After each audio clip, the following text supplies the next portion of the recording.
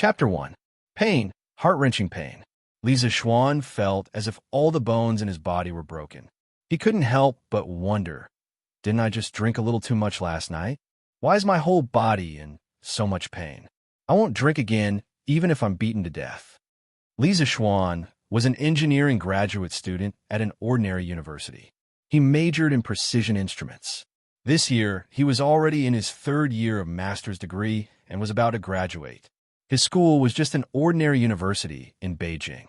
Facing the army of job seekers after graduation and the sky-high housing prices in Beijing, Li Zixuan expressed that he was under a lot of pressure. Before graduation, a few of his roommates wanted to get together and have a farewell dinner. Li Zixuan, who had never drunk before, indulged himself this time and drank 2 bottles of beer. Then he swayed and passed out.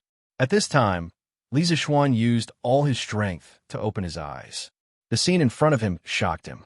He was lying in a bamboo house. Through the small window beside the bed, he could see a small bamboo forest outside. He could also hear the sound of flowing water behind the house. F***CK. Shouldn't I be sleeping in the school dormitory? How did I end up in the wilderness?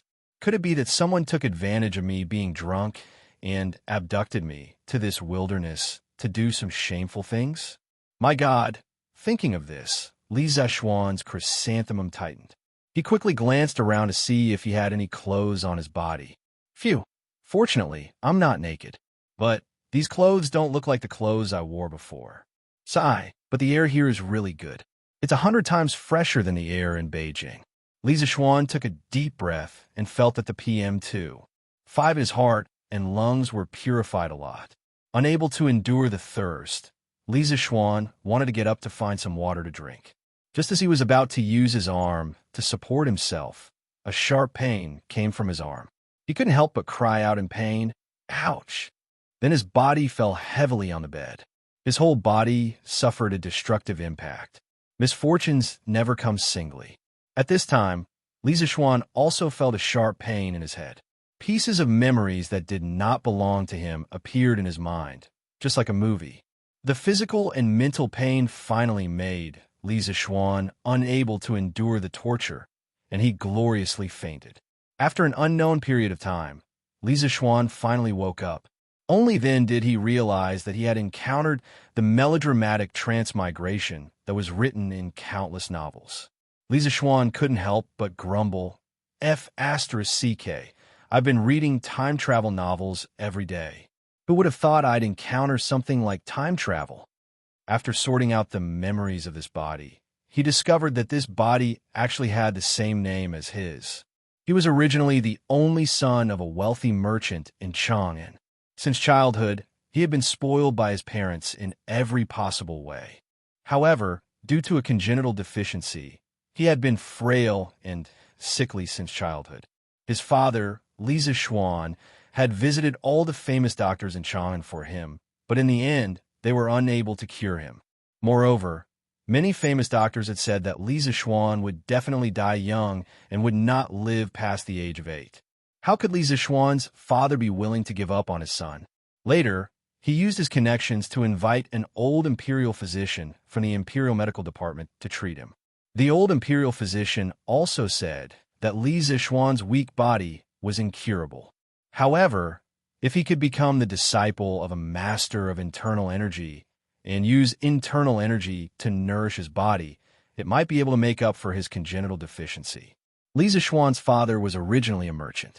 How could he know a true master Jianghu? He used up all his wealth to invite a group of Jianghu swindlers. They were good enough to guard the house, but not a single one of them was proficient in internal energy. Seeing that his only son's health was deteriorating day by day, Li Zixuan's father was extremely anxious. Mrs. Li also washed her face with tears every day. When Li Zixuan was 6 years old, a white-haired old Taoist passed by the Li Zixuan residence to ask for a bowl of water. Suddenly, he caught a glimpse of Li Zixuan playing in the courtyard. Seeing that his lips were red and his teeth were white, he was honest and cute. However, his face was pale and his eyes revealed a hint of sickness. The old Taoist immediately felt tender affection for him. He told Li Zixuan's father that he was the great elder of the Celestial Master sect of Mount Longhu. His title was Spiritual Void, Spiritual Void. He had traveled to this place and saw that Li Zishuan was congenitally deficient. He wanted to take him in as a disciple and pass on his sect's internal energy to nourish him.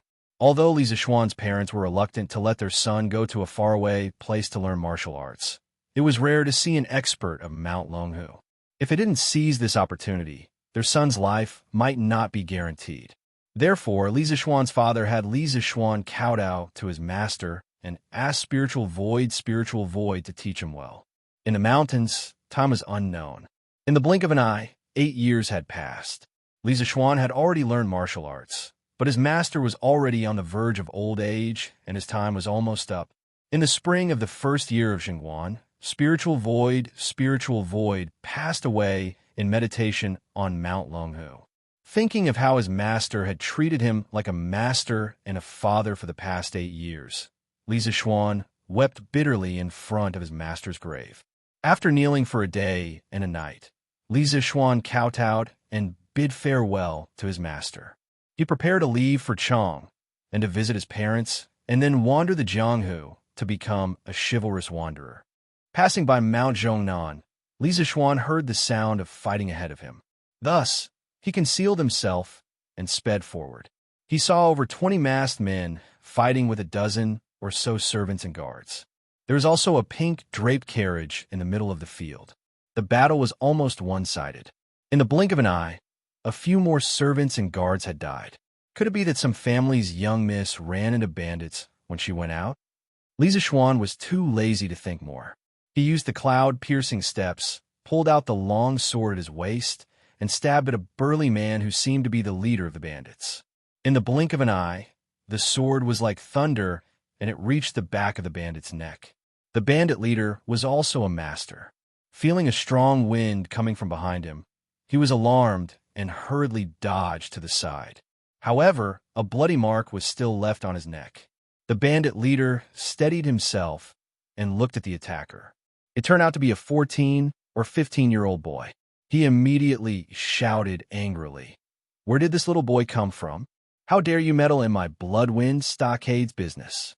Second brother, third brother, go and chop this little bastard up." In an instant, 2 bandits on the battlefield turned to attack Li Zishuan. However, Li Zishuan had been trained by Spiritual Void for 8 years and had learned the authentic Taoist mental cultivation method, Taishin Sutra. How could these bandits compare to him? In a short while, the 20 or so bandits were knocked down one by one. However, he did not take their lives, only seriously injuring them. Li Zishuan was slightly satisfied that he had achieved his goal of being chivalrous. Just as he was about to leave, he suddenly heard a pleasant female voice behind him. "Young hero, be careful."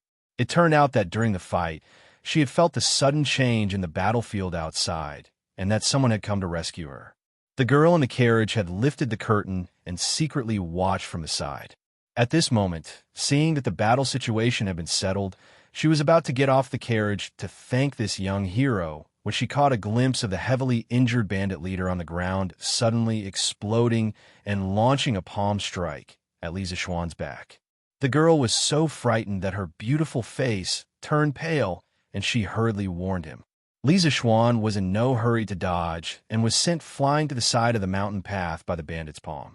However, the side of the mountain path was a very steep hill, about 100 meters high. Li Zishuan had just entered Jianghu and was sent flying off the cliff. When he was seriously injured and on the verge of death, he was taken advantage of by a transmigrator. Li Zishuan painfully rubbed his head. He thought of his parents and girlfriend in his previous life. He really did not expect that after drinking some wine, he would be separated from them for 1,000 years. He could no longer go back. He could not help but feel sad. But this body is also quite unlucky. It originally had the life of a main character. Who would have thought that after practicing martial arts, it would die as soon as it entered Jianghu? It's because it doesn't have enough Jianghu experience. This hero, saving a damsel in distress, ended with his own death. He didn't even see what the beauty looked like. TSK. Don't you think it's a pity? All right, Regarding the previous owner of this body, Li Zixuan felt that this child had experienced enough twists and turns.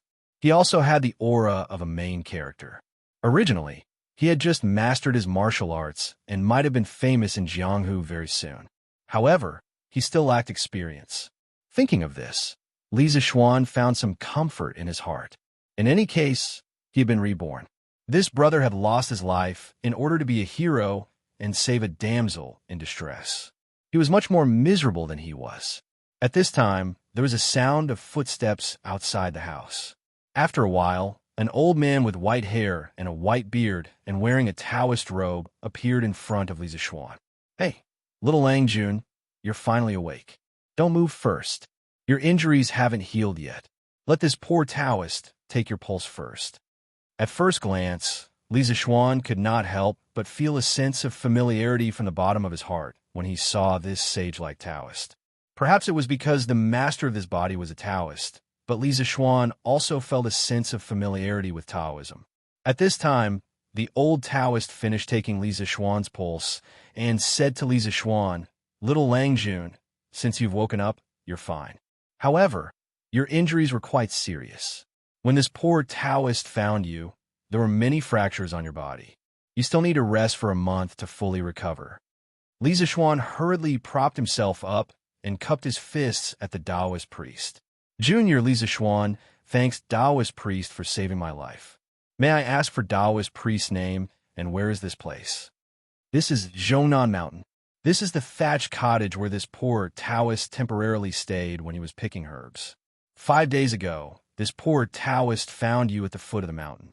At that time, you were seriously injured and unconscious. This poor Taoist saw that you were still breathing and brought you back to the thatched cottage. Little Lang Jun, did you encounter some bandits?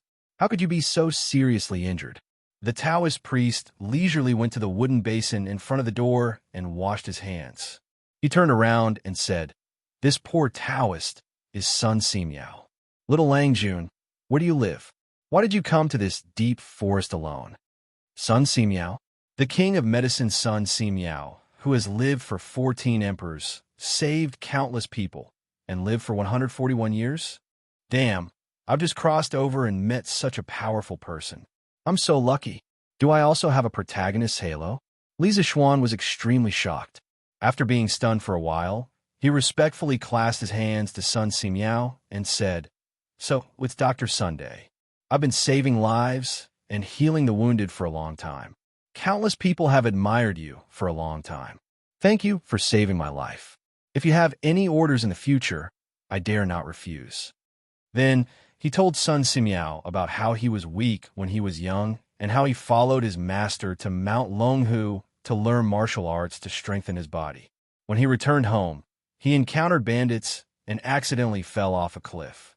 Hearing this, Sun Simiao did not expect this little Lang Jun to have such a chivalrous heart after experiencing so many twists and turns. He looked at Li Zixuan with some admiration. "Little Lang Jun, I didn't expect your life to be so rough. When I felt your pulse before, I felt that you seemed to be congenitally deficient. Fortunately, your internal strength is quite good. Little Lang Jun, you should rest here for a few days. There is still some rice in this house. I was summoned by His Majesty yesterday, and will go to Chang'an today. Little Lang Jun, you can leave on your own after you've recovered. Don't worry, Taoist priest. I'm mostly recovered and can take care of myself. In the future, Zixuan will definitely repay you for saving my life." "Haha, it's nothing. Little Lang Jun, you don't have to worry about me. I'll go first." Sun Simiao laughed heartily and turned to carry the medicine basket out of the door. Chapter 2. Phew, it's so hard to learn how to speak like an ancient person. Li Zixuan sighed as he watched Sun Simiao leave.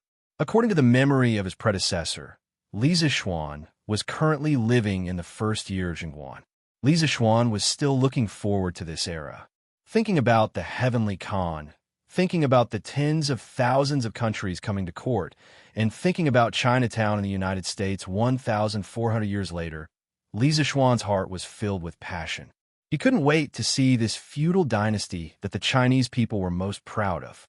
But why don't I have a cheat? Before transmigrating, Li Zixuan had read a lot of transmigration novels. The protagonist who transmigrated either came with an awesome system or had a photographic memory. They were familiar with many poems from the Tang Dynasty and Song Dynasty. When they had nothing to do, they would recite a poem, and then countless beauties would throw themselves at them. TSK, TSK.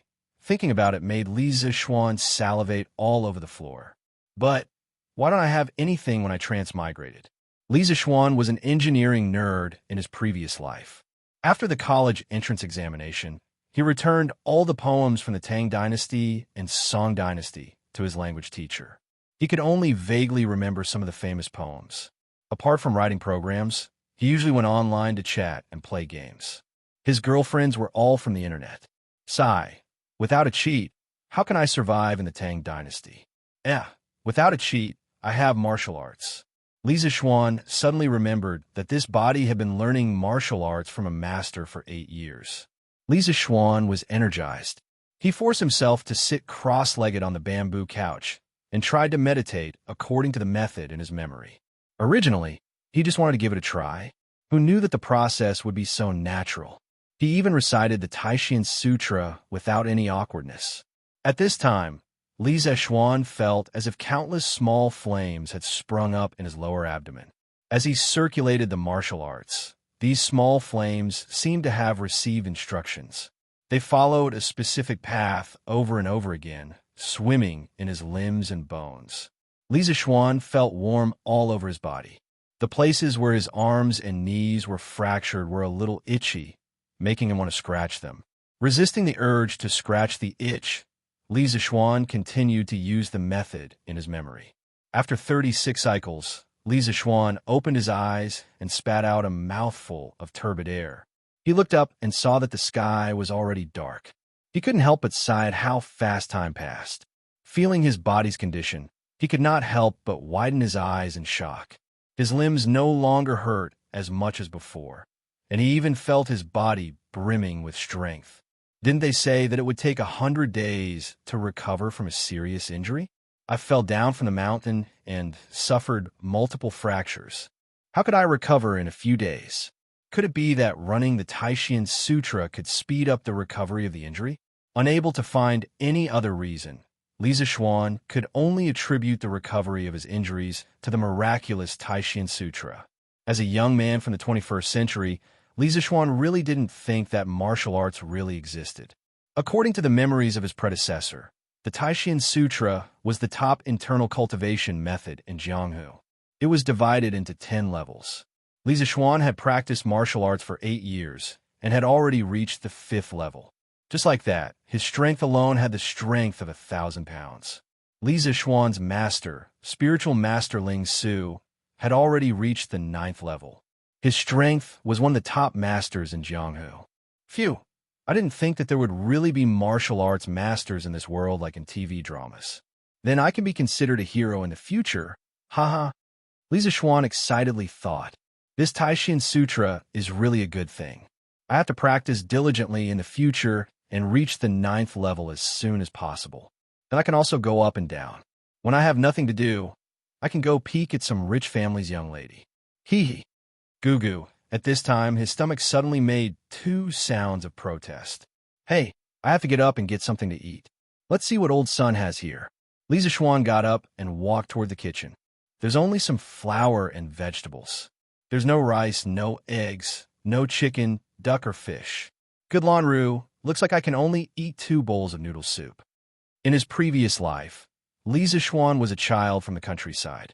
His family's conditions were not very good. As the saying goes, the children of the poor take charge of the family early. Li Zixuan had no problem cooking. Usually during the holidays, when he was with his little girlfriend, Wu Xiaoqian, he would cook because she liked to eat his cooking. In a small rented house of about 30 square meters, the two enjoyed the feeling of one person cooking and the other watching from the side. It felt like a small family. There was a touch of warmth. Forget it, I shouldn't think too much. Let's fill up my stomach first. After sighing with emotion for a while, Li Zixuan skillfully began to knead the dough. He rolled the dough, cut it into slices, boiled water, and then put it into the pot. After 5 minutes, he turned off the fire and put in some vegetables and salt. There was no oil, so he just ate it. After not eating for a day, Li Zixuan ate 3 big bowls of food before he put down his chopsticks with satisfaction. After cleaning up the dishes, Li Zixuan sat on the bamboo bed and began to think about what to do in the future. Become an official? Li Shimin had a lot of talented people under him. He had Feng Mao, Du Duan, Wei Zheng, and the like. He also had Li Jing, Qin Xiong, Cheng Yaojin, and other generals. What can I do if I go? Besides, Li Zixuan was an otaku in his previous life. He was not good at interpersonal relationships. If he wanted to mix well in the government, how could he do it without some tricks of the world? Become a wanderer? This body's wish when he was alive was to go home to visit his parents and then roam the Jianghu to help the weak. Although his martial arts were not bad, there was always someone better than him. What if he met an old monster in the Jianghu who slapped him and made him die? It was not easy to be reborn, so he had to cherish his life. Besides, there were no trains or planes in this era. Going out was bumpy and tiring. Running back and forth was tiring. After thinking about it, Li Zixuan still felt that it was better to go home and be a rich family's son. After being reborn, Li Zixuan had lost the love and affection of his previous life. He cherished everything he had now even more. What was the use of living so hard to earn so much money in one life? Life was only a few decades. Many people came and went in a hurry, but they neglected the scenery of their journey. Li Zixuan decided that he would live well in this life. He would protect the people he cared about and live happily for the rest of his life. From the memories in his mind, Li Zixuan knew that his parents in this life loved him very much. In order to treat his illness when he was young, they did not hesitate to use up all their wealth. This made Li Zixuan very touched. Parents in the world were pitiful. The most selfless love in the world came from parents. Their love for their children was really unconditional. He could not help but think of his parents in his previous life. His father faced the yellow soil with his back to heaven and earth, digging for money in the soil to support his education. For more than 10 years, his father had never complained of hardship or tiredness. However, time was like a butcher's knife, urging people to age. No matter how much his father persevered, time still made his father's hair turn white and bent his waist. Thinking of his aging father, Li Zixuan felt as if a knife was being twisted in his heart. Alas, it was not easy being a parent. Brother, go in peace. I will be filial to your parents. Dad, Mom, your son will not be able to go back. Take care of yourself over there. You don't have to support my education anymore. You don't have to work so hard. You have to live for yourself for the rest of your life. Zixuan is sorry. After making up his mind, Li Zixuan lay on the bamboo bed and fell into a deep sleep. Chapter 3. In the early spring morning, the moist morning breeze crept in through the window, gently caressing Li Zixuan's handsome cheeks. Birds chirped happily outside the window, as if they were telling the joy of waking up early. The sun stretched lazily under the urging sounds of roosters crowing in the distance. Not long after, the first ray of golden light pierced through the clouds. Half an hour later, the sunlight finally passed through the window and shone on Li Zixuan's face. Feeling the dazzling light, Li Zixuan finally woke up. Oh, what time is it? Quickly wash up and go to the cafeteria to eat. Habitually, he reached under his pillow to take out his phone to check the time. Naturally, he found nothing. I forgot that I've already transmigrated. Hey, Tang Dynasty, your brother is here. Since he was already here, Li Zixuan felt that his mental state today was quite good. He could go and see this strange world.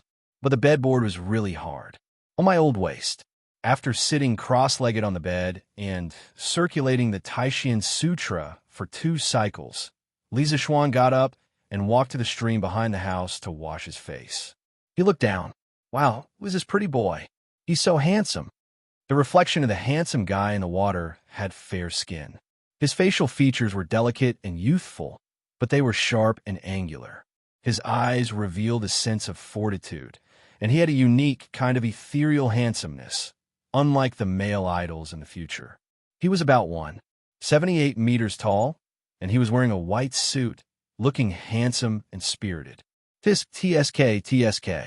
I didn't expect to be reborn as a handsome guy.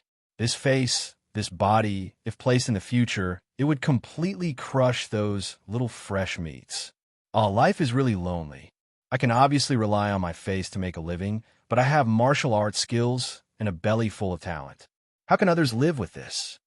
Li Zixuan, shamelessly narcissistic for a while, then squatted down, cupped the clear water of the stream, and washed his face. After washing up, he hastily made some food. After breakfast and cleaning up the dishes, Li Zixuan picked up his long sword and went out. This sword was called Wind Chasing Sword. The sword was 3 feet long and weighed 42 pounds. It was made of extraterrestrial iron and could really cut iron like mud. Compared to the current smelting technology of the Tang dynasty, this sword had an absolute advantage. Wind Chasing Sword was originally obtained by his master, spiritual master Xianxia, in his later years when he traveled in Jianghu. Later, when Li Zixuan reached the primary level of the Taishan Sutra, his master passed the Wind Chasing Sword to him. Seeing this sword, the sword. If only his master was still here. In the early spring, Zhongnan Mountain was lush with greenery and beautiful scenery. Walking on a mountain path, one could feel the vigorous vitality of the entire mountain forest after the harsh winter. Li Zixuan rushed toward Chang and city according to the direction in his memory. Well, I don't have a horse. This Mount Zhongnan should be at least 100 miles away from Chang'an. It would take more than a day to walk. The Tang dynasty seemed to have a curfew. If I can't reach Chang and before dark, I can only stay outside the city for a night. Thinking of the curfew in Chang, and Li Zixuan couldn't help but feel anxious. Although this season wasn't as cold as the winter, the early spring nights were still quite cold. Yes, I'm someone who knows martial arts. How could I forget? Patting his head, Li Zixuan became excited again. His way of thinking was still stuck in the modern world. He had to adapt quickly. It was a good opportunity to try out the feeling of the martial arts masters in the TV series using Qigong. Everyone had a martial arts dream when they were young.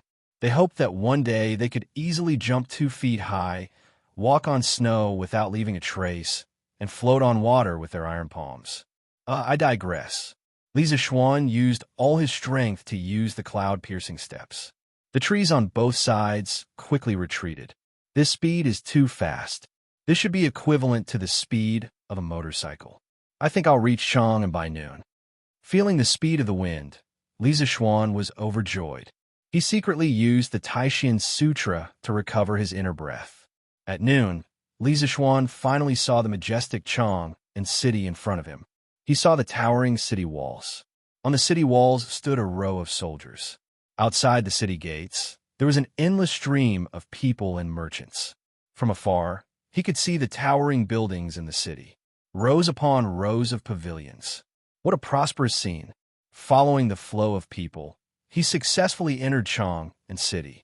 Chang and city was divided into more than 100 residential areas by 38 streets, which were called squares. Each residential area was surrounded by a wall. According to his memory, the Li family lived in Yongla Lane. Entering the city through the illustrious Virtue Gate, Li Zixuan headed north. Looking at the endless stream of people wearing ancient costumes on the streets, Li Zixuan felt as if he was in a costume drama. Wow, the girl in front of me has such a beautiful figure. The girl in front of him had long hair that reached her waist. Her waist was slender and her hips were full. She wore an orange open-collar dress that reached her ankles. As the dress was low, he could vaguely see the deep cleavage of the girl's breasts. Beauties in ancient costumes are still the best. Li Zixuan loved beauties in ancient costumes in his previous life. He even bought a similar open-collar dress for his girlfriend. His girlfriend looked even prettier in it. Looking at the beauties along the way, he rushed to Yongla Lane. Half an hour later, Li Zixuan entered the gate of Yongla Lane and walked towards his home. At the same time, in the backyard of the Li family. Miss, slow down. A 13 or 14-year-old maid was chasing a little girl who was pulling a kite. The little girl was about 5 or 6 years old. She had bright eyes and white teeth. She looked like she was carved from jade. Her hair was tied in 2 pigtails. She was pulling a butterfly kite and running happily. Not far away, a couple was looking at the little girl lovingly. Master, look, Lana is always like a crazy girl. She can't stay idle. The older man patted the woman's shoulder and smiled. Madam, Lana is still young. It's fine as long as she's happy. This old man's biggest wish in life is for Madam and the children to be happy. Children, the purple-clothed woman's beautiful eyes trembled. Master, I wonder how Xianxia is. It's been 8 years and Xian hasn't sent a letter home. I wonder if this child's body has recovered. That's right. This couple was Li Zishuan's parents. Li Zishuan's father was Li Jingma and his mother was Yi Yuzhu. Li Jingma's heart trembled when he heard his wife's words. A trace of sadness appeared on his face, but was immediately concealed. Yuzhu, you don't have to worry. I've asked around these years. Spiritual Master Ling Su is a true expert. I heard that he's one of the top internal experts in Jianghu. It's a rare opportunity for Xian to be his disciple. If he can't save Xian I don't think anyone else in this world can. At this moment, a young servant hurriedly ran over and bowed. Master, Madam, there's a young man outside the manor. He says he's Li Zishuan and wants to see you. Who? What did you say that young man was called? Madam Li asked the young servant with a face full of excitement. Her voice trembled. He said he was called Li Zishuan. The servant was also frightened by his wife's excitement and replied reflexively. Xianxia, my Xianxia. Madam Li ran excitedly to the manor door. At this moment, she didn't care about anything else. She just wanted to see her child as soon as possible. Even Li Jingma couldn't keep up with her speed. Sometimes, a mother's love could make a mother burst forth with immeasurable strength. The little girl called Lan also noticed the commotion. Seeing her mother leave in a hurry, she hurriedly followed behind. Chapter 4. A quarter of an hour ago, Li Zishuan had been standing in front of the Li mansion for a long time. His emotions were complicated. He was excited to return home, but he was also worried about meeting his parents in this life. Although his soul didn't belong to this era, he couldn't give up the family bond of blood. In this life, Li Zishuan had been away from home for 8 years. Now that the soul of another era was in his body, Li Zishuan was worried that his parents in this life might notice something. Li Zishuan paced back and forth in front of the Li mansion for a long time. The servants in front of the gate looked at him strangely. If it weren't for the fact that Li Zishuan was handsome and didn't look like a vicious person, they would have taken him to the authorities long ago. Li Zishuan finally calmed down and walked toward the gatehouse, as if there was another force in his body pushing him into the Li mansion. Is your master and madam home? Li Zishuan didn't remember seeing this gatehouse before. He probably entered the Li mansion after he left home when he was young. Even if this gatehouse was an old member of the family, he probably wouldn't recognize Li Zishuan after so many years. Seeing Li Zishuan's stately appearance, the gatekeeper was afraid that he was a young master of some family, so he didn't dare to be rude. He said, "My master and madam are here. What business does young master have with my master and madam? This humble one will go and inform them. My name is Li Zishuan.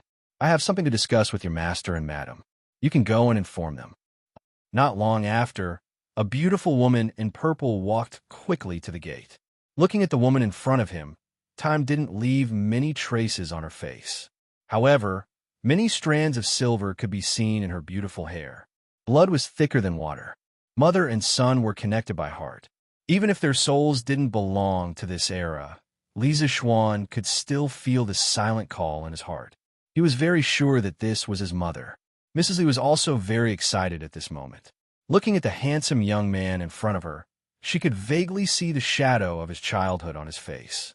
More importantly, her intuition told her that this was her son, and she didn't need any other proof. After staring at each other for a long time, Li Jingma finally caught up. Li Zishuan looked at the weathered couple in front of him and saw the deep love in their eyes. He thought of his parents in his previous life. He couldn't help kneeling on the ground and holding back the tears that were about to fall.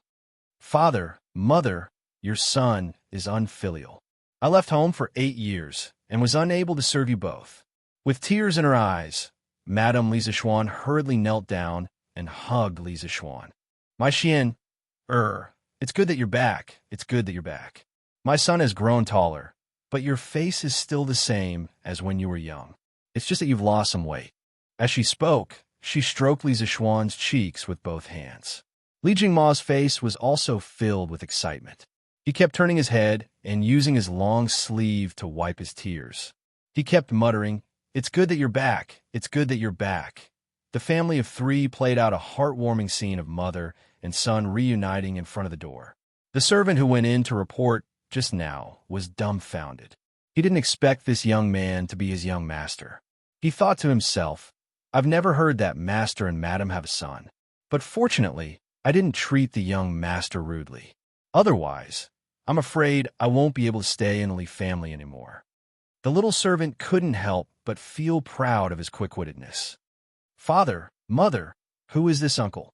Uncle is already so old and still crying. Shame, shame, shame. Laura didn't cry when I was 4.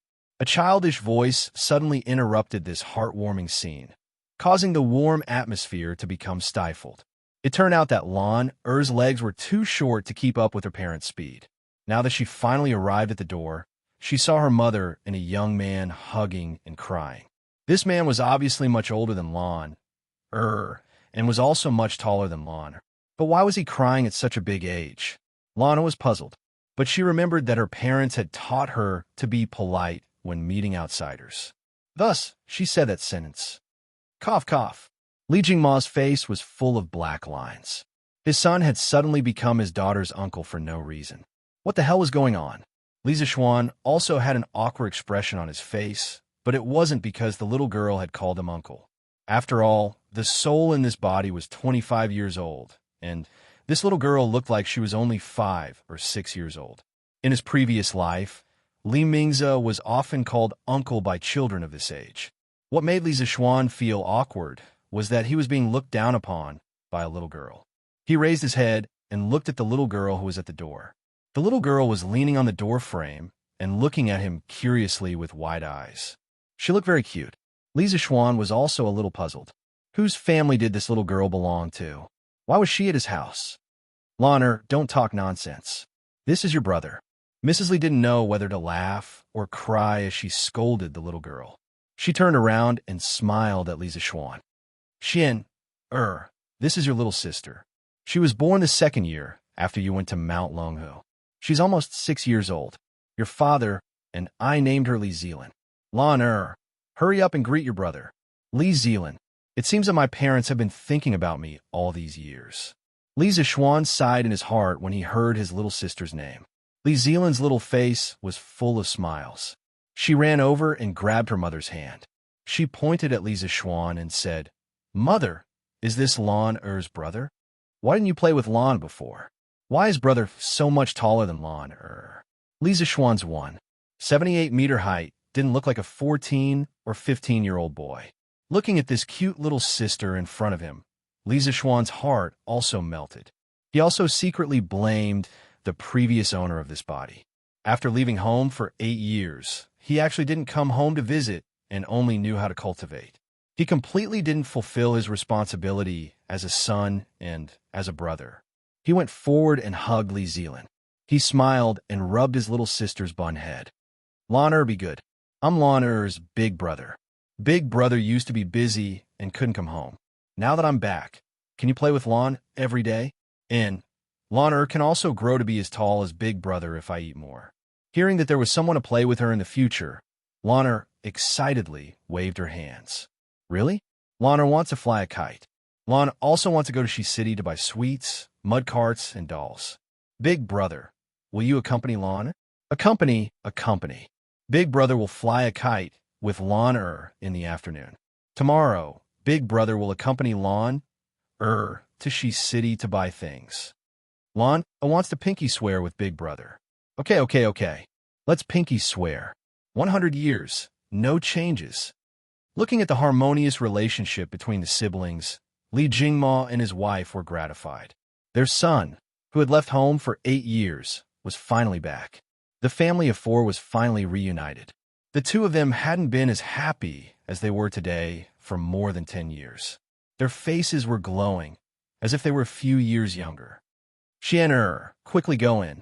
Tell your mother how you've been all these years. Mrs. Li quickly walked forward and pulled Li Zixuan into the front hall of the Li family. Yes, mother. Chapter 5. In the front hall of the Li estate. Xianxia, how's your body? Do you still need to go to Mount Longhu to cultivate after you return? Li Zixuan's mother asked hopefully as she held onto Li Zixuan's hand, afraid that her son would leave her again in a few days. Mother, I've already made some progress in my cultivation. Master said that my weak body is no longer a problem and that I don't need to go to Mount Longhu anymore. I can just cultivate at home. That's great, that's great. Master, Xianxia's body is fine. He doesn't need to leave us anymore. Li Jingma's mother said happily, tears welling up in her eyes. Li Jingma was also very happy and couldn't help but want to laugh to the heavens, but he forced himself to hold it in. However, the slight smile on his lips betrayed the uncontrollable joy in his heart. He held onto his wife's hand and patted it lightly, trying to calm her down. Madam, you can finally rest easy now. He then looked at Li Zixuan and said seriously, Xianxia, it's all thanks to your master that you're where you are today. Although our Li family is a merchant family, we still need to know how to repay kindness. Your master saved your life, so you must be filial to him in the future. Do you hear me? Hearing the mention of his master, Li Zixuan's eyes flashed with a trace of sadness. He recalled the bits and pieces of his memories. Towards a master of this body that he had never met, Li Zixuan still held a lot of respect. Father, Master has already passed away half a month ago. Hearing this, Li Jingma and Li Zixuan were both shocked and saddened. After a long while, Li Jingma got up and patted Li Zixuan on the shoulder, saying in a deep voice, Xianxia, don't be too sad. When you have time in the future, bring me to your master's grave so that I can pay my respects. Your master is our Li family's great benefactor. Li Zixuan nodded heavily. Master, madam, it's time for lunch. At this time, a servant girl dressed in green came to the front of the hall. I was too busy talking. Xian, you must be hungry. Xiaohe, tell the kitchen not to serve the food yet. I still need to make some of Xian's favorite dishes. Li Jingma's mother stood up and ordered the servant girl. Yes, madam. Xiaohe hurriedly accepted the order and left. Xian, sit here and talk to your father for a while. Mother will be back soon. Mother, Lana wants to eat candied fruit pastries. Lan hurriedly requested from behind. Okay, Mother will make it for you. Li Zixuan's mother went to the kitchen to cook. In the living room, Li Jingma picked up his teacup and took a sip. Xian, come and tell your father how you've been on Mount Longhu all these years. Hearing his father's question, Li Zixuan told him some of the important things that happened in his 8 years of learning martial arts. Of course, he didn't mention that he almost fell to his death on the way back. He just said that he encountered a group of bandits in Zhongnan Mountains and was slightly injured. Father, how has the family been all these years? Father spent so much money to treat my illness when I was young. Has the family business been affected? Hearing that his son was concerned about him, Li Jingma's father felt gratified. He slowly recalled, back then, Xianxia, your health was deteriorating day by day. I only hoped that you would recover soon. I didn't have the heart to take care of the shops and restaurants in Shi City. The other owners took the opportunity to suppress us, and the businesses of those shops became worse and worse. I simply sold off those silk and clothing shops to treat your illness. Later on, your master said that he could teach you inner strength to nurse your body and bring you to Mount Longhu to practice martial arts to strengthen your body. Only then did I have nothing to worry about and began to manage the shops again. Li Jingma's father paused for a moment, then took a sip of tea and continued. Those people who coveted your father's shops didn't even take a look at the meat in my bowl. Humph! To think that I, Li Jingma, started from scratch and was able to establish such a large family business. Why would I be afraid of them? Less than 2 years after you left home, I crushed those shops that were suppressing us. Speaking up to this point, Li Jingma smiled confidently and released a strong and domineering aura. Li Zixuan didn't expect his father to be so powerful. In modern times, he would be a proper business tycoon. It seemed that he could be content to be a rich second-generation heir in the future. He hadn't experienced the life of a rich family in his previous life.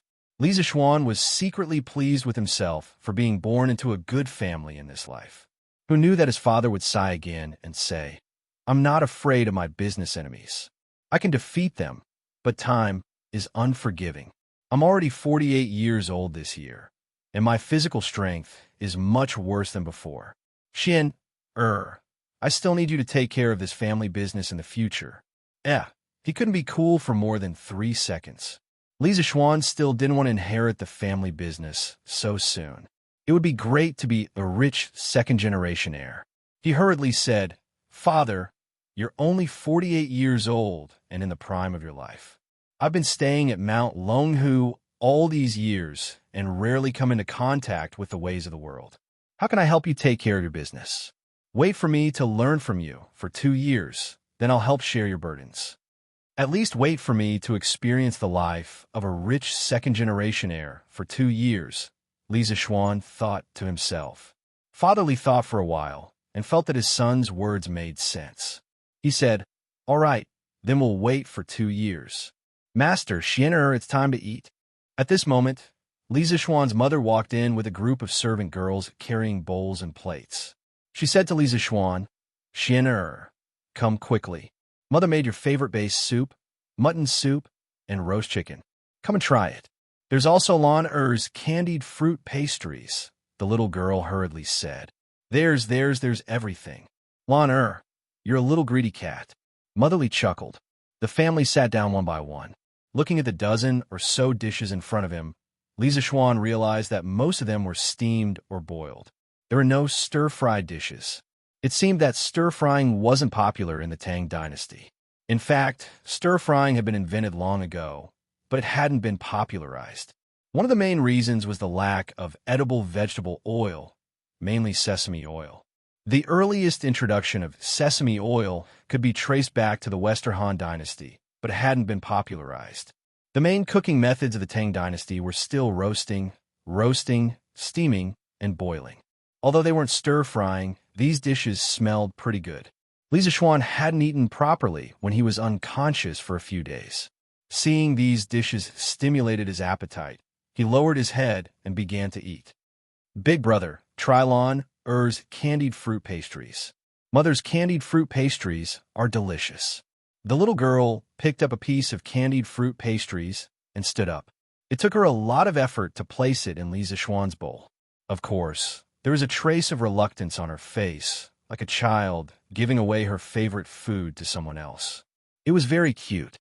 "Thank you, Lan Er. What do you want to eat? Big brother will help you get it." Looking at the candied fruit pastries in the bowl and the expression on his little sister's face, Li Zixuan was very happy. It was good to be home. Lan also wants to eat fish. Mother's fish is also very delicious, but there are bones in the fish. It will hurt Lan Er's throat. Lana looked at the fish on the table. She had an expression of wanting to eat it, but she was also afraid. "Hey, what's so difficult about that? Look at Big Brother." Li Zixuan picked up a piece of fish breast. There were fewer bones here. He infused his internal energy into the chopsticks. With a light shake, a few fish bones flew onto the table. Then, he dipped the fish into the fish soup and placed it in his little sister's bowl. "Here, Lana, eat quickly. This piece of fish has no bones." The maids and servants at the side opened their mouths in shock.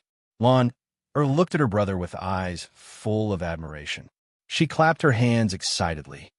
"Wow, Big Brother is so awesome." Father Li and Mother Li were also dumbfounded, using internal energy to eat a meal. The two elders really didn't know what to say. Since ancient times, there had probably been no one who ate fish like this. If spiritual master Ling Su saw Li Zixuan using his martial arts here, he would probably climb out of his grave in anger and beat him up. However, Li Zixuan didn't care about this. As long as he could make his little sister happy, this was nothing. This young master had martial arts, so he was willful. Chapter 6. After the meal. "Mother, I'm going to take a bath and take a nap.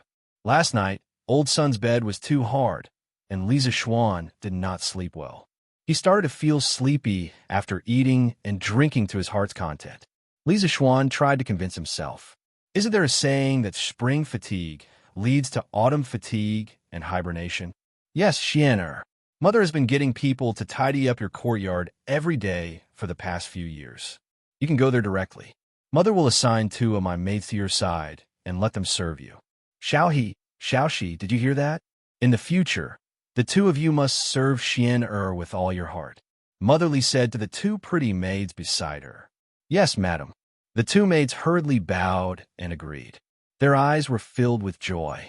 Their young master's martial arts was strong, and he was handsome. All the maids in the residence were lining up to serve their young master. They didn't expect madam to send them. Li Zixuan wanted to refuse, but after thinking about it, he didn't say it. He was used to living a poor life. In the past, it was always him serving his girlfriend. Now that he suddenly had 2 pretty maids serve him, he was really not used to it. However, this was a feudal society. He didn't want to be too different. Besides, he didn't want to reject his mother's good intentions over such a small matter. Of course, there was another reason. These 2 maids were really beautiful. Li Zixuan also didn't want to reject them. Although they couldn't be eaten, the 2 maids were only 13 or 14 years old. Li Zixuan wasn't that beastly. They were still pleasing to the eye.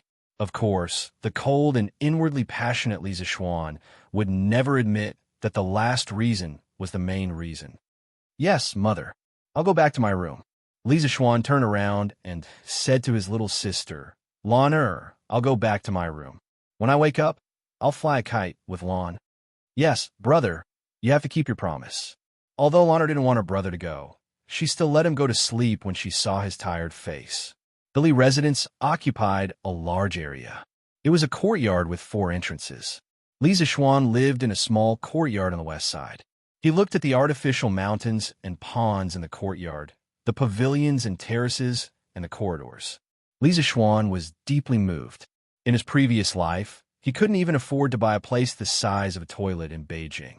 He didn't expect that he would be able to live in such an antique supermansion. Even the small courtyard that he lived in was more than 10 times larger than those luxurious villas in his previous life.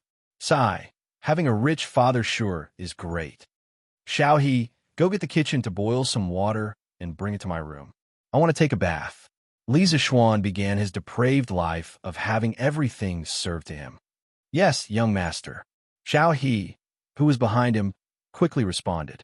Then, she lifted her green dress and lightly trotted toward the kitchen.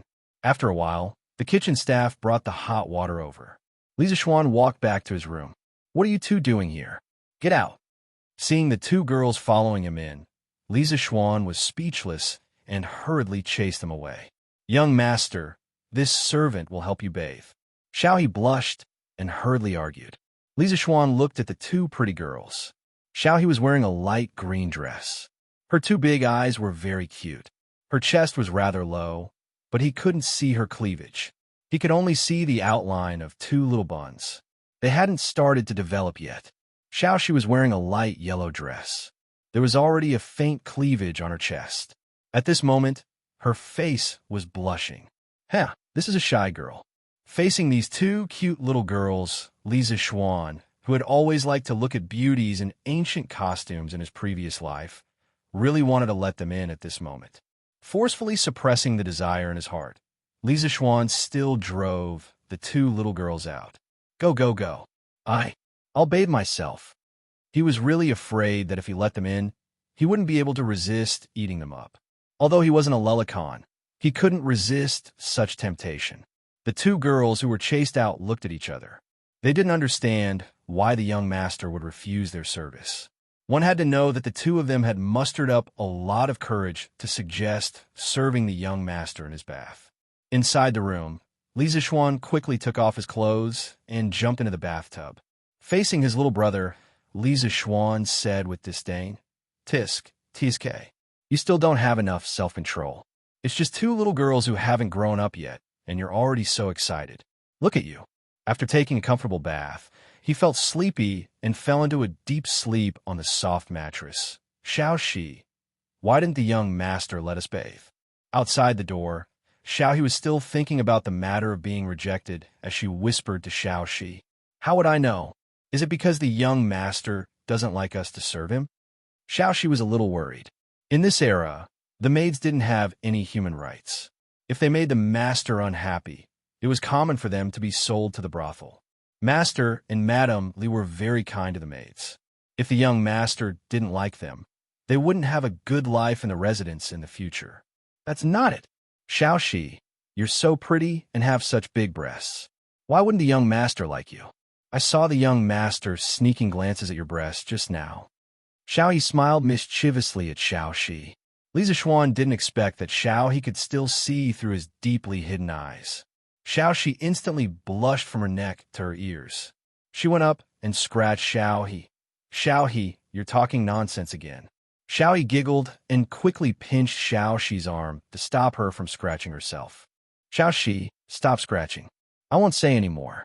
Let's be quiet and not wake the young master up. Don't worry. I think it's not that the young master doesn't like us. He's just shy. I saw the young master blushing just now. Li Zixuan had a dream. In the dream, his girlfriend was crying. No matter how he coaxed her, she wouldn't stop crying. He was so anxious that he was sweating. His heart ached. In his previous life, Li Zixuan was neither tall nor handsome. He was also poor. However, his cute and petite girlfriend never left him. She was very attached to him. He was very grateful to her. They were together for 5 years. He had always doted on his girlfriend. Even if they quarreled sometimes, Li Zixuan would definitely apologize to his girlfriend and make her happy within an hour. Looking at his girlfriend in front of him crying without saying anything, Li Zixuan was really heartbroken. He couldn't stop his tears anymore. Brother, why are you crying again? Brother, don't cry. Lana will give you all my delicious food. A crisp and tender voice woke Li Zixuan up from his dream. It turned out that Lan was bored by herself. She was very excited when she thought that her brother would accompany her to fly a kite in the afternoon. However, when she saw that her brother hadn't woken up yet, she came over to take a look. Who knew that her brother's eyes were closed, but he was still crying? Lan immediately became anxious. Looking at his cute little sister in front of him, Li Zixuan realized that he was just dreaming. He couldn't help but think of the dream just now. He thought of his girlfriend's helpless crying. Perhaps that dream was real. He had transmigrated to the Tang dynasty. Then he must have lost his soul and died. If his girlfriend knew about this, she would cry even more sadly than in the dream. Thinking of this, Li Zixuan's heart was ruthlessly stabbed by a knife. Brother, what's wrong? Seeing her brother staring blankly at her after waking up, Lan pulled Li Zixuan's arm worriedly. Seeing the unconcealable worry on Lan's tender face, Li Zixuan secretly scolded himself for being a bastard. No matter how sad he was, he shouldn't let such a young sister worry about him. As for his ex-girlfriend Xiao Qian, Li Zixuan could only silently say in his heart, Xiao Qian, I'm sorry. If I could go back, I would definitely go back to find you. However, I really can't go back. I hope that you can quickly walk out of this shadow and find your next happiness. If Xiao Qian also came to the Tang dynasty, how great would that be? I would definitely marry you. However, his girlfriend obviously couldn't come to the Tang dynasty. Li Zixuan could only silently say goodbye to her in his heart. In the previous life, goodbye. Brother is fine. Let's go on. Brother will bring you to fly a kite. After thinking it through, Li Zixuan carried Lan and left. Chapter 7. The next day, early in the morning, before dawn, the morning drum on the gate tower of the Taiji Palace in Chang had already sounded. Then, drum towers on the streets facing the north and south followed one after another. The sound of the drums spread from inside to outside. The gates of the palace and the gates of the markets were opened one after another. A new day had begun. The people and merchants of Chang had begun a new day of bustling. At the same time, more than 100 temples in the city began to ring the morning bell. The sound of bells and drums intertwined, tried to wake up the whole city. But there was still one person who had not been woken up. It was Li Zixuan, who was still sleeping in his bed. As a glorious second-generation rich man, why did he get up so early? In the east courtyard of the Li mansion. At the moment, Mrs. Li was helping Li Jingma dress. Madam, I'm going to check the accounts of the clothing store in the West Market today. I won't be back at noon. You can eat first. Why did you suddenly want to check the accounts today? Mrs. Li asked curiously. Nothing, just a sudden whim. Li Jingma seemed to not want to say more. He was about to wash up when he suddenly paused as if he had thought of something. He frowned and said, "Why hasn't Xian gotten up yet? Isn't he a martial artist? Shouldn't he get up early to practice martial arts? Would his master allow him to get up so late? Hey, why are you pinching me? What a scandal." "Humph, Xian has suffered so much outside for so many years. What's wrong with enjoying life when he finally comes back? Are you still his father? You don't know how to care for your son at all." Mrs. Li pinched Li Jingma's soft waist with hatred. Okay, let go of me. I won't ask any more, okay? Let the brat sleep for as long as he wants. Li Jingma finally escaped from the clutches of the devil. He immediately walked out of the door, muttering as he walked. Unreasonable. Since ancient times, loving mothers have spoiled their sons. Mrs. Li naturally ignored Li Jingma. Since she had taken advantage of him physically, she would let him take advantage of her mouth. Otherwise, he would feel unbalanced, Mrs. Li thought. Late in the morning, in the west courtyard of the Li mansion, Li Zishuan, who was sleeping soundly, suddenly felt his body sink as if something heavy was on him. He hurriedly opened his eyes. What he saw was a little angel in a pink dress sitting on top of him. Big brother is such a lazy bum. It's already so late in the morning, and he's still not awake. Lana is already awake. As she spoke, she stretched out her small hand to pull Li Zishuan's cheek, giggling mischievously. All right, since Lana dares to ride on Big Brother, let's see how Big Brother will deal with you. After saying that, he straightened his body and put his hands under Lana's armpits, throwing her high into the air. Then, when she was about to fall onto the bed, he used his hands to cushion her fall. Lana immediately screamed in fright. She used her hands and feet to move around. After landing on the bed, Lana immediately got off the bed. She pouted and frowned. She shouted at Li Zishuan, "Smelly brother, Lana will never talk to you again." After saying that, she was afraid that Li Zishuan would throw her again, so she quickly ran away. This little girl. Amused by Lana's cute expression, Li Zishuan began to get up and put on his clothes. At this moment, Xiao He and Xiao Shi hurriedly walked in from the outer room. There was a trace of a smile in their eyes. It was obvious that they had heard the sound of the siblings fooling around outside. "Young master, let us servants help you put on your clothes." Not allowing Li Zishuan to reject, the two little girls came up and got busy. Xiao He supported Li Zishuan's arms from behind, while Xiao Shi helped him put on his clothes. As he was much taller than the two little girls, Xiao Shi had to stand on her tiptoes to be able to stand on his shoulders. Li Zishuan could even see the beads of sweat on Xiao Shi's nose. This little girl must be very nervous at this moment. After putting on his outer clothes, Xiao Shi bent down to help Li Zishuan fasten his belt. As she was bending over, Xiao Shi's well-developed body revealed a deep ravine. Li Zishuan's eyes inadvertently glanced down and saw this bloody scene. Seeing such an erotic scene early in the morning, this little brother naturally had to show his respect. Seeing the little tent below, Xiao Shi's tender face was so red that it was about to bleed. Before a servant was sold to a rich family by a broker, they would naturally be exposed to some kind of education. Li Zishuan was also extremely embarrassed at this moment. Cough, cough, it's a natural reaction. A natural reaction. Xiao Shi, don't think too much.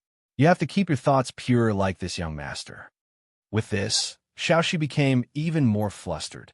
When Xiao He heard her young master's strange words, she curiously looked at Xiao Shi. Xiao Shi immediately hurriedly helped Li Zishuan fasten his belt and hurriedly ran away. Young master, why did Xiao Shi run away?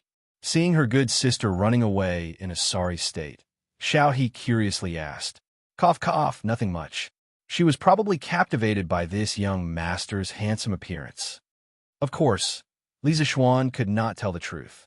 How beastly would he be if he had a reaction toward a 13-year-old girl? He could only shamelessly explain to Xiao He. Xiao He could not help but laugh out loud. Although her young master was indeed very handsome, who would praise himself like this? Her young master's skin was really thick. Xiao He silently cursed. If Li Zishuan could hear her, he would definitely spit out a mouthful of blood. I am still a pure and innocent little virgin. How am I thick-skinned? Is it really okay for you to secretly talk about your young master like this? After breakfast, he greeted his mother and went to find Lon. He had promised to bring her to Shi City yesterday, so he could not go back on his words. When he arrived at the backyard, he saw Lon playing on the swing. When Lon saw her brother walking over, she pouted and lightly snorted. She turned her head and did not look at him anymore. This little girl was still angry about what happened in the morning. What a proud little lowly. Xiao Shi, let's go. Today, this young master will bring you two to Shi City. I heard that a group of Persian people came recently. They even know how to perform magic and can make living people disappear. Let's go. I will bring you two to broaden your horizons. After saying that, Li Zixuan was about to walk out of the courtyard. Although Lon did not look over, her ears were always listening to the movements here. Originally, she was still waiting for her brother to come over and apologize to her. When she heard her brother's words, she immediately could not sit still. I want to go too. Stinky brother, you promised to bring Lon, to Shi City to buy things yesterday. You didn't keep your word. Lon immediately chased after Li Zixuan and angrily said, didn't Lon say this morning that she would not talk to me anymore? As long as brother brings Lon to Shi City, Lon will forget about the past and forgive brother for now. Lon expression was saying that she was giving him face, so he should not fail to appreciate her kindness. Li Zixuan was defeated by this little girl's expression. All right, let's go. Let's go to Shi City. Sambao, Fu, the two of you follow us to Shi City. Look after the young miss and don't get lost. When they reached the entrance of the residence, Li Zixuan saw the two young servants who were guarding the door yesterday. As for their names, it was Xiaohe who told him their names yesterday. Yes, young master. The two young servants had a happy expression. Going shopping with the young master was more interesting than guarding the door. Just like that, the group of people went out. Chapter 8. Shops were not allowed on the streets of Chang'an. The imperial court had specially designated two areas for trading. These were the eastern and western markets. The eastern market was considered a domestic market. There were more than 220 types of goods sold there, including rare treasures from all over the world. The western market was an international market, also known as the golden market. There were close to 1,000 shops that traded goods. It was the largest and most prosperous international market at that time. Yongla Lane, where the Li family lived, was closer to the eastern market than the western market. They had to pass through 5 lanes. Fortunately, they had nothing to do. Li Zixuan led a group of people to the western market. At the same time, they could admire the authentic ancient architecture of the Tang dynasty. Brother, Lon is tired. After walking for a short distance, Lon grabbed Li Zixuan's hand and refused to move forward.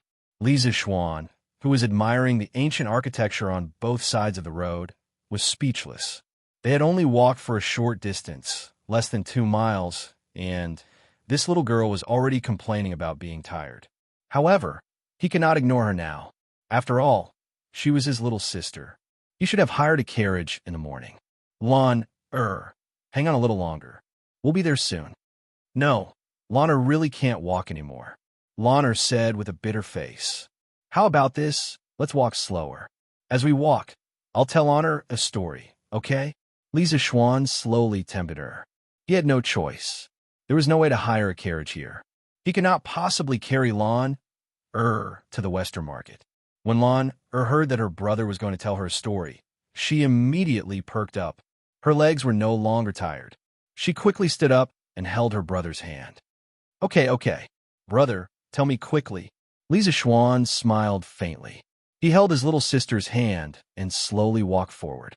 As he walked, he recalled, legend has it that a long time ago, the world was divided into the Dong Shang Divine Continent, the Aparagadania Continent, the Nambu Continent, and the Uttarakura Continent. In the Dong Shang Divine Continent, there was a mountain of flowers and fruits. There was a celestial stone on the mountain. One day, the celestial stone cracked and an egg rolled out of the stone. The egg turned into a stone monkey when it was exposed to the wind. The monkey's eyes shot out rays of golden light and worshipped in all directions. The monkey could walk and run. When it was thirsty, it would drink some spring water from the mountain stream. When it was hungry, it would eat some fruits from the mountain. He had a great time playing with the animals in the mountains all day long. One day, the weather was particularly hot. In order to avoid the hot weather, the monkeys ran to the mountain stream to take a bath. When they saw the spring water flowing, they walked along the stream to find its source. Li Zixuan planned to tell his little sister Journey to the West. He had watched it countless times when he was a child, and he could still remember many of the plots very clearly. Moreover, the story was very long, and he could make it a long-term serial for his little sister. This way, he wouldn't have to worry about how to coax his little sister for a long time. Of course, he couldn't tell Lan and the others everything according to the original novel. After all, it was the Tang Dynasty now, and Tang Xuanzong still existed. Li Zixuan decided to give Tang Xuanzong a new alias. He would call him Tang Yin for the time being.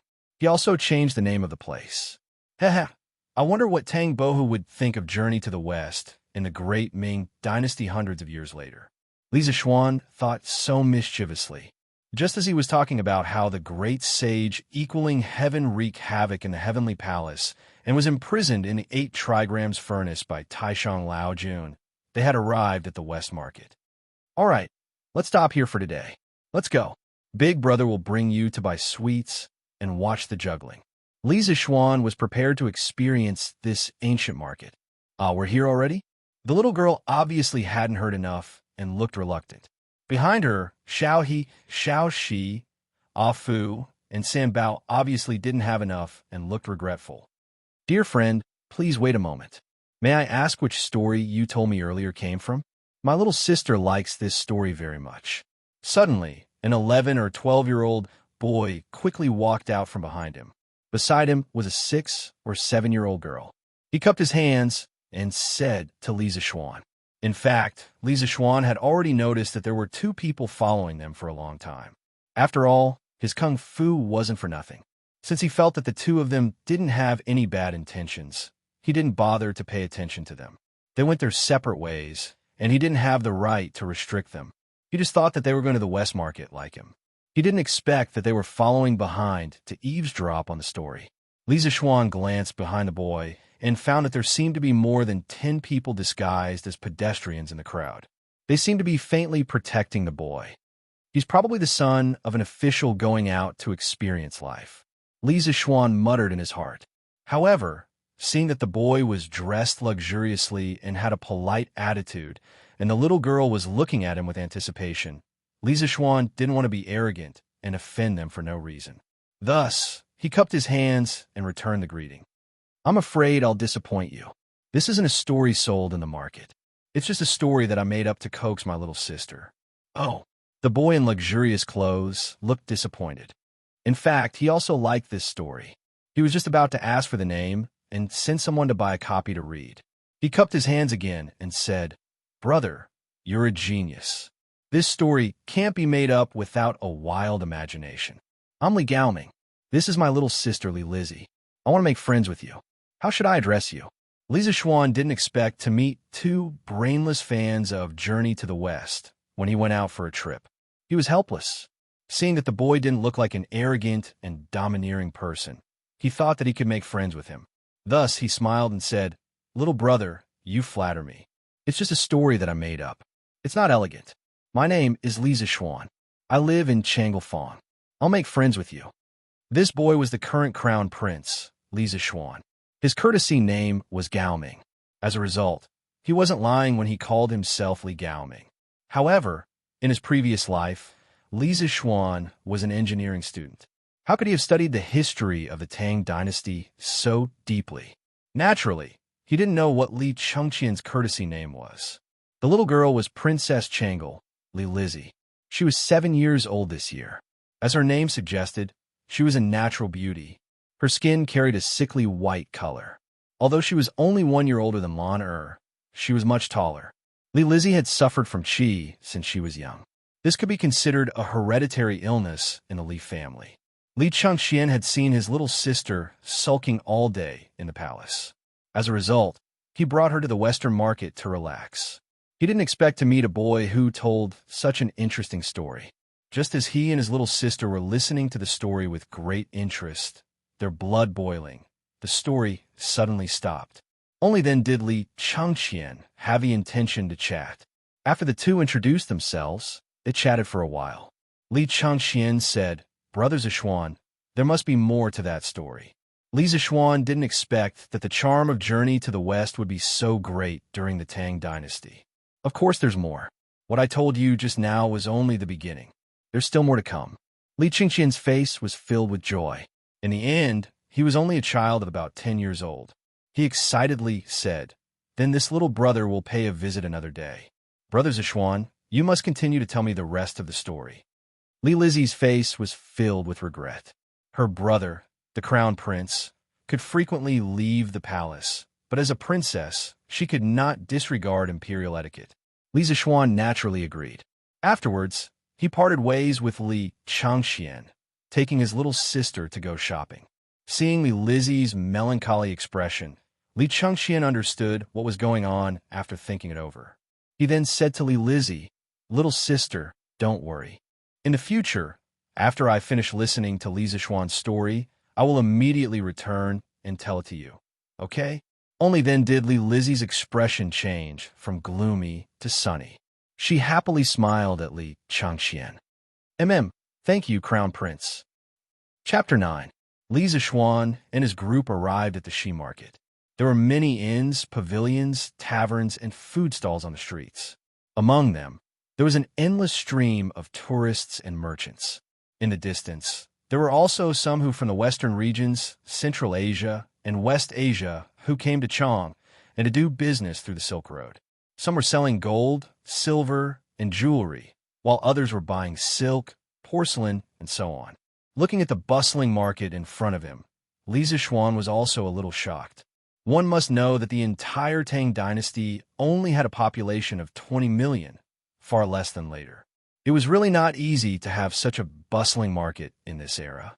In a few years, the people of the Tang Dynasty will welcome an unprecedented prosperity.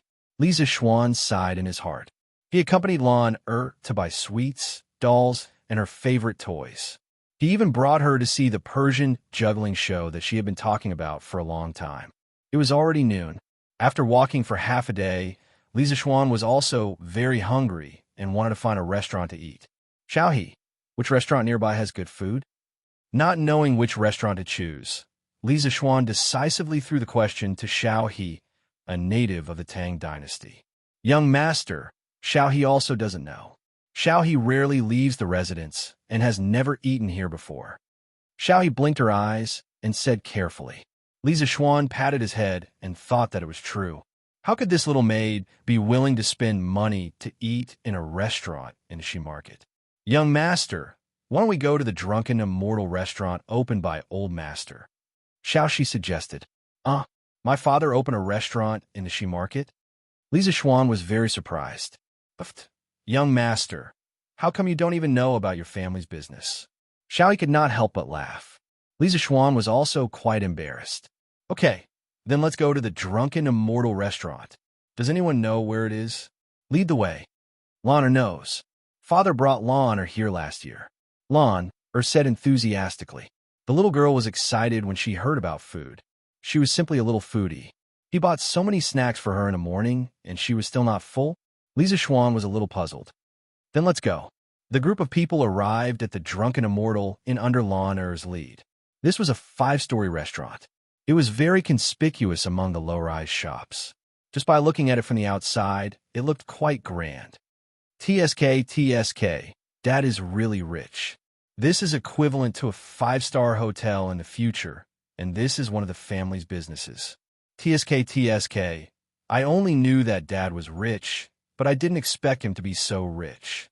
Looks like the path of a rich second-generation prodigal has a long way to go. How can he spend so much money? Zishuan was just a poor loser in his previous life. He really didn't know how to spend this much money. When they entered the restaurant, the manager of the restaurant was a fat man in his 40s. When he saw Lan, he immediately came up to her and smiled like a Methriya Buddha. Miss, why are you here today? Please come upstairs." He had never seen Zishuan before, so naturally, He didn't know that this was his young master. "Shopkeeper Lu, this is my family's young master. He just returned from Mount Longhu yesterday. Why don't you greet him?" Xiao said angrily when she saw that Shopkeeper Lu ignored her young master. Young master, please don't blame me. I was blind.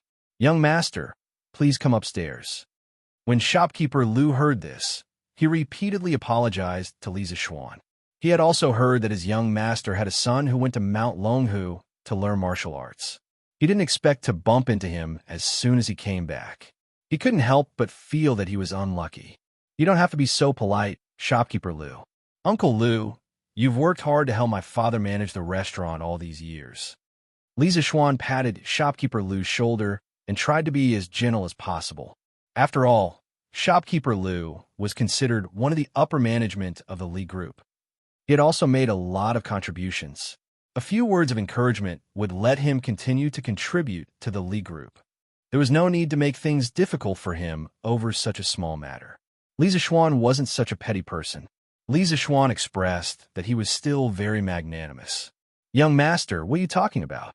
This is what I should do." When Shopkeeper Lu heard Li Zixuan's words, he was so happy that the fat on his face jiggled. I feel disgusted looking at him." Li Zixuan quickly turned his head away. He was afraid that he wouldn't be able to eat later. The group went up to the 4th floor and entered a private room. After Shopkeeper Lu served some of his signature dishes, Li Zixuan and Lan sat down to eat. 2 maids and 2 servants stood by the side to serve them. "You guys should sit down and eat together. Why are you standing?" Li Zixuan expressed that he couldn't eat when others were looking at him. He quickly waved his hand to the 4 people beside him. "Young master, how can we do this? How can servants sit and eat together with their masters?" She hurriedly waved her hand and said. Although Xiao, He, Fu, and Sanbao also wanted to sit down and eat, they all knew the rules. When they heard Xi's rejection, they nodded their heads in agreement. "What are you talking about? Why are you talking so much nonsense? Since I asked you to eat together, then quickly sit down and eat," Li Zixuan said impatiently. He still didn't understand the concept of class. Seeing that their young master was about to flip out, the 4 of them looked at each other and carefully sat down. With no one staring at him, Li Zixuan picked up his chopsticks and wanted to try the dishes of this 5-star hotel chef. In the end, he was disappointed. It was not as good as the shark fin soup made by his mother yesterday. Li Zixuan cursed in his heart. It couldn't be helped. The main reason was that the Tang Dynasty's cooking method was too simple. Li Zixuan ate a few chopsticks and didn't want to eat anymore.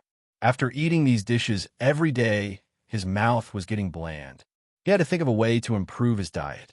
He planned to go to the kitchen of the hotel and see if he could get the chef to make something delicious. What should he make? "Let's make KFC." It was suitable for both young and old.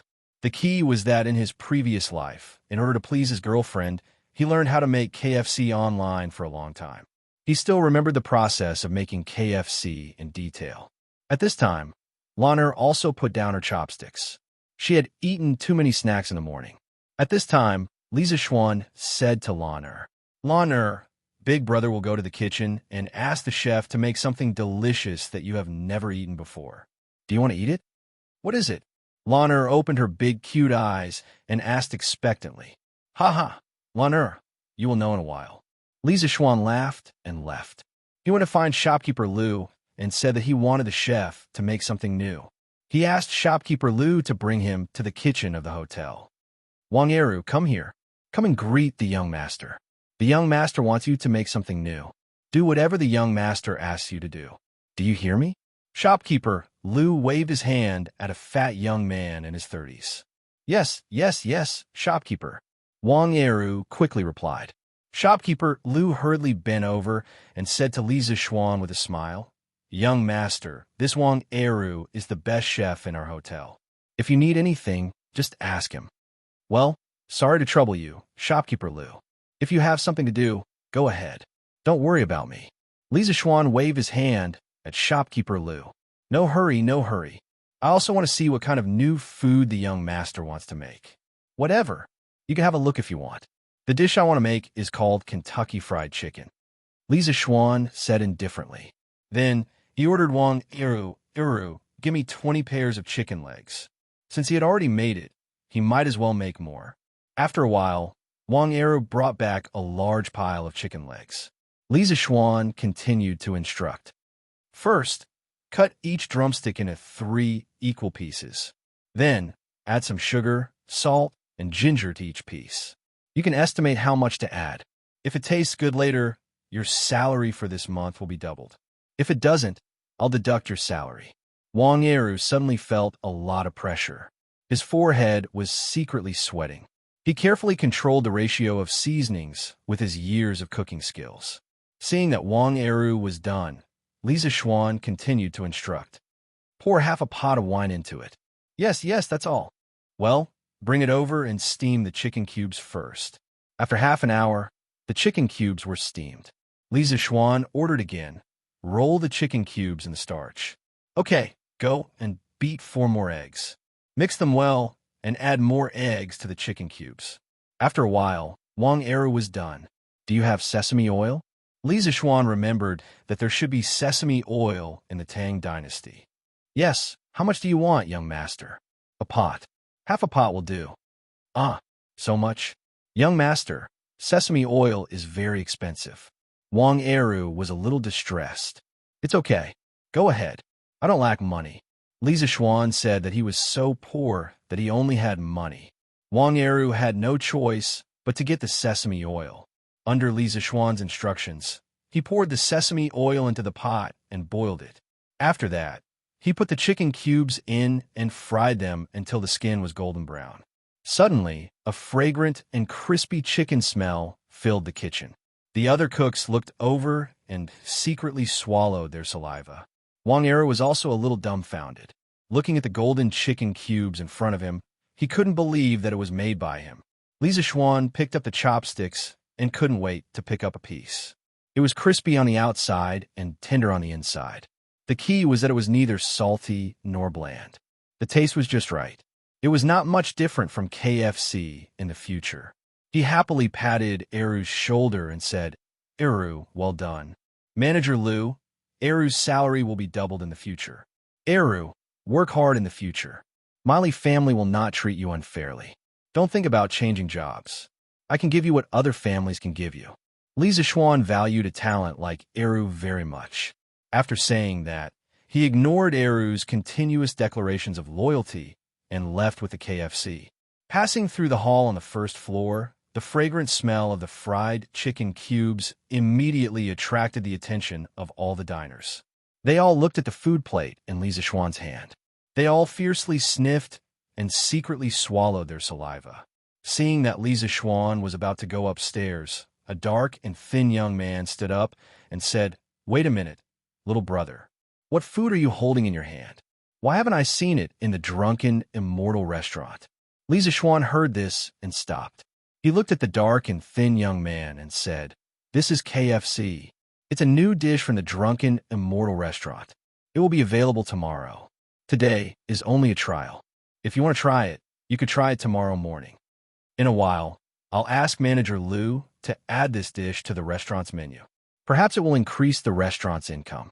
Li Zishuan was inwardly pleased with himself as he thought to himself, This can be considered as increasing my dad's income. After saying this, Li Zishuan ignored everyone's reaction and quickly went upstairs. His little sister was still waiting for him. Chapter 10. In the private room on the 4th floor, Li Zishuan pushed open the door and entered. Instantly, the gazes of the few people in the room all gathered on him. The smell was really too fragrant, and the appearance was also very good. Wow, is this the new delicious food that brother made? It looks delicious. Lana wants to eat. Lana excitedly went forward to take the chicken with her hands. Li Zishuan quickly pushed Lan's hands away. Go, it's hot. Use chopsticks. Come, Xiao Fu Sanbao, try it too. After saying that, he placed a large plate of fried chicken on the table. Lana impatiently picked up a piece of chicken and put it into her mouth. Her small mouth bit on the fragrant and soft chicken, and her cute big eyes narrowed into a line. While eating, she exclaimed, it's really delicious. Brother, what's the name of this? Brother named this food Kentucky Fried Chicken. Lana, don't speak when you eat. be careful not to choke." After saying that, he dotingly rubbed Lan Er's little head and said to the other 4 people, "Don't just stand there. Come and try it. There's so much, Lan Er can't finish it all by herself. Don't care about so many rules. Follow young master, and you will have meat to eat." Xiao He, Ah Fu, and San Bao impatiently picked up a piece of chicken and began to wolf it down. Only Xiao, she was more reserved, and she ate in small bites. This little servant girl had always been more gentle and quiet, but from her slightly raised lips, it could be seen that she was eating happily. "Sob sob, young master, this is the most delicious thing that San Bao has ever eaten in her life. This chicken is really too delicious." The uncultured San Bao suddenly cried while eating. "Then why are you crying? If it's delicious, eat it. No one is stopping you." Li Zixuan was rather speechless. Eating a piece of fried chicken could actually make someone cry. "Young master, but San Bao can't eat anymore." Xiao He and Ah Fu at the side nodded with a bitter face. In fact, this was also difficult for the 3 of them. As servants, it was rare for someone to bring them to such a high-end restaurant for a feast, and the young master didn't dislike them and let them eat together. The food in this restaurant might not be considered delicious in the eyes of Lan Er and Li Zixuan, but in the eyes of these people, it was a delicacy. Therefore, when Li Zixuan and Lan Er put down their chopsticks and did not want to eat anymore, they opened their stomachs and ate boldly. When Li Zixuan came back from the kitchen, more than a dozen dishes on the table had basically been finished. Now, facing the even more delicious fried chicken, they really wanted to cry, but had no tears. Li Zixuan looked at the dozen or so empty plates in front of him and understood what was going on. "Oh, that's a pity. Such a delicious thing is unique in the Great Tang. Lan Er, little she, since they can't eat it, let's destroy it, haha." Lan Er's face was also filled with joy. Fortunately, she didn't eat too much just now. She didn't have time to talk and just kept eating. Xiao He and the other 2 looked at the tempting chicken and drooled. Although they were full, they still couldn't bear to part with such delicious food. The 3 of them resolutely attacked the fried chicken. With such delicious food, it was worth it even if they were stuffed to death. San Bao thought so tragically.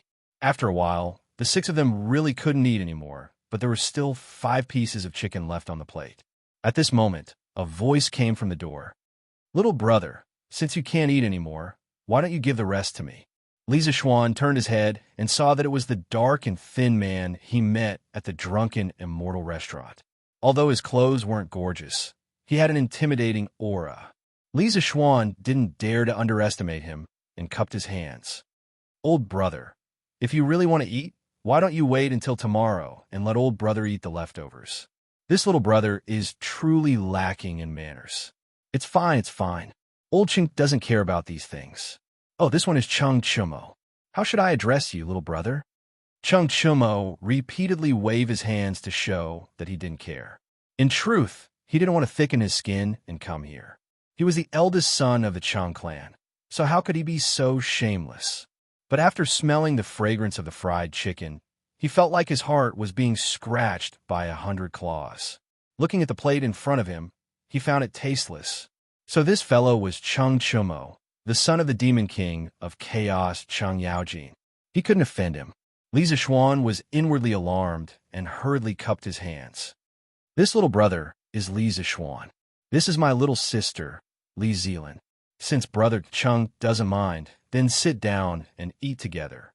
It's truly lacking in manners to let brother Chung eat this today. Tomorrow, I'll set up another banquet and treat brother Chung to a good meal. How about it?"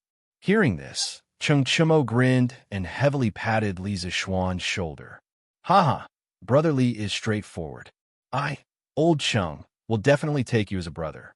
Hey, little sister Lan is really beautiful. Today, brother Chung didn't bring a gift. I'll make it up to Lan tomorrow." After saying this, he found a seat and sat down. He laughed and said, "Haha, just now you were imitating those literati words. It was so sour." Li Zixuan was speechless. No wonder he felt that the style was wrong. How could Chung Yaojin's son be so scholarly? After being praised by Chung Chumo, Lan shyly hugged Li Zixuan's arm and lowered her head, not saying a word. Xianxia saw that Li Zixuan was still unperturbed after being patted twice, and he was a little surprised. His 2 pats just now had the intention to test Li Zixuan, so he used 30% of his strength. Ordinary people would not be able to withstand it, so he praised, "Brother Li's skills are not bad." Li Zixuan smiled slightly. "I know a little about martial arts. Brother Cheng seems to be a straightforward person. Quickly sit down and eat together." At this moment, Xianxia remembered the purpose of coming over. He immediately shifted his target to the golden, crispy, fried chicken. He didn't hold back and immediately put a piece of chicken into his mouth. After chewing twice and tasting the flavor, he immediately swallowed it in big mouthfuls like a cow chewing on peonies. He even gave a thumbs up and praised. "This is really a delicacy. I've eaten so much food for so many years for nothing." Not long after, the pieces of fried chicken were completely devoured. Xianxia obviously wanted more and said, "It's really delicious. This is the most delicious thing I've ever eaten in my life." Then he asked doubtfully, "Brother Li, why did the Drunken Immortal restaurant let you taste the new food they released today?"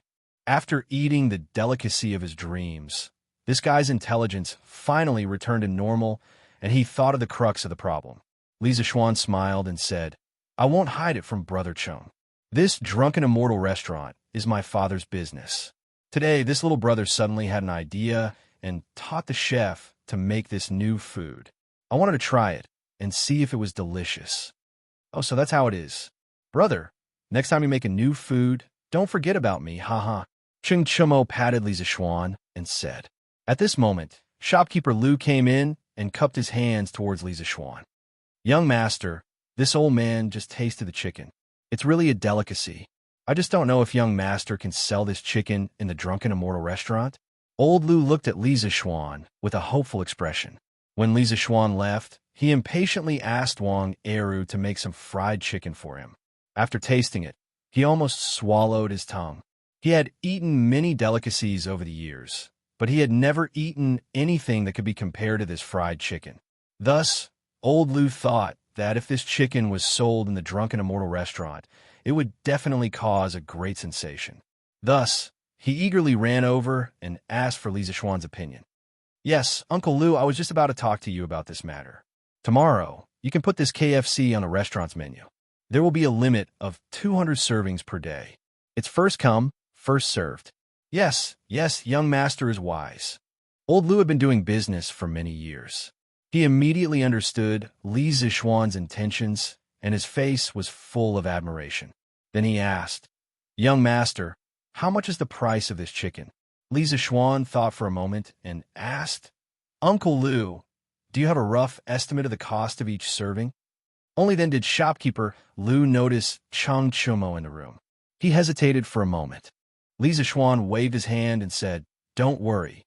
This is my brother. If he comes to the Drunken Immortal restaurant in the future, Uncle Lu, you must treat him well." Xianxia was touched. Shopkeeper Lu then said, "Young master, the process of making this chicken is not difficult. The main problem is that the sesame oil used is quite expensive. The cost of each serving is about 200 copper coins." "Well, then let's set the price as usual. Don't set it too high. I want all the people in Chong and city to be able to eat this delicacy." Haha. Everyone in the room was speechless.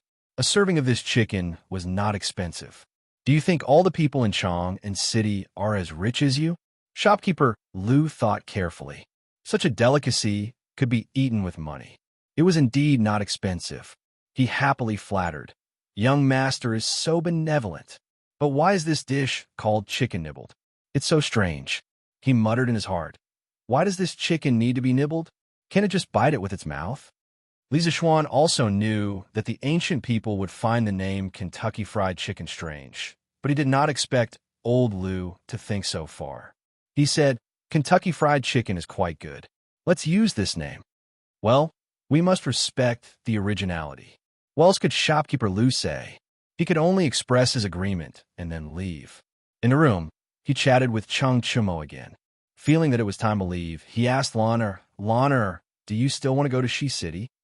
Lana rubbed her swollen belly and shook her head bitterly. She said, "Brother, let's wait a little longer. I'm so full that I can't walk."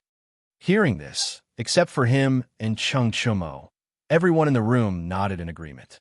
Lisa Xuan felt quite funny. "Well, then let's wait a little longer." Hearing this, Lana rolled her eyes and went forward to hug Lisa Xuan's hand. "Brother, you haven't finished the story you told this morning. Why don't you tell Lana now?" Lisa Xuan was a little reluctant. He only had a little stock in his stomach, and he had already told so much in the morning. At this rate, it would not be long before it was all gone. But seeing the hopeful faces of Lan and the maidservants, he could not bear to not tell them. "Well, then let's talk for a while. Last time, when the great sage equaling heaven wreaked havoc in the heavenly palace, he was locked in the 8 trigrams furnace by Taishang Laojun. He saw Wukong jumping around in the furnace and accidentally jumped to the position of the Sun Palace. There was only smoke and no fire, so the smell was very strong. He bent down and squatted inside. After 49 days, Taishang Laojun gave the order to open the furnace door. Suddenly, Wukong heard a sound from the top of the furnace. He looked up and saw a ray of light. He used all his strength to jump out of the furnace, kick down the furnace, turn around, and ran. Everyone quieted down and listened attentively. Although Cheng Chumo did not hear the first 3 times, just listening to the latter part was quite interesting. Soon, he was conquered by this unconstrained story. Tang Sanzang saw that he already knew his mistake, so he stopped talking. Wukong's head immediately stopped hurting. He thought that this incantation must have been taught by Guanyin Bodhisattva, so he clamored to go to the South Sea to find Guanyin Bodhisattva to settle the score. Tang Sanzang said, "Since she can teach me this band-tightening incantation, she must also know how to chant the incantation." Wukong took a deep breath and stopped messing around. He swore that he would listen to his master in the future and protect Tang Sanzang in his journey to the west. All right, that's all for today. After telling them 2 more chapters of Journey to the West, Lisa Xuan saw that it was getting late. He guessed that Lan and the others should be able to walk, so he stopped talking. Everyone had a look of pity on their faces. After bidding farewell to Cheng Chumo and making an appointment to meet again tomorrow, Lisa Xuan left the drunken immortal restaurant with Lan and the others. As for the money for the meal, Lisa Xuan chuckled. Did it cost money to eat in his restaurant? Chapter 11. Young master, look over there. Isn't that old master? Xiao pointed at a nearby shop. That's Daddy. That's Daddy. Big brother, let's go see Daddy. Lan glanced in that direction and immediately grabbed Lisa Xuan's hand as she cheered. Actually, after Xiao finished speaking, Lisa Xuan saw that the person was his father. The shop had a signboard with the words Li Jiqing Clothing Shop written on it. His father was talking to a middle-aged scholar with his back facing them. Seeing that Lan wanted to look for his father, Lisa Xuan could only let her pull him in that direction. Lisa Xuan was now completely obedient to his younger sister.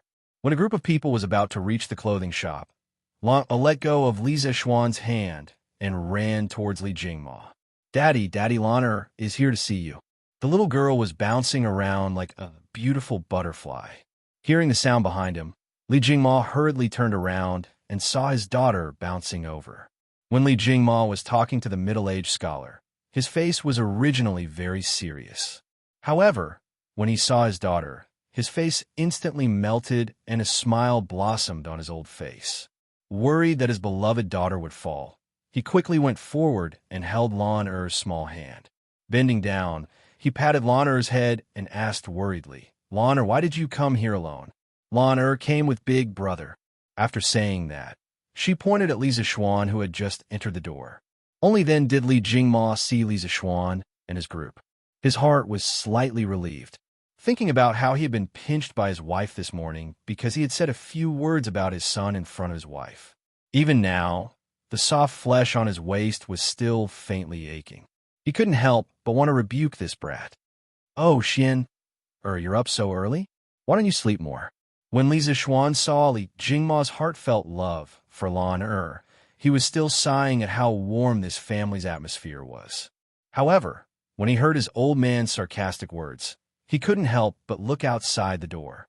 Seeing that the sun was shining brightly outside, it was almost 2 or 3 o'clock in the afternoon in modern times, he couldn't help but feel speechless. He didn't expect to be scolded by his old man for sleeping in the morning. Naturally, he didn't know that his father had been pinched by his mother this morning because he had slept in. Li Zishuan coughed dryly, wanted to change the topic as soon as possible. "Father, what are you doing here today? Do you want to buy clothes for your mother?" When he saw that this shop was a ready-made clothing store, he thought that his father was here to buy clothes for his mother. He didn't expect his father to be so affectionate toward his mother. Hee. "Brat, this is my family shop. Do I need to buy anything here?" When Li Jingma heard Li Zishuan's teasing words, he knew that this brat was up to no good. So he said angrily. Lanner, Xiao He, and Xiao Shi at the side couldn't help but laugh. Ah Fu and San Bao didn't dare to be too presumptuous, so they lowered their heads to hold back their laughter while looking at the ants on the ground. Li Zishuan was even more embarrassed. He quickly said, "Then why did father come here today?" After scolding his son, Li Jingma's mood improved a little. When he heard that, he said, "Father came to Shi City today to check the accounts of our family shops. This is the last shop. You guys wait at the side first. Once I'm done, we'll go home together." Although Li Zishuan wasn't willing to wait, he didn't want to provoke his father now, so he quickly agreed. At this moment, the middle-aged scholar walked over with the account book and said to Li Jingma, "Brother Li, I've already checked the accounts of this shop. Brother Li, the Su has just finished checking the accounts of this clothing store, but there's still something that doesn't match up. As for where exactly it doesn't match up, this foolish brother really can't find out. I'm ashamed." When Li Zishuan heard this person call his father Brother Li, he was a little surprised. He thought that this person was the bookkeeper of the shop. Li Zishuan then introduced him to Li Zishuan. "Xianxia, this is Mr. Su Hongji. He's an old friend that I made when I traveled to Chang in my early years. Mr. Su studied under Dr. Liu of the Imperial College. He's a real master of mathematics. You have to learn from Mr. Su. I also invited him to help me check the accounts today." When he heard that it was his father's good friend, Li Zishuan also gave his father some face. He quickly cupped his hands and bowed, looking as if he had been looking forward to meeting him for a long time. "Hello, Mr. Su. I've admired Mr. Su's talent for a long time." Mr. Su smiled reservedly and said, "You flatter me." However, his expression clearly showed that he enjoyed Li Zishuan's flattery. Scholars were always somewhat arrogant. After seeing that his son and Mr. Su had finished greeting each other, Li Jingma returned to the topic at hand. He frowned and said to Su Hongji, "Even Mr. Su can't find out where the problem is. What should we do?" Su Hongji was a little ashamed at this moment. His old friend trusted him, but he had failed him. He explained, "The person who made the accounts is also a master of mathematics. I have little talent and knowledge. It's really difficult for me to find a loophole in the accounts in such a short time. I really failed Brother Li. I'm ashamed." When he heard this, Li Jingma hurriedly said, "Sir, please don't blame yourself. It's all that old thing's fault for making fake accounts." After saying this, he angrily said to the middle-aged man in gray standing by the door, "Wang Jinkuan, how dare you? This old man handed this shop over to you to manage, but you falsified the accounts to fool this old man. Master, I've been wronged. I've been wronged. How could I dare to deceive you?" When the middle-aged man in gray heard this, he immediately bent over and complained tearfully. Li Jingma clearly knew that there was a problem with the accounts, but he couldn't find any evidence. Since the other party refused to admit it, he couldn't beat him into a confession. Li Jingma was very depressed. "Father, let me take a look at the accounts." At this moment, Li Zishuan suddenly came forward and said, his father could make up a few things in private, but he couldn't stand others maliciously deceiving his father. Li Zishuan still respected and loved his father very much. Seeing that the old man next to him wanted to use this number game to fool his father, Li Zishuan couldn't help but sneer in his heart. "Humph, you dare to play math with me? I'll let you know why the flowers are so red today." When he heard that his son wanted to help him, although Li Jingma was touched, he couldn't help but frown. "Xianxia, don't mess around. What do you know about mathematics?" Even Mr. Su couldn't find a problem with the accounts. How could his son, who had never gone to school, do it? "Father, Master has not only taught me martial arts for the past 8 years, but he has also taught me arithmetic and the art of investigation. Master is very knowledgeable and can be considered a master in many aspects. Father, please let me try. Li Zishuan tried to convince his father. Fortunately, his master was considered an expert. Ordinary people rarely came into contact with him, so no one knew what his master was capable of. Li Jingma couldn't help but hesitate. Then Xianxia, you can try. Li Zishuan took the accounts book and walked to the counter at the side. Xiaoxi, come and grind the ink for this young master.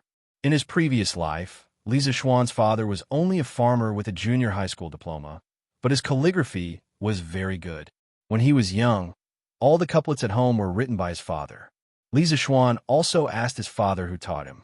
His father said that Li Zishuan's grandfather taught him when he was young. Therefore, although Li Zishuan didn't attend any calligraphy classes when he was young, under his father's urging, he still practiced calligraphy for a few years. The words he wrote were still acceptable. When Wang Zhengquan saw that Li Zishuan was going to check the accounts, he lowered his head. A trace of ridicule flashed in his eyes as he sneered in his heart. Humph, this little brat is overestimating himself. This old man has been doing accounting for so many years. How could you possibly find out? At this time, Su Hongji also walked over with interest. Although he didn't believe that this young man's mathematical ability was better than his, this young man was his good friend's son. He could give him some pointers and treat it as helping a younger generation. Chapter 12. The sun was setting in the west. In less than an hour, the gongs and drums would sound and the shops would be closed. The customers would have to go home. Chang'an City had a very strict curfew. The peddlers outside shouted even louder. They wanted to sell more goods in the last hour. Li Jiqing's clothing store was quiet. Su Hongji stood beside Li Zishuan and watched Li Zishuan write and draw. He drew some horizontal and vertical lines on the paper, and these horizontal and vertical lines formed a grid. The daily expenses and income were separately listed in the grid and categorized. Finally, a comprehensive calculation was done. Su Hongji praised in his heart. This accounting method was unprecedented. But what were those tadpole-like words? Su Hongji, who wanted to help the younger generation, looked at the Arabic numerals in front of him. He wanted to ask the young man, but when he saw Li Zishuan writing and drawing seriously, he resisted the urge to ask. In less than a quarter of an hour, Li Zishuan exhaled deeply. He stood up and said to Li Jingma, All right, father, I found out what's wrong with the accounts. Su Hongji was shocked. He had calculated for more than 2 hours and still couldn't figure it out. But this young man found the problem in less than a quarter of an hour. Su Hongji suspected that the young man was fooling him. Although he had never seen this accounting method before and it looked very clever, it was impossible for him to calculate so many numbers in such a short time. Of course, he didn't know that these simple operations were a piece of cake for Li Zishuan, who was always bombarded with power series calculus and even more complicated matrix convolution operations. Wang Zhengquan panicked when he heard this, but then he sneered inwardly. In less than a quarter of an hour, he found the problem with his accounts. Who was he trying to fool? Li Jingma also couldn't believe it. He hesitated and said, Xianxia, are you serious? Li Zishuan took the report and walked to Li Jingma. He nodded and said, Of course. Li Zishuan then turned his head to look at Wang Zhengquan. Although Wang Zhengquan's face was filled with fear, the mockery in the corner of his eyes was still caught by Li Zishuan. Li Zishuan sneered in his heart. Humph, old man, if you still don't believe me, I'll expose your crimes today and put you in jail. Li Zishuan didn't waste any time.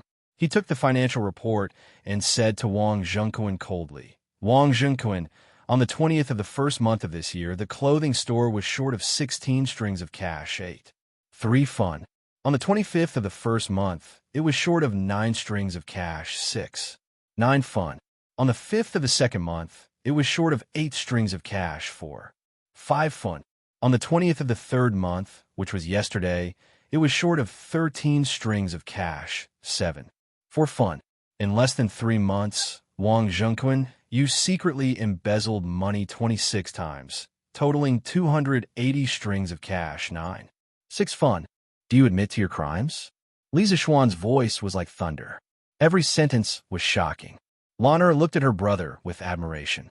Although she didn't understand the twists and turns between adults, she felt that her brother was just right. He was so powerful. Xiao He and Xiao Shi's eyes were also full of splendor. In their hearts, they were praising their young master for his handsome appearance and excellent martial arts skills. Now, he even knew arithmetic and was better than that student from the Imperial College. He was simply a master of both the pen and the sword. The two young maidservants were now a little infatuated. However, Wang Jingquan was not in such a good mood right now. As Li Zixuan reported the accounts one by one, even though it was still spring, his sweat could not help but drip down. The ridicule in his eyes was no longer there, replaced by endless fear. When Li Zixuan finished, his back was completely wet and his legs were trembling. He couldn't help but kneel down in front of Li Jingma and cry, "Master, master, I know. Master, master, this old servant knows his mistake. It's all the fault of this old servant's unfilial son. He was swindled into the gambling house and owed a debt. If this old servant didn't help him pay his debts, those people would break his arms and legs. This old servant only has one son. Master, this old servant was blinded by greed. Master, please forgive this old servant this time for the sake of this old servant's conscientious work in the clothing store." At first, Su Hongji didn't believe that Li Zixuan found the problem with the accounts. However, seeing Wang Jingquan like this, it was obvious that Li Zixuan was right. He was shocked and eager to try. He wanted to grab Li Zixuan and ask him about his accounting method and the strange words. However, it was obviously not the right time. His old friend still had family matters to deal with. Li Jingma saw Wang Jingquan pleading guilty and was very surprised by his son's arithmetic ability. He was angry at Wang Jingquan's malicious deceit. If it wasn't for his son's help today, he would have been deceived by this old servant. He was very angry and was about to send this old servant to the officials. However, after hearing Wang Jingquan's words, he was a little soft-hearted. He also had a son. As a father, he sympathized with Wang Jingquan's experience. However, since he embezzled so much money, it would be unreasonable to not send him to the officials. Seeing that Li Jingma was a little soft-hearted, Li Zixuan hurriedly said, "Father, don't be soft-hearted. Father, please don't be soft-hearted. Even if he wants to repay his son's debt, he can't harm the interests of the boutique. He can borrow money from you. Taking money without permission is stealing. He falsified the accounts to avoid responsibility. If he really knows that he was wrong, he should have taken the initiative to admit his mistakes when you questioned him just now. He shouldn't have waited until the irrefutable evidence to admit his mistakes. If the price of committing a crime is so low, then who will abide by the law in the future? A pitiful person must have something hateful. Father, you should send him to the officials. You should choose another honest shopkeeper for the clothing store." Su Hongji nodded repeatedly as he listened. When Li Zixuan finished speaking, he said to Li Jingma, "Brother Jingma, what your son said is true. People like Wang Jingquan must not be condoned." After that, he looked at Li Zixuan and praised Li Jingma. "Brother Jingma, you have a good son. Your son is knowledgeable in mathematics and is sensible. His reasoning has impressed even your foolish brother. It's true that a hidden dragon in the abyss will turn into a dragon when it encounters the wind and clouds." Li Zixuan hurriedly said that Mr. Su was overpraising him. He didn't deserve such praise. Li Jingma also felt that his son's words were quite reasonable. When he heard his old friend's praise, he was also very happy. However, he couldn't show it in front of others. He said in a reserved manner, "Mr. Su is overpraising. My son is lazy and needs to be polished." Then he ordered, "San Bao, Fu, you two send Wang Jingquan to the officials. After that, you two can go back to the mansion directly." The two of them accepted the order and went forward to support Wang Jingquan, who had fainted from fright. "Father, it's time to go home. Shi City will be closed soon." Seeing that it was getting late, Li Zixuan urged, Then let's go home together." Li Jingma nodded and invited Su Hongji. "Mr. Su, do you want to come to my humble abode for a chat?" Su Hongji hurriedly waved his hand and said, "Not today, but I will definitely pay a visit another day. Your foolish brother still wants to ask your son for advice on how to keep accounts. When the time comes, I hope your son will not be stingy with his teachings." Li Zishuan repeatedly said that he didn't dare. The few of them parted ways in Shi City. Li Jingma hired a carriage. The family of 3 sat in the carriage and slowly drove towards the Li mansion. On the way, Li Jingma asked Xianxia, "Why did you come to Shi City today? Don't tell me you came here to see your father. I don't believe it."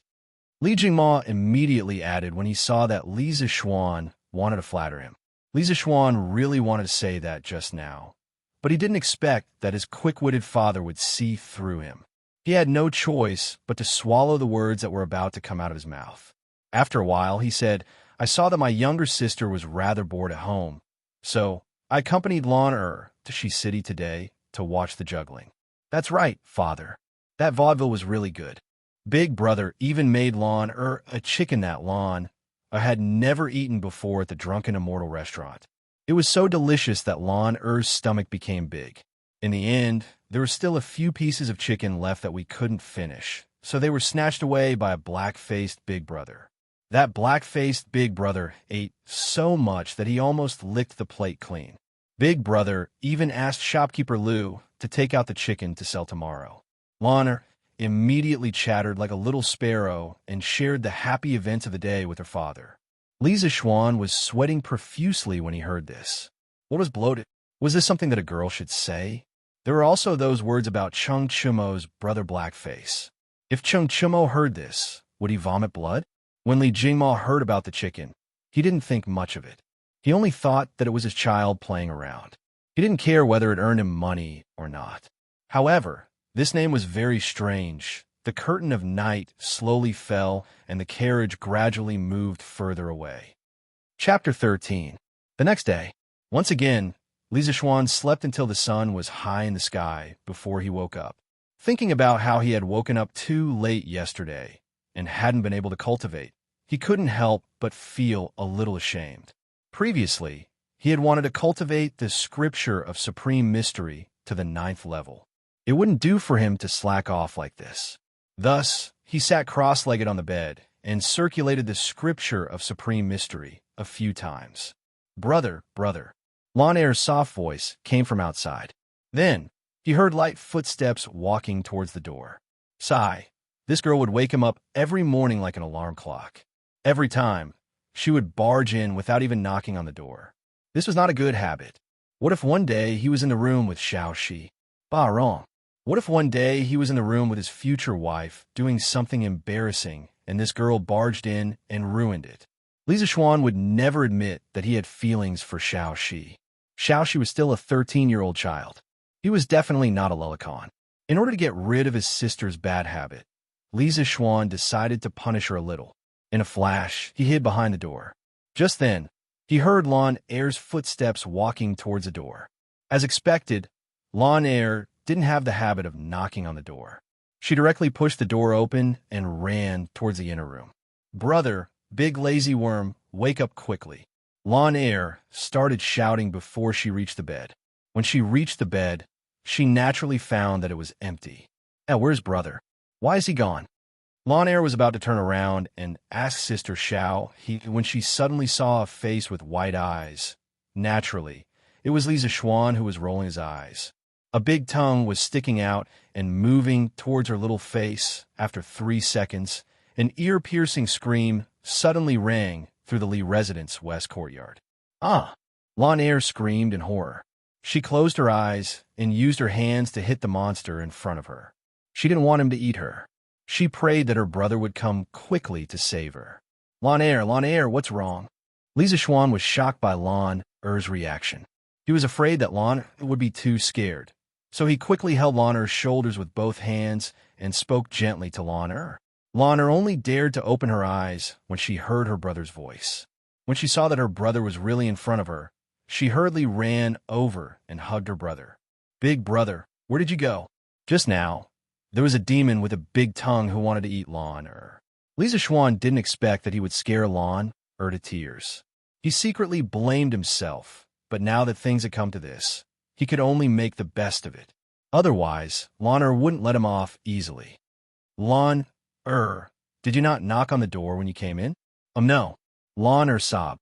Lan, the monster you saw just now is actually a door demon. If you don't knock when you enter the room, he will come out if he's in a bad mood and will only eat young ladies. Lisa Xuan began to trick her. Don't eat Lan. Lan, it doesn't taste good. Lan, will knock on the door next time. Lan immediately became scared. As long as Lan knocks on the door, the demon won't come out. Lan, don't cry. Lisa Xuan was very happy to trick children now.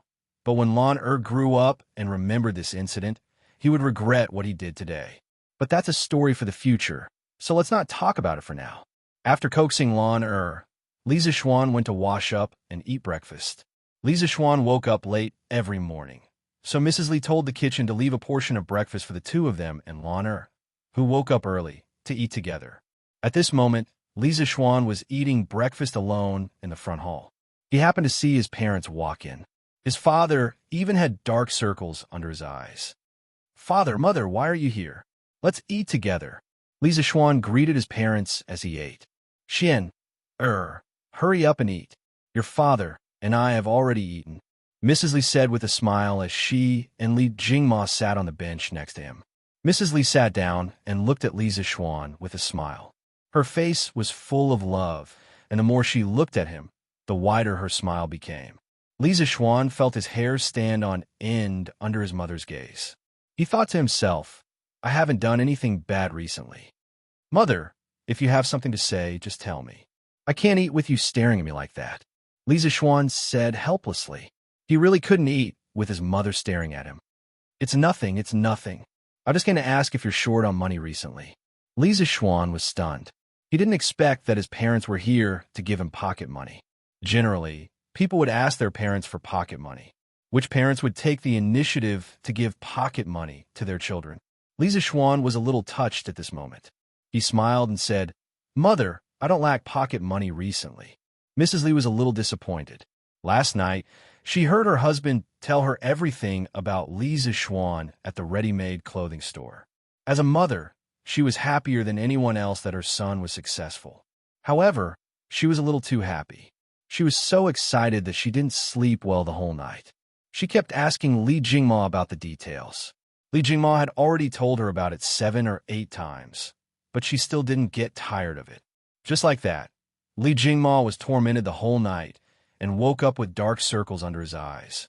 Hearing that her son had woken up, Mrs. Li hurriedly pulled Li Jingma over. She wanted to give her son some motherly love.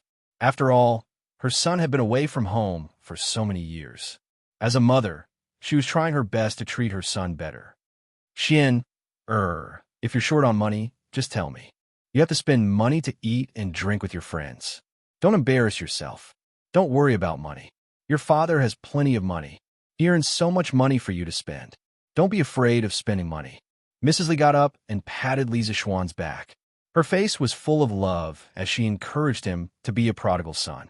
Hearing this, Li Jingma almost spat out a mouthful of blood. Just as he was about to object, he was glared at by Mrs. Li. Of course, Li Jingma didn't dare to glare back. He could only glare fiercely at his son. He thought angrily in his heart. Ever since this brat came back, his status in the family had plummeted. Yesterday, he told Mrs. Li that this brat knew how to do mathematics. After that, this brat's status rose again. Now, he was the ancestor of the family. In the future, he definitely couldn't tell Mrs. Li about this kind of thing. Lisa Xuan was also dumbfounded after hearing his mother's words. What does this mean? Is she telling me to quickly become a prodigal son? Lisa Xuan felt that the world was changing too quickly. He couldn't understand it. He muttered to his mother, "Thank you, Mother. If I'm short on money, I'll ask Mother for it." Seeing that his father didn't say a word, Lisa Xuan thought that his father was unhappy because he was only talking to his mother. He shamelessly struck up a conversation with his father. "Father, why didn't you go to the shop today?" Li Jingma originally planned to go to the shop in Shi City this afternoon to take a look. After all, the clothing shop hadn't found a new shopkeeper yet. He was also a little worried. However, after hearing his son's words, he remembered that Mrs. Li had just said that she earned so much money for Lisa Xuan to spend. Suddenly, His motivation to earn money was not as strong as before. His old face darkened as he said in a bad mood, "Why do you need to care? I'm not going today. Cough. I think there's nothing going on in the shop today, so I don't plan to go." It was Li Jingma's father who felt the slight murderous intent in his wife's eyes. He changed his words and used a gentle tone to speak. Li Jingma's father felt that he couldn't stay in the front hall any longer. He hurriedly put his hands behind his back and went back to sleep in the east courtyard. Li Zishuan could see that his father was afraid of his mother. His father's status in this family was really low. He even sympathized with his father. He didn't know what was wrong with his mother today, for her to suddenly be so enthusiastic, but he couldn't be bothered to care about it now. Under his mother's loving gaze, he hurriedly finished his breakfast and fled to the backyard to play with Lan. Chapter 14. In the backyard of the Li residence, Li Zishuan was pushing Lan on the swing when Xiao He suddenly ran over and said to Li Zishuan, "Young master, Cheng Chumo, who ate with us yesterday, is here. He is waiting for you in the front hall. He said that you owe him a meal and is waiting for you to treat him." Speaking of this, Xiao He couldn't help but laugh. Li Zishuan was stunned. He almost forgot about this. However, Cheng Chumo was really interesting. Who would run to someone's house and ask them to treat him? However, Li Zishuan also quite liked this guy's straightforward temperament. At least he was better than those who appeared to be amiable with you on the surface, but stabbed you in the back. This kind of brother was worth having. Li Zishuan brought Lan to the front hall and saw Cheng Chumo sitting there casually drinking tea. Hey, this guy really didn't treat himself as an outsider. "Oh, Brother Chonyo, why are you here today?" Li Zishuan pretended to be confused and said. Cheng Chumo heard this and stared at Li Zishuan. This guy clearly owed him a meal, and yet he pretended to be confused. He didn't believe that the servant girl didn't say why he came today when she went in to report. He really didn't expect him to be so thick-skinned. Li Zishuan's skin was even thicker than his. He could say in private that Li Zishuan owed him a meal. After all, everyone in Chang knew that he, Cheng Chumo, was a straightforward guy. However, he couldn't say in front of others that he was here to ask them to treat him to a meal, right? Cheng Chumo huffed and puffed there for a long time. He didn't know what to say, and his face turned red. Li Zishuan didn't want to tease him anymore and hurriedly said, "Oh, I was just about to invite Brother Ugly Bull to eat KFC at the Drunken Immortal restaurant yesterday. I almost forgot. My bad. Let's go to the Drunken Immortal restaurant now. Today's KFC is limited for others, but for Brother Ugly Bull, you can eat as much as you want." Cheng Chumo also knew that Li Zishuan was deliberately teasing him. It was normal for brothers to joke around, so he didn't take it to heart. However, when he heard the last sentence, his eyes suddenly lit up. He instantly felt that this joke was worth it. If possible, he didn't mind Li Zishuan joking with him a few more times. He stepped forward and patted Li Zishuan's shoulder with all his might. He laughed and said, "Brother, you're very kind. Haha, if you ask me, you're good in every way, but you're too polite. However, old Cheng like it. Haha." Li Zishuan was speechless. In his previous life, when he watched the TV series The Legend of the Sui and Tang Heroes, he often heard Cheng Chumo call this person Old Cheng. He didn't expect that his son also liked to call himself Old Cheng. Li Zishuan wondered if Cheng Chumo would still dare to call himself Old Cheng if Cheng Chumo was here. Putting aside these messy thoughts, Li Zishuan brought Lan, and Cheng Chumo out of the house. They saw a strong black horse at the door. "Brother Ugly Bull, you came here on a horse." Li Zishuan originally wanted to walk over with everyone, but when he saw that Cheng Chumo came here on a horse, he suddenly felt awkward. "Aren't you talking nonsense? My house is so far away from yours. If I didn't ride a horse here, how long would I have to walk?" Cheng Chumo said unhappily. The Lu public house was in Huaid Lane, which was west of Shi City. It was quite close to Shi City, but it was quite far from the Li public house. It must have been hard for him to come all the way here so early in the morning to have a meal with Li Zishuan. "Sambao, do we have a horse in our house?"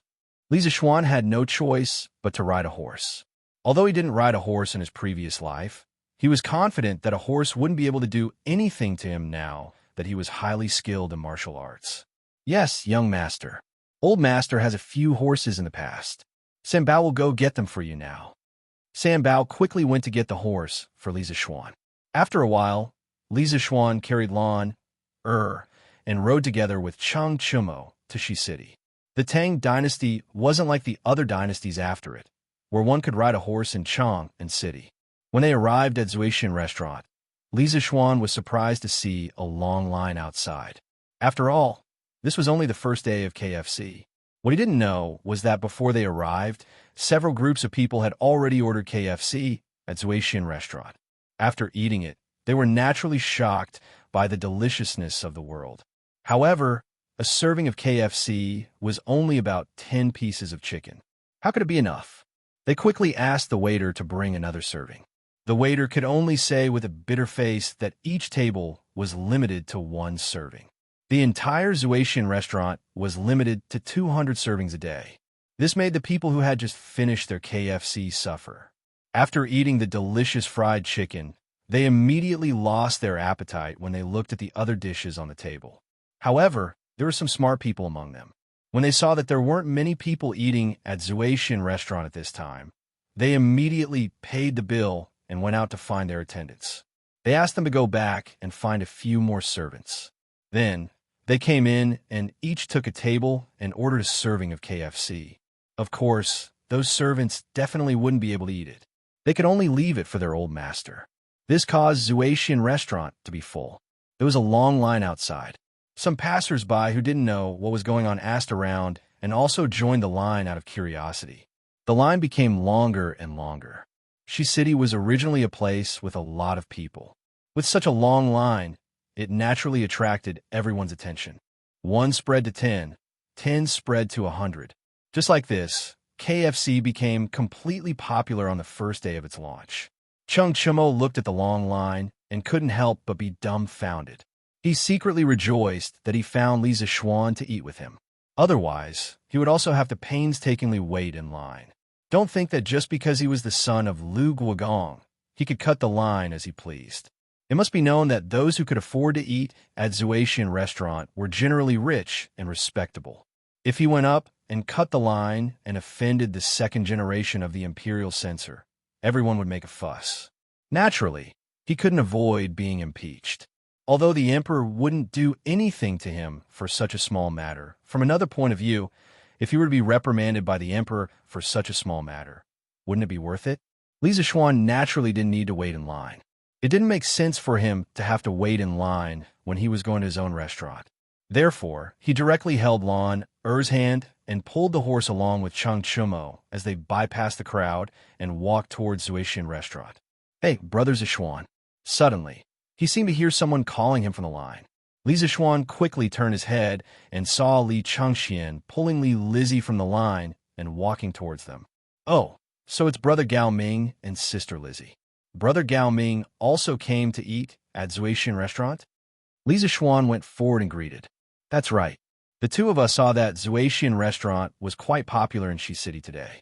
It seemed like they had withdrawn from some new food, so we came to join in the fun. That's good.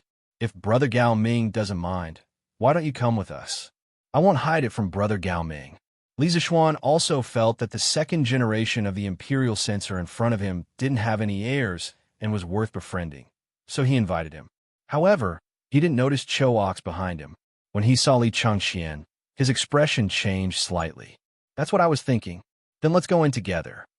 After Li Changxian returned to the palace yesterday, he had someone investigate Li Zishuan's background. Naturally, he knew that this restaurant was the property of Li Zishuan's family. When he saw Li Zishuan just now, he was quite happy and decisively gave up on waiting in line for half a day to hitch a ride with Boss Li to go in and have a big meal. Hey, Cho Ox, why are you with Brother Zishuan? Li Changxian noticed Chang Chumo at the side and asked with a strange expression. Li Zishuan is a brother that I just met yesterday. He's treating me to a drink today, Chang Chumo said matter-of-factly. Brother Cho Ox, you know Gao Ming? Li Zishuan asked with some confusion. Yes, because of my father's generation, I know him. Chang Chumo saw that Li Zishuan didn't seem to know Li Changxian's true identity. At this moment, it wasn't good for him to point it out, so he could only give a vague answer. Oh, Lisa Xuan suddenly understood and said with an "oh." It wasn't strange that the second generation of the Imperial censor knew each other. The group didn't waste any more words and directly entered Zuaxian restaurant. Chapter 15. Shopkeeper Liu also saw Lisa Xuan and hurriedly came out to greet him with a smile. Hey, the young boss is here. Seeing Lisa Xuan make the KFC so popular today, Boss Liu was naturally happy at the moment. Well, I brought my friend here for dinner. Uncle Liu, are there any seats upstairs? Yes. There are seats on the fourth floor specially reserved for young master. Young master, please come in. Shopkeeper Liu hurriedly responded. At this time, someone in the line outside the door was unhappy. Shopkeeper Liu, why do we all have to line up, but this person directly goes in? Lisa Xuan didn't say anything. He crossed his arms and waited to see how old Liu would deal with it. Shopkeeper Liu hurriedly stepped forward and said, Dear guests, this is the young master of our restaurant.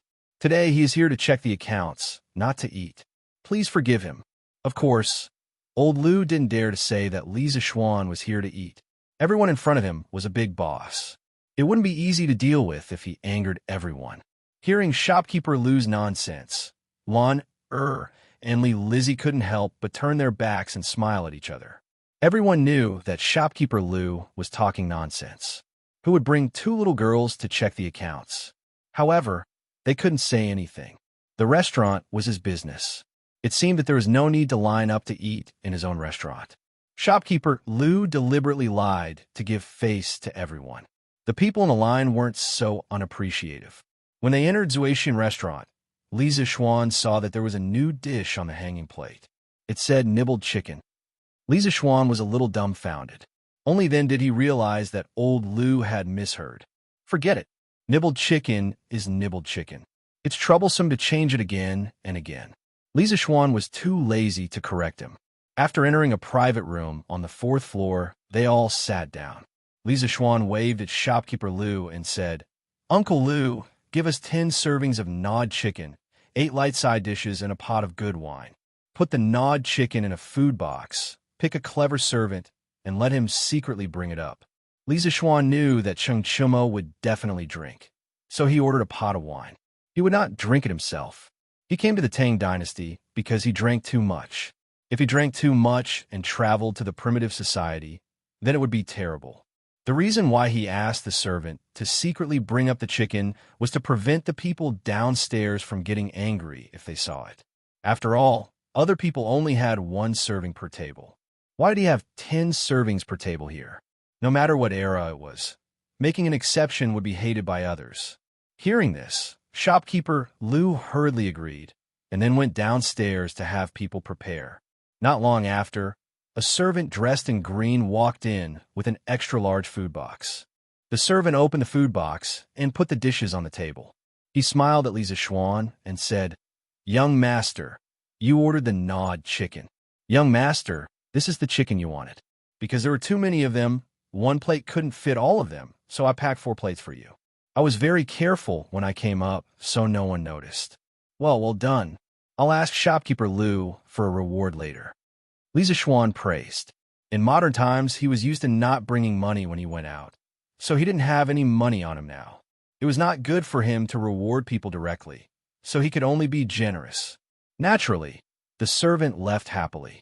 After a few pleasantries, everyone started to eat. It was the first time Li Chengxian and Li Lizzie had eaten the gnawed chicken. Just looking at the appearance made them drool. The 2 siblings couldn't help but pick up a piece and taste it. After tasting it, Li Chengxian couldn't stop and said that it was delicious. Although Li Lizzie also felt that the gnawed chicken was delicious, she didn't like greasy food. After eating a few pieces, she stopped eating and turned to eat the light side dishes. Although Lana ate a lot yesterday, she obviously didn't get tired of it. Her small mouth was constantly chewing. Lisa Xuan had eaten yesterday, so he wasn't so addicted now. After eating a few pieces, he also ate the light side dishes with Li Lizzie. Xianxia didn't know what was polite. When he saw the gnawed chicken on the table, his eyes lit up. He immediately took a plate and put it in front of him, eating happily. He only ate a few pieces yesterday and craved it all night. Now that he had an unlimited supply of food from Lisa Xuan, he immediately turned into a glutton. His cheeks were like small motors that kept trembling. Just as Chung Chumo's mouth was dry from chewing, the servant in green came over with a jar of wine. Chung Chumo's eyes lit up. He went forward and grabbed the jar of wine. He broke the seal and poured a bowl for himself. He couldn't wait to drink 2 mouthfuls. Then he looked at Li Zishuan and said, "Little Xian, you haven't drunk with me yet. You must drink 2 bowls with me today." This idiot didn't drink with people by cup, but by bowl. He wouldn't drink with this guy even if he was beaten to death. Li Zishuan secretly frowned and quickly refused. "I really can't drink. The martial arts I practice can't touch alcohol. Brother Chonyo, don't force me. You should drink with Gao Ming." Chung Chumo naturally didn't believe this strange reason. He still insisted on drinking. Lan Er was unhappy. "Brother Blackface, you can't let brother drink. If brother gets drunk, who will tell Lan Er stories?" Hearing the story, Li Lizzie's eyes lit up. She quickly agreed. "Brother Chonyo, since brother Xian doesn't drink, don't force brother Xian." Seeing the 2 girls like this, Chung Chumo couldn't persuade them anymore. He could only say to Li Changxian, "Gao Ming, drink with me." He didn't dare to call himself brother in front of Li Changxian like Li Zishuan. Li Changxian was also quite thirsty from eating fried chicken. Chung Chumo's words were to his liking, so he agreed. While the 2 of them were drinking, Lan Er and Li Lizzie were rather bored. Lan Er said, "Brother, the 2 of them are drinking. Why don't you tell me and Sister Lizzie's story?" The little girl had recently become addicted to listening to stories. However, Lan Er's listening speed was faster than Li Lizzie's, so it wasn't easy to tell her. "Lan Er, you've already heard this story for the 5th time. Your big sister Lizzie has only heard it for the 3rd time. Why don't you tell your big sister Lizzie the first 2 chapters you heard yesterday? I want to see if Lan Er listens to my story seriously." Lan Er clapped her hands and said, Okay. Sister Lizzie, I'll tell you first." Lan Er was very happy to be able to tell stories to others. Li Lizzie smiled and said, "Thank you, Sister Lana." After saying that, she also smiled at Li Zishuan. When they were eating, Li Zishuan saw that Li Lizzie's movements were elegant and refined. Now that he saw her generous and decent behavior, he couldn't help but praise in his heart. How is this like a 7 or 8-year-old girl? I don't know which official cultivated such an outstanding girl. She's only 7 or 8 years old, and her temperament and appearance are already so outstanding. I don't know who will be lucky enough to marry such a proud girl when she grows up. Lan Er excitedly told Li Lizzie the 2 chapters yesterday. When she talked about the passionate parts, she even gesticulated. Her dancing appearance was so cute that Li Lizzie couldn't help but laugh. Li Changxian was also eavesdropping. He was also very interested in this story. There, he was pulled by Chung Chumo to play finger-guessing games while listening to Lan Er's story. Naturally, he lost more than he won when he was multitasking. Chung Chumo forced him to drink a lot. Chung Chumo was unbearably thirsty, but he couldn't lose even if he wanted to. Seeing that all the wine had entered Li Changxian's stomach, he said angrily, I'm not going.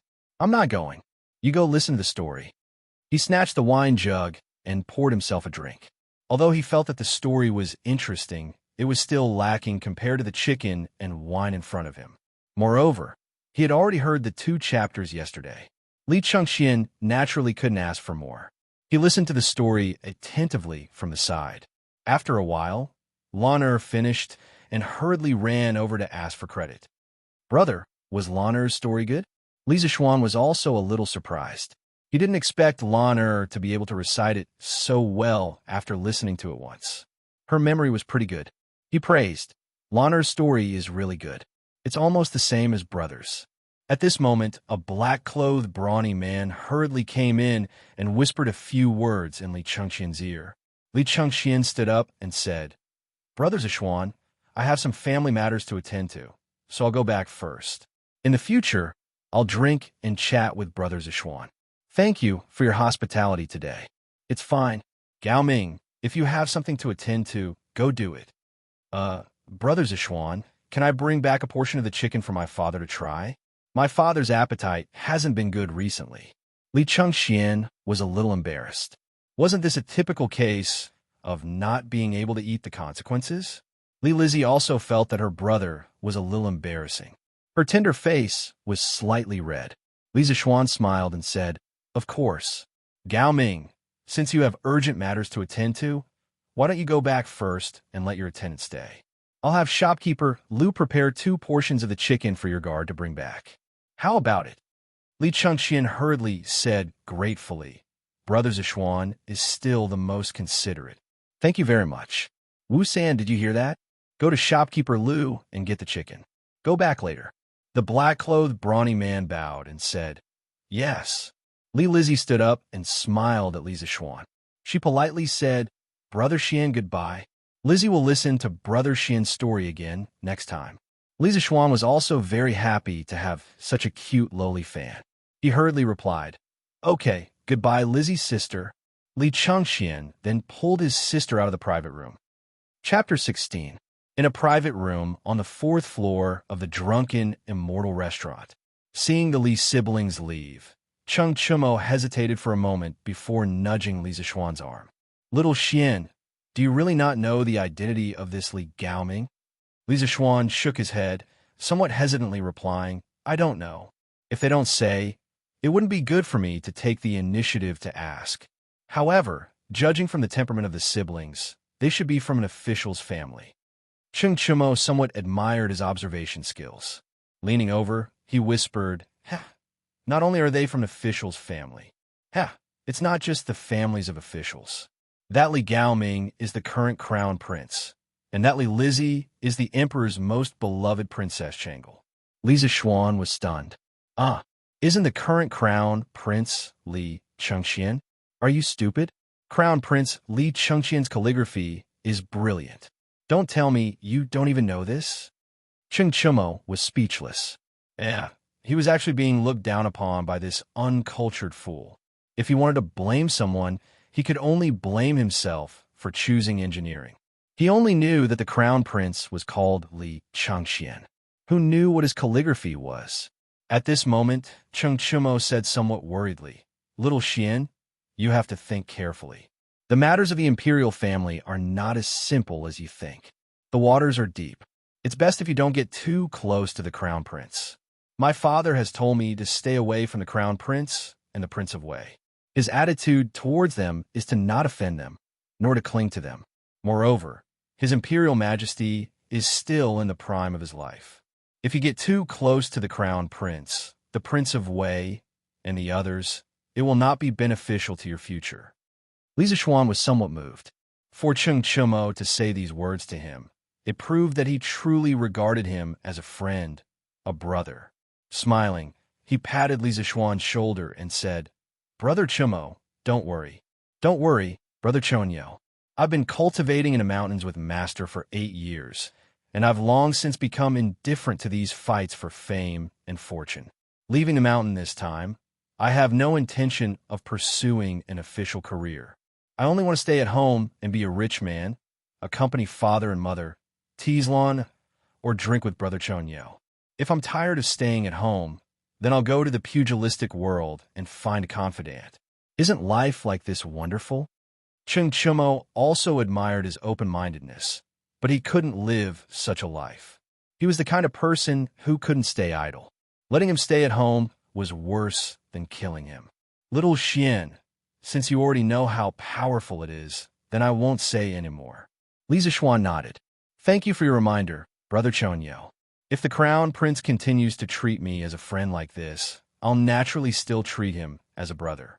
If he feigns civility and wants to use me to achieve his own goals, then there's no point in having such a friend." Although Li Zixuan knew that in history, Li Chengxian had a violent temperament and was excessively extravagant, resulting in his rebellion being defeated, at the very least, the current Li Chengxian was still a humble and courteous youth. Although he didn't know why he became like this, perhaps he could be saved. Hearing the conversation between the two, Lan opened her mouth in surprise. "Wow, so big sister Li Ji is a princess. Brother, isn't the position of princess very important?" Li Zixuan patted Lan Er's head in amusement. The position of princess is indeed very important. In the entire Great Tang, only His Majesty the Emperor has such a position, Does Lana also want to be a princess? Lana frowned and thought for a moment before answering. Lana doesn't want to be a princess. Lana only wants to be brother's little sister. Li Zixuan laughed heartily. He didn't dote on this girl for nothing. Inside Taiji Palace, Li Shimin was currently flipping through a memorial. After reading the memorial, the corners of his mouth revealed a trace of smile. At this moment, a beautiful woman dressed in palace attire, carrying a bowl of lotus seed porridge, gracefully walked over to Li Shimin's side. Seeing that Li Shimin was in a good mood, she smiled and asked, "Why is your Imperial Majesty so happy?" Lier put his arm around the beautiful woman in palace attire and handed the memorial in his hand to her. He smiled and said, "This is a report of victory sent by Jingda from Yuzhou. May Guanyin take a look. In the first month of this year, Luo rebelled in Yuzhou. Your brother and Jingda suppressed the rebellion in less than 2 months. With these capable ministers and generals, why should we worry about Great Tang's prosperity?" Huh! Seeing that Lier was so happy, Empress Xianxia also smiled and said, "That's all because Erlang has a good eye for people. Erlang, you've been reading memorials for so long. It's time for you to rest. This is the lotus seed porridge that your imperial concubine made. Erlang, have a taste." At this moment, an eunuch hastily entered and bowed to Lier and the Empress. "Your Imperial Majesty, Imperial Concubine, His Imperial Highness the Crown Prince, and Princess Changle are waiting outside," Lier curiously said to the Empress. "These 2 children have been hard to find in the palace recently. Today, they have finally come to see us." He then said to the eunuch, "Quickly let them in." Not long after, Li Chengxian and his sister entered the palace. Bowing to Lier and the Empress, they said, "This son pays respects to Imperial Father and Imperial Mother. Dispense with the formalities. Changle, quickly come to Imperial Father and Imperial Mother." Lier beckoned to Changle. He doted on this eldest daughter of his. When Changle was born, Lier viewed her as the apple of his eye and named her Lizzie. The history books were full of praise for Princess Changle, praising her as bright as the night moon illuminating the jasper forest, rotten as the morning glow reflecting the pearls. At this moment, Lier saw the box of food in Li Chengxian's hand. Curious, he asked, "Chengxian, what is that in your hand?" Li Chengxian promptly bowed and replying to Imperial Father, "This is a delicacy that this son and younger sister Changle encountered at a restaurant in the Western Market today. The price of this item is the same as usual, with a limit of 200 servings per day. However, many people are scrambling for it like a flock of ducks." By the time this son arrived, there was already a very long line in front of the restaurant. This son asked a friend that this son had just met to obtain 2 servings.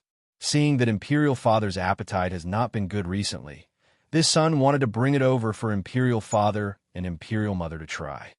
Lier and Zhangsun glanced at each other, smiling with gratification. Lier said, "It is rare for Chengxian to show such filial piety. Hearing you say this, we are rather curious. What is so miraculous about this delicacy? Despite the price being so expensive, it still causes so many people to scramble for it. Zhao Song, go and bring out the box of food." An old eunuch behind Lier bowed and accepted the order. At this moment, Changle, who was beside Empress Zhangsun, also smiled at Lier and said, "Imperial Father, the method of cooking this food is indeed rather peculiar. This son has also tasted it. It is indeed delicious." This son also saw Chang Chumo of Duke Lu's family in the restaurant. He ate 16 servings by himself. Finished speaking, he couldn't help but cover his mouth and chuckle. Changle naturally did not know that not long after the 2 of them left, Chang Chumo had almost eaten 20 servings. At this moment, Zhao Song brought out the box of food and was about to test it for poison when Lier waved his hand to stop him. "No need. Would Chengxian harm us?" Finished speaking, he looked at the box of food. Inside, he saw pieces of golden and tender chicken lined up on a plate. Bursts of crispy chicken aroma wafted into his nostrils. Lier couldn't help but feel his appetite increase. He picked up a piece of chicken and sent it into his mouth. The charred aroma of egg and starch mixed with the freshness of the chicken. Lier couldn't help but smack his lips in praise. This thing is indeed delicious. Guanyin maid, you should also try it. The crispness of this fried chicken will be paired with the Empress's lotus seed porridge in a moment. It doesn't appear greasy. It really whetted our appetite. Seeing that the Emperor finally had an appetite, Xianxia was also happy. She picked up a piece and tasted it. The taste was indeed rather peculiar. In the future, she could have the royal chef try it and see if they could make it. Xianxia was not a greedy person. After eating 2 pieces, she put down her chopsticks. It was rare for Lier to have an appetite, so she left the rest for the Emperor to eat. The Empress turned her head and looked at Xianxia. Xianxia, what is the name of this delicacy? Imperial Mother, this food is called nibbled chicken. Lier interjected as he ate. Nibbled chicken? This name is very strange and rather inelegant. After eating the piece of chicken in his hand, Lier asked again, Xianxia, where have you and Changel been these 2 days? Xianxia hurriedly replied, Imperial Father, I saw Sister Changel in the palace a few days ago. Furthermore, Changel's health has always been poor. I was worried that she would fall ill from boredom, so I took Changel out of the palace to relax in Chang. Hearing this, a rare trace of warmth appeared on Lier's face. After the Xuanwu Gate incident last year, although he had taken the throne, he had also lost a lot at the same time. There was no familial love in the royal family, but he really needed it. He was most worried that his children would live under the shadow of the Xuanwu Gate incident. Now that he saw his eldest son's heartfelt care for his eldest daughter, he was very gratified. Lier said to Xianxia, Yes, Xianxia, as the elder brother, you should indeed be more concerned about your younger siblings. However, you must not neglect your studies. You are the future crown prince, so you should prioritize your studies. You can leave first. Changel will stay with Imperial Father. Xianxia hurriedly excused himself from Lier and the Empress. Xianxia smiled and nodded. She had seen the warmth in Lier's eyes just now. She and Lier were husband and wife and had helped each other in difficult times for 15 years. They had long known each other deeply. She was also quite satisfied with what her son had done this time. Changel, has your qi flared up recently? Why did Xianxia say that you were depressed a few days ago? Lier asked with some worry. Changel and Xianxia had always had qi. The imperial physicians in the palace were all helpless. A few days ago, they had asked Sun Simiao to enter the palace to treat the two. Sun Simiao had also said that he could only help the Empress and Princess recuperate, but could not cure them completely. The two's qi had now become Lier's mental illness. Imperial Father, my qi has not flared up recently. However, a few days ago, I did feel that my chest was stuffy. These 2 days, Brother Crown Prince has taken me out of the palace. I have seen many interesting things, and my mood has improved a lot. Imperial Father, don't worry. Thinking of the story she had heard outside the palace these 2 days, the delicious food she had eaten, and the interesting siblings she had seen, the corners of Changel's mouth could not help but curl up slightly. Lier saw that his daughter was in a good mood and was truly happy. He said, Changel, then tell Imperial Father what interesting things you have seen these 2 days. It just so happens that your Imperial Mother is here today. Changel, you haven't chatted with Imperial Father and Imperial Mother for a long time. Yes, Imperial Father. Chapter 17. Drunken Immortal Restaurant. Private room on the 4th floor.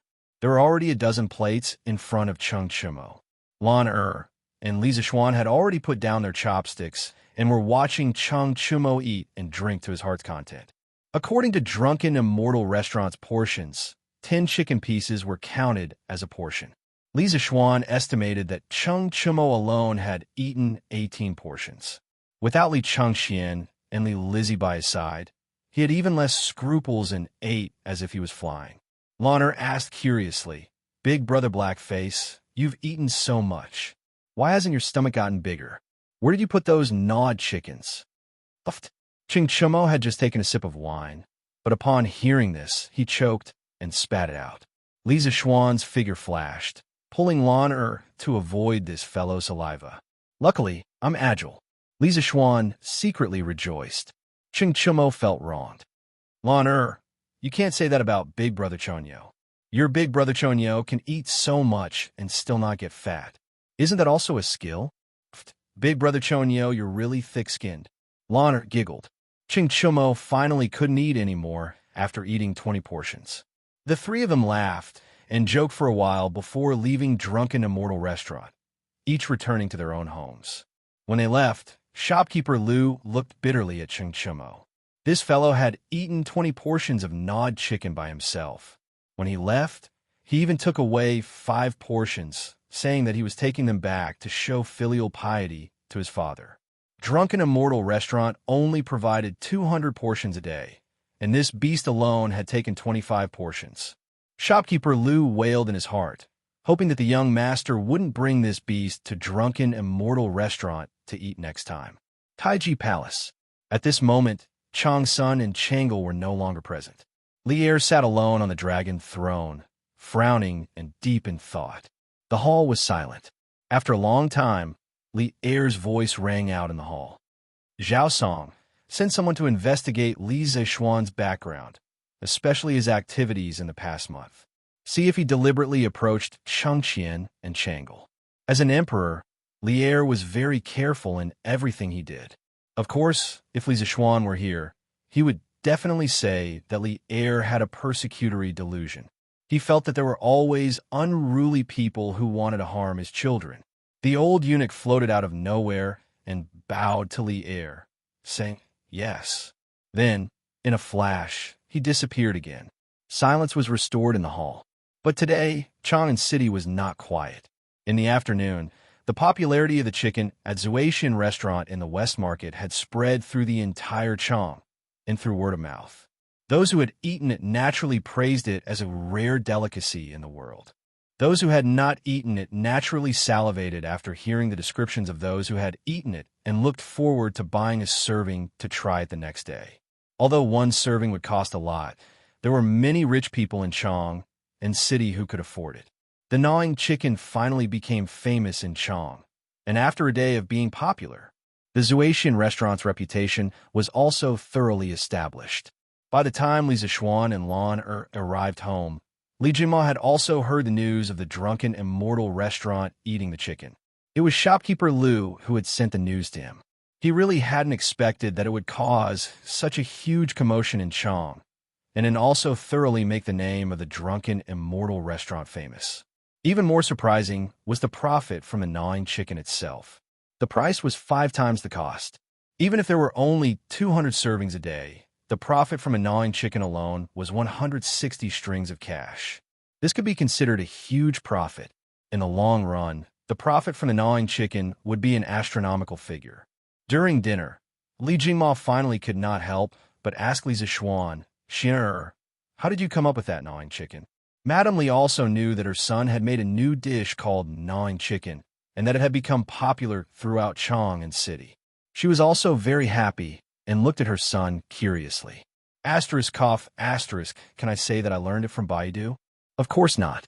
Li Zexuan could only continue to bluff. Father, I've told you before that my master is not only proficient in martial arts, but also in cooking. This gnawing chicken is one of the delicacies I learned from my master. You don't have to make a fuss about it. My master is very knowledgeable, and the disciples he taught are naturally outstanding. It's just that my master's nature is indifferent and does not like to interact with outsiders, so the world does not know of my master's talent. So, father, mother, if your son has any amazing performance in the future, you too don't have to make a fuss about it. Just slowly get used to it. In order to not be questioned by his parents over small matters in the future, Li Zexuan could only throw away his face. Li Jingma unhappily glared at his son, who did not have any sense of shame. Madame Li covered her mouth and laughed. "Child, why are you speaking as inappropriately as your father when he was young? Did your master also teach you how to be thick-skinned? Xian'er, mother found that your face is much thicker than when you were young." Father Li's old face darkened. He was innocently implicated again. Li Zexuan was also embarrassed by his mother's teasing. At this moment, Lan'er also jeered, "Brother is thick-skinned, he..." Duke Lu's estate. A black-faced man with a face full of beard was eating gnawing chicken and drinking wine in the front hall. He was extremely satisfied. "Chonyo, where did you buy this thing? How come I, old Chung, have never eaten it before?" Ching Chumo took credit and said, "Father, this is a brother I just made. His restaurant just released a new dish called gnawing chicken. You don't know, but the line in front of the restaurant today was very long. Moreover, it was limited to 200 servings a day. If it was not for my brother, father, you would not be able to eat such delicacies today." Chung Yaojin laughed in a rough voice and said, "Yes, my Chonyo is filial. However, your brother is too stingy. He only gave me this little. It's not even enough to fill the gaps between my teeth. Later, you have to talk to him properly. How can he be so stingy to his own brother? Next time, ask your brother to send me a plate of gnawing chicken." Ching Chumo was sweating profusely.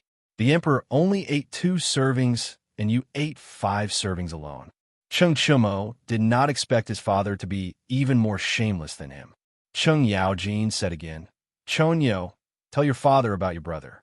Old Chung is quite interested in the person who can think of this gnawing chicken." Chung Chumo knew that his father wanted to check him out.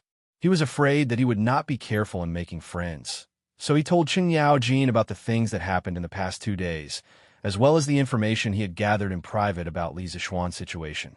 After a long time, Chung Yaojin nodded and said, "Yes, for what you said, this child is a person who values friendship and righteousness. Not bad, not bad. You said that he also knows martial arts?" "Yes, father. I heard that he studied martial arts at Mount Longhu for 8 years. His master is Mount Longhu's great elder, spiritual master Ling Su, who is also a great grandmaster expert in the martial arts world. Moreover, I saw that Li Zishuan's lower body was very stable and his steps were vigorous. I'm afraid that his martial arts skills are above mine." "Oh, then invite him to the manor some other day. I, old Chung, will exchange a few blows with him. The world is at peace, and there are no more wars to fight. I, old Chung, am sick from boredom at home every day. You can ask that Li family boy to come over. This old man will treat it as giving pointers to the younger generation. Haha."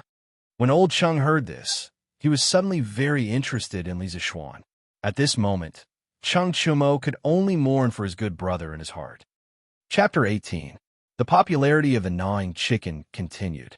On the second day, when a Western market opened, many people went straight to the drunken Immortal restaurant. In less than a quarter of an hour, all the seats in the drunken Immortal restaurant were taken. Those who couldn't enter the restaurant began to line up outside. "Brother Wong, are you also here to eat the chicken?" A short youth in white in the line saw that the person in front of him was an acquaintance and began chatting with him. "Yes. Yesterday, after Chun Eru ate the chicken from the drunken Immortal restaurant, he bragged to me the entire afternoon. His Chun family is just a nouveau riche, yet he dares to come to my house and show off. It's not like I can't afford to eat this chicken." The one surnamed Wong had a face full of arrogance. "Ah, we came so early. How come there aren't any seats left? This drunken Immortal restaurant is really too small. I heard that the chicken is only limited to 200 servings a day. We should be able to get in with our position. Those behind us are miserable. Today we'll have a taste of what the chicken that everyone talks about tastes like." 2 hours later, the 200 servings of chicken from the drunken Immortal restaurant were all sold out. However, there was still a line of at least 100 people outside. Those who did not get in immediately became unhappy and began to make a ruckus. The order was in chaos, even alarming the Marquis of Chang'an. Helpless, shopkeeper Liu could only announce that the supply of chicken for the day would be increased by 100 servings. Only then was the chaos resolved. Taiji Palace. The old eunuch Zhao Song was reporting to Li Er everything he had found out about Li Zishuan's background. He also presented a piece of paper to Li Er. After hearing this, Li Er stood up and walked 2 steps with his hands behind his back. He said, "According to what you said, Li Zishuan did not intentionally get close to Changxian and Changle." Finished speaking, he picked up the piece of paper and said with interest, "This Li Zishuan is actually proficient in mathematics, and even better than Su Hongji. I didn't think that this kid would have so many skills." But were these squiggly words on the paper? If Li Zishuan was here, he would definitely recognize that the piece of paper was the financial statement he made at the ready-made clothing store that day. He didn't expect that the old eunuch would even get this. This old servant doesn't know either. According to the servant who was present at the time, Su Hongji didn't know what the word was either. Li Zixuan didn't explain either. While the heir was still confused by the Arabic numerals, Li Zixuan was lying on a recliner in the west courtyard of the Li residence, flirting with two servant girls. No, he was telling a story. This recliner was made by Carpenter Zhou from the east of the city by Sanbao 2 days ago. The blueprint was naturally drawn by Li Zixuan. Such a simple thing was a piece of cake for an engineering student like him. Li Zixuan told them Liang Shanbua and Zhu Yingtai. In fact, he didn't have many stories in his head. He only remembered some TV dramas that he had watched many times when he was young. He basically didn't watch TV dramas during his university days. He felt that they were all the same, and it was heart-wrenching to watch. If he wasn't playing games every day, he would be chatting with his little girlfriend online. Being in a long-distance relationship was also very tiring. Young master, this Liang Shanbua is so stupid. He slept with Zhu Yingtai for so long, yet he didn't know that she was a girl. How is this possible? Young master, you are making things up again. Not long after, Xiao He protested. How is it impossible? How am I making things up? Li Zixuan wasn't convinced. How could the love classics in his previous life be made up? Young master, a girl is a girl. Even if she is dressed as a boy, she can still be seen through. Young master, you must have watched too many TV dramas. Xiao He said as if she was very experienced. Who said that? Some girls dressed as boys can be easily seen through. For example, Xiao Shi. But for a girl like you, if you dress as a boy, it will be very hard to see through you. He.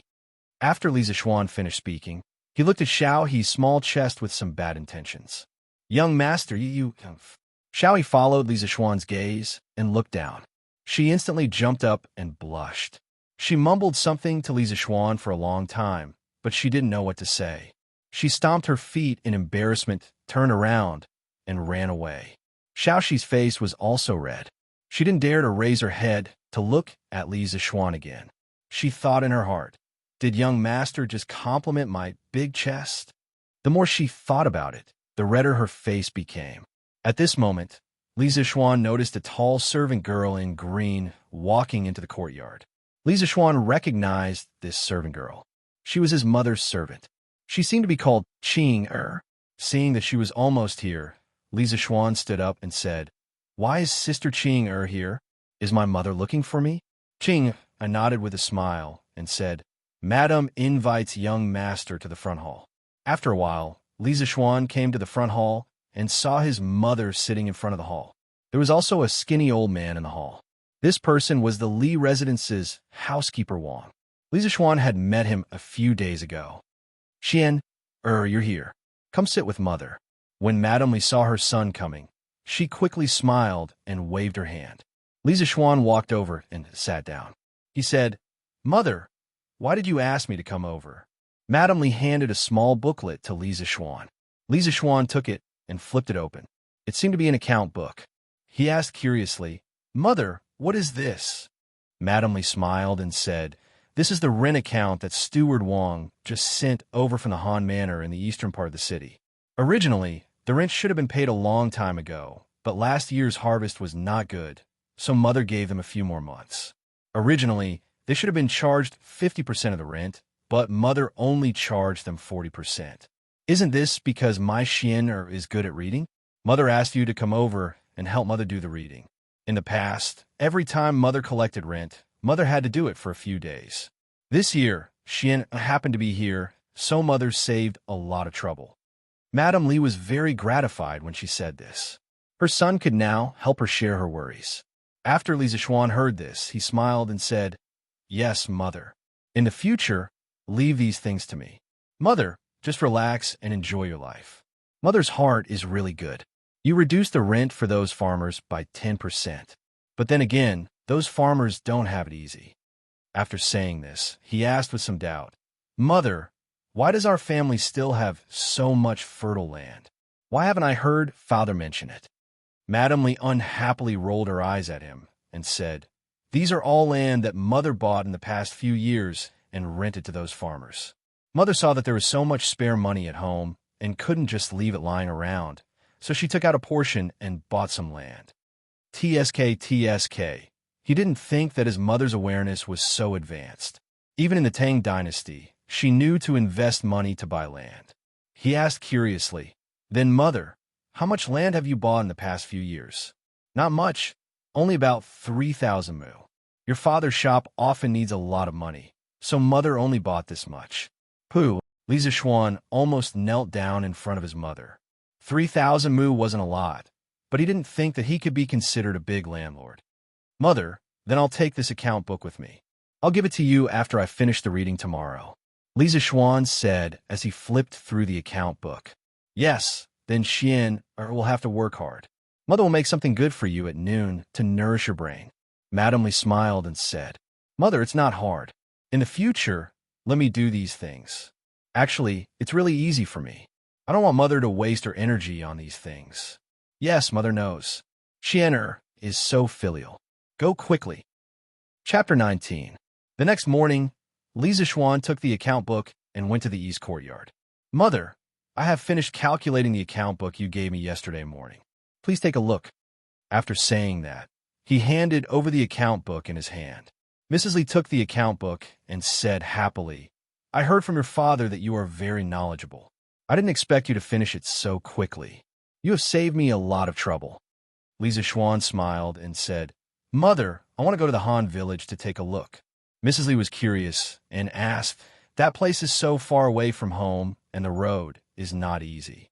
Why do you want to go there?" Li Zixuan thought for a while and said, "I want to see how the villagers are doing. I have been learning martial arts at Longhu Mountain for 8 years, but I don't know the hardships of the world. Master also wants me to do something for the people of Tang Empire. So I want to go to the Han village today." Mrs. Li thought about her son's words and said happily, "Since you want to go, I will go with you. Housekeeper Wang will go with you. Xian, bring some pastries. I don't think you will be able to make it back in the afternoon. Don't go hungry." "Okay. Thank you, Mother. I will go now." Li Zixuan went to the front courtyard and found steward Wang Zhong. He told him that he wanted to go to the Han Manor and asked him to prepare a horse first. The Han Manor was about 30 li away from the Li residence, so they couldn't walk there. "Brother, where are you going?" Lan'er saw housekeeper Wang go into the stables to get the horse and knew that her brother was going out. "I want to go to the village to take a look." "Lan'er, can you wait for me at home?" Li Zixuan said helplessly. This sister of his was too clingy. "No, Lan'er is bored at home alone. Mother doesn't want to play with Lan'er. Lan'er wants to go to the village with brother." Lan'er shook her head like a rattle drum. Okay. Xiaohe and Xiaoxi, you two go too. Take care of Mississippi Sanbao. Go get a carriage." These girls definitely didn't know how to ride a horse. Li Zixuan asked Sanbao to get a carriage. Not long after, the group set off for the Han village. They left Chang and city from Yinxing Gate and headed east. The road became more and more difficult. Li Zixuan and Wang Zhong didn't feel anything on their horses, but the carriage behind them kept shaking, which made the 3 maidservants cry out in surprise. "Sanbao, slow down. Don't overturn the carriage." Li Zixuan didn't know if Sanbao was an experienced driver, but he was afraid that the carriage would overturn. He and Steward Wang slowed down the speed of the horse so that Sanbao could drive slower. Just like that, the group walked for more than 2 hours on the 30-something mile road. At this time, he saw a village not far ahead. He could vaguely see a few people working in the fields. "Young master, that's the Han village." Wang Zhong stopped his horse and pointed at the village. "Well, then let's go quickly. It's almost noon. Uncle Wang, can you find a family and give them some money? We'll have lunch in the village." Li Zixuan ordered. Wang Zhong was more familiar with this place than him. His family often sent him to collect rent. It was best for him to arrange it. "Yes, young master. Why don't we go to Han Lijing's house at noon? Every time Madam sends me here to collect rent, Han Lijing is very cooperative." Wang Zhong suggested. "Okay, then Uncle Wang, you lead the way." The group of people rode into the village. It was the spring plowing season. At the entrance of the village, they could see many people pulling oxen to plow the fields. There were also 2 or 3 children chasing and playing on the ridges of the fields. Occasionally, there would be a few roosters and dogs barking in the village. Li Zixuan often saw this scene in his previous life. He was born and raised in a village. Lan was very new to this scene. She had been the little princess of the family since she was born. She had never seen such a scene in a village before. She got off the carriage and held her brother's hand, looking around as they walked. Li Zixuan left the horse and carriage at the entrance of the village and asked Sanbao to take good care of them. He led the group into the village, and under Wang Zhong's lead, they went straight to Han Lijing's house. "Young master, we're here. This is Han Lijing's house." After a while, Wang Zhong pointed to a rundown farmhouse in front of them. Li Zixuan was a little surprised. In his opinion, if this place was in the future, it would be equivalent to a village chief. How could the place be so run down? Since they were in front of someone's house, it was not good to say much. He immediately walked in with Wang Zhong. "Oh, Butler Wang, you're here."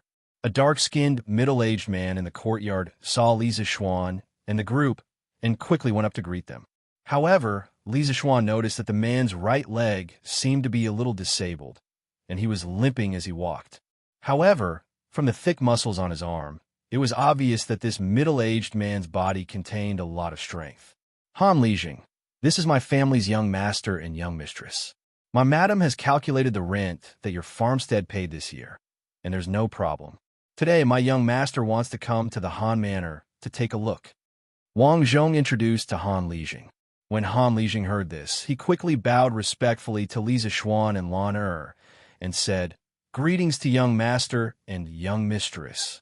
Li Zixuan quickly returned the greeting and said, "Uncle Han, you don't have to be so courteous.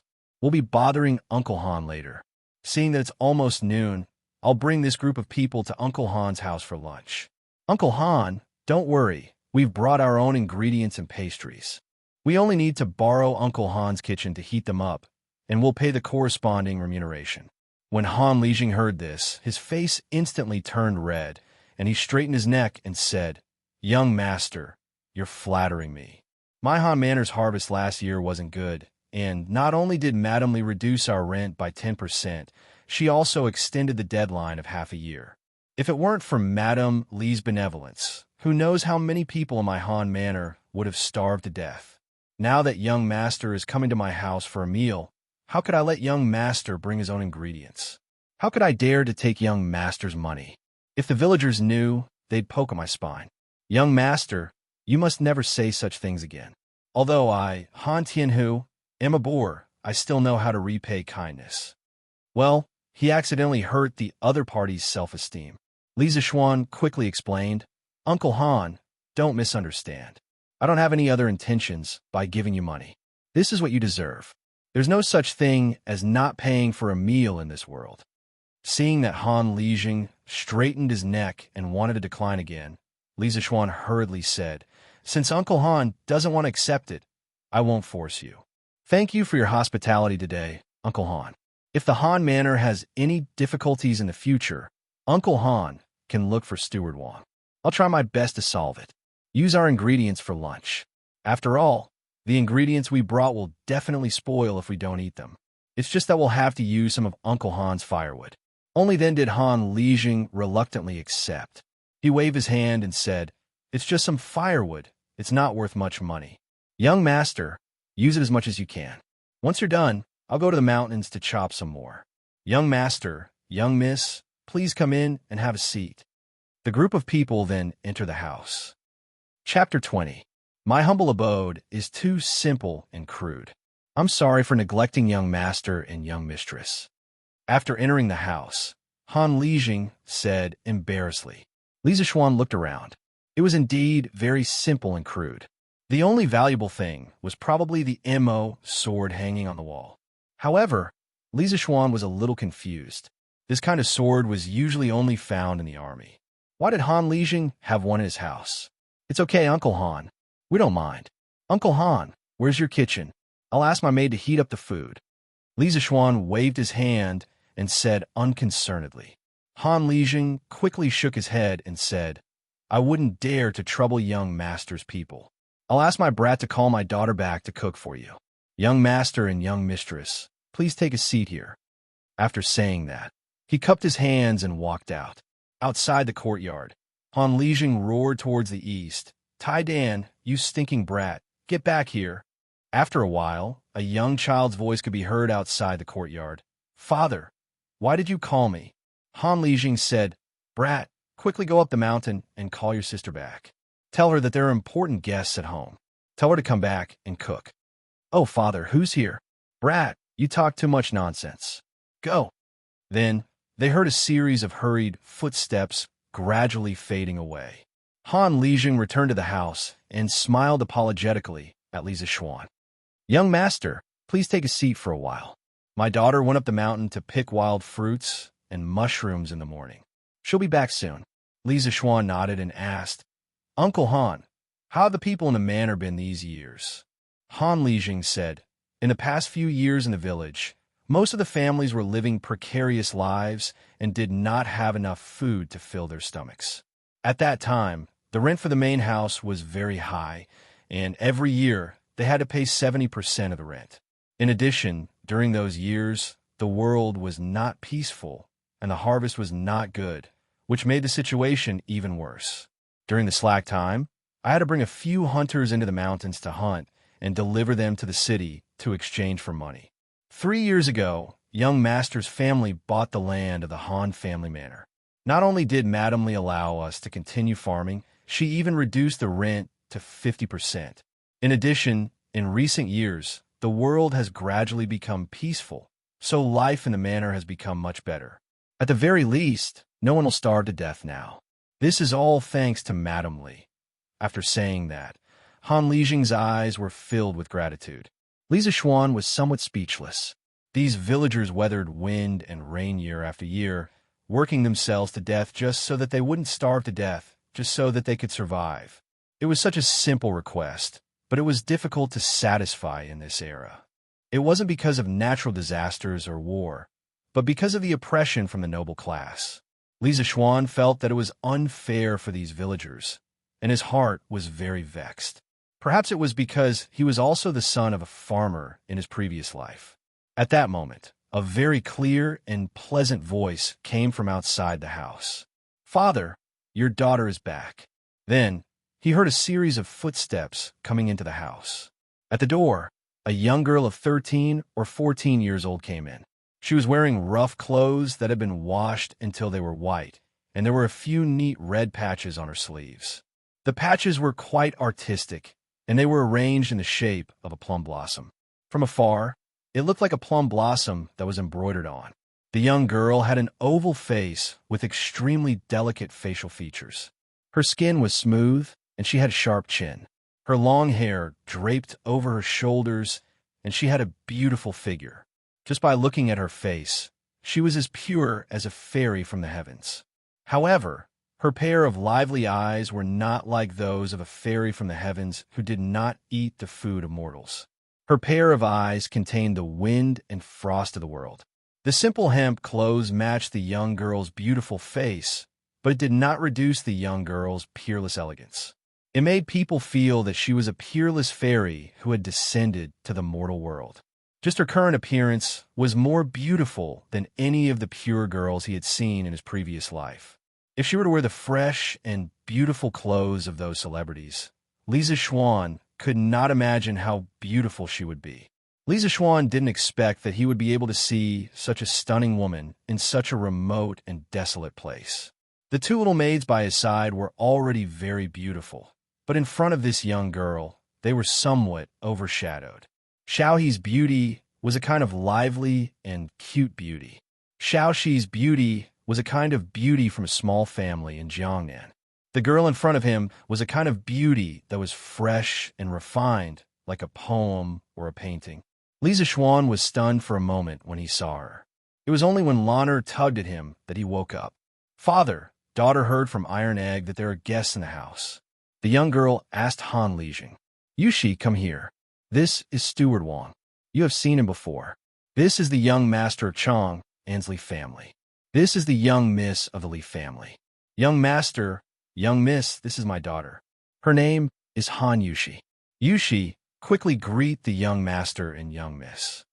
Han Lijing pulled Han Yushi and introduced them to each other. Han Yushi, what a beautiful name. Li Zixuan inexplicably praised in his heart.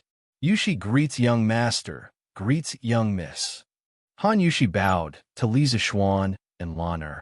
Li Zixuan hurriedly returned the greeting and said, "Hello, Miss Han." Lan Er saw Han Yushi and happily jumped up and said, "Wow, Sister Han is so beautiful. It would be great if Lan Er could be as beautiful as Sister Han when she grows up." Han Yushi was a little embarrassed by Lan Er's praise. Her pink cheeks were slightly red. However, seeing that Lan Er was really cute, she couldn't help but like this little girl. She squatted down and touched Lan Er's little face. She smiled and said, "Young Miss will definitely be 100 times more beautiful than Yushi when she grows up." "Really? Really?" Lan Er heard this and became even more excited. At this moment, Han Lijing said to Han Yushi, "Yushi, young master and young miss will be having lunch at home. Father knows that your cooking skills are excellent. Quickly go to the kitchen and prepare a few dishes. Stew the pheasant that father hunted yesterday. Go quickly. Don't let the guests wait for too long." "Okay, father. I will go now," Han Yushi responded crisply. She then turned to Li Zixuan and Lan Er and said, "Young master and young miss, please take a seat. Yushi will be back soon." Listening to her gentle voice, Li Zixuan felt that his heart was about to melt. It was as if the dry land was moistened by the spring rain. "Xiao He, quickly go to the carriage and get the ingredients and pastries that we brought. Send them to the kitchen and let Miss Han heat them up," Li Zixuan said to Xiao He. Xiao He was about to accept the order and leave when she heard Han Lijing say to the door, "Brat, quickly come in. What are you hiding outside the door for?" A little boy with a strong head walked in. He was about 6 or 7 years old. When he saw so many strangers, he was still a little shy. The little boy said to Li Zixuan and Lana, "Hello, young master and young miss." Obviously, he had been eavesdropping outside for a long time. Li Zixuan nodded at him. Lana smiled mischievously at him. When the little boy saw this, he became even more shy. He then said to Han Lijing, "Father, you called me." Han Lijing pointed at Xiao He and said to him, "This young miss is going to the carriage at the entrance of the village to get something. Accompany her. Be careful and don't run around. Do you hear me?" "Yes, father. I got it." Li Zixuan smiled. This Han Lijing was quite thoughtful. Xiao might really get lost in the village alone. He smiled kindly at Han Lijing and said, "Thank you, Uncle Han." He then said to Xiao He, quickly go with Iron Egg. Be careful." "Yes, young master." Xiao He will go now. Chapter 21. After Li Zixuan chatted with Han Lijing for a while, he saw Han Yushi and Iron Egg coming in with dishes. "Young master, young miss, father, it's time to eat." Han Yushi placed the dishes on a square table that was very old, but very clean. She smiled and called for everyone to eat. "Young master, young miss, sit down and eat." Han Lijing quickly greeted. "Well, Uncle Han, you don't have to be so polite. Sit down too. Miss Han, you have worked hard cooking. Come and sit with Iron Egg." Li Zixuan said. Han Yushi was a little hesitant, but Iron Egg was very happy. He had been drooling over the pheasant meat on the table and the chicken that Li Zixuan brought over. He had not eaten meat for a long time. When he saw the golden and crispy chicken, he could not control himself. Just now, he wanted to stretch out his hand to steal a bite in the kitchen several times, but he was discovered by his sister and was chased out of the kitchen. Now that he heard Li Zixuan invite him to eat together, he could not hold back anymore. He lifted his foot and was about to walk over, but Han Lijing glared at him fiercely. He was so scared that he immediately retracted his foot. "Young master, you and young miss eat first. There is still food in the kitchen. Iron Egg and my daughter can eat in the kitchen." Although Han Lijing also wanted his son and daughter to eat together, the Li family was a great benefactor to the Han village. This time, the young master and young miss could come to his house for dinner. He was also very happy. He specially asked his daughter to stew the pheasant that he was going to sell yesterday to treat the guests well. At this time, he could not be rude. "How can this be? We came to Uncle Han's house to eat. Uncle Han, you did not charge us for the meal. How can we steal the limelight at this time? If Miss Han and Iron Egg do not eat together, we will not eat this meal. Li Zixuan firmly disagreed. He saw how Iron Egg looked at the table and drooled just now. He could not help but sympathize with the people of this era. They might not even be able to eat meat during the new year. Li Zixuan's abilities were indeed limited. He couldn't make the people of the world live a good life, but he could still make Iron Egg's family eat a good meal.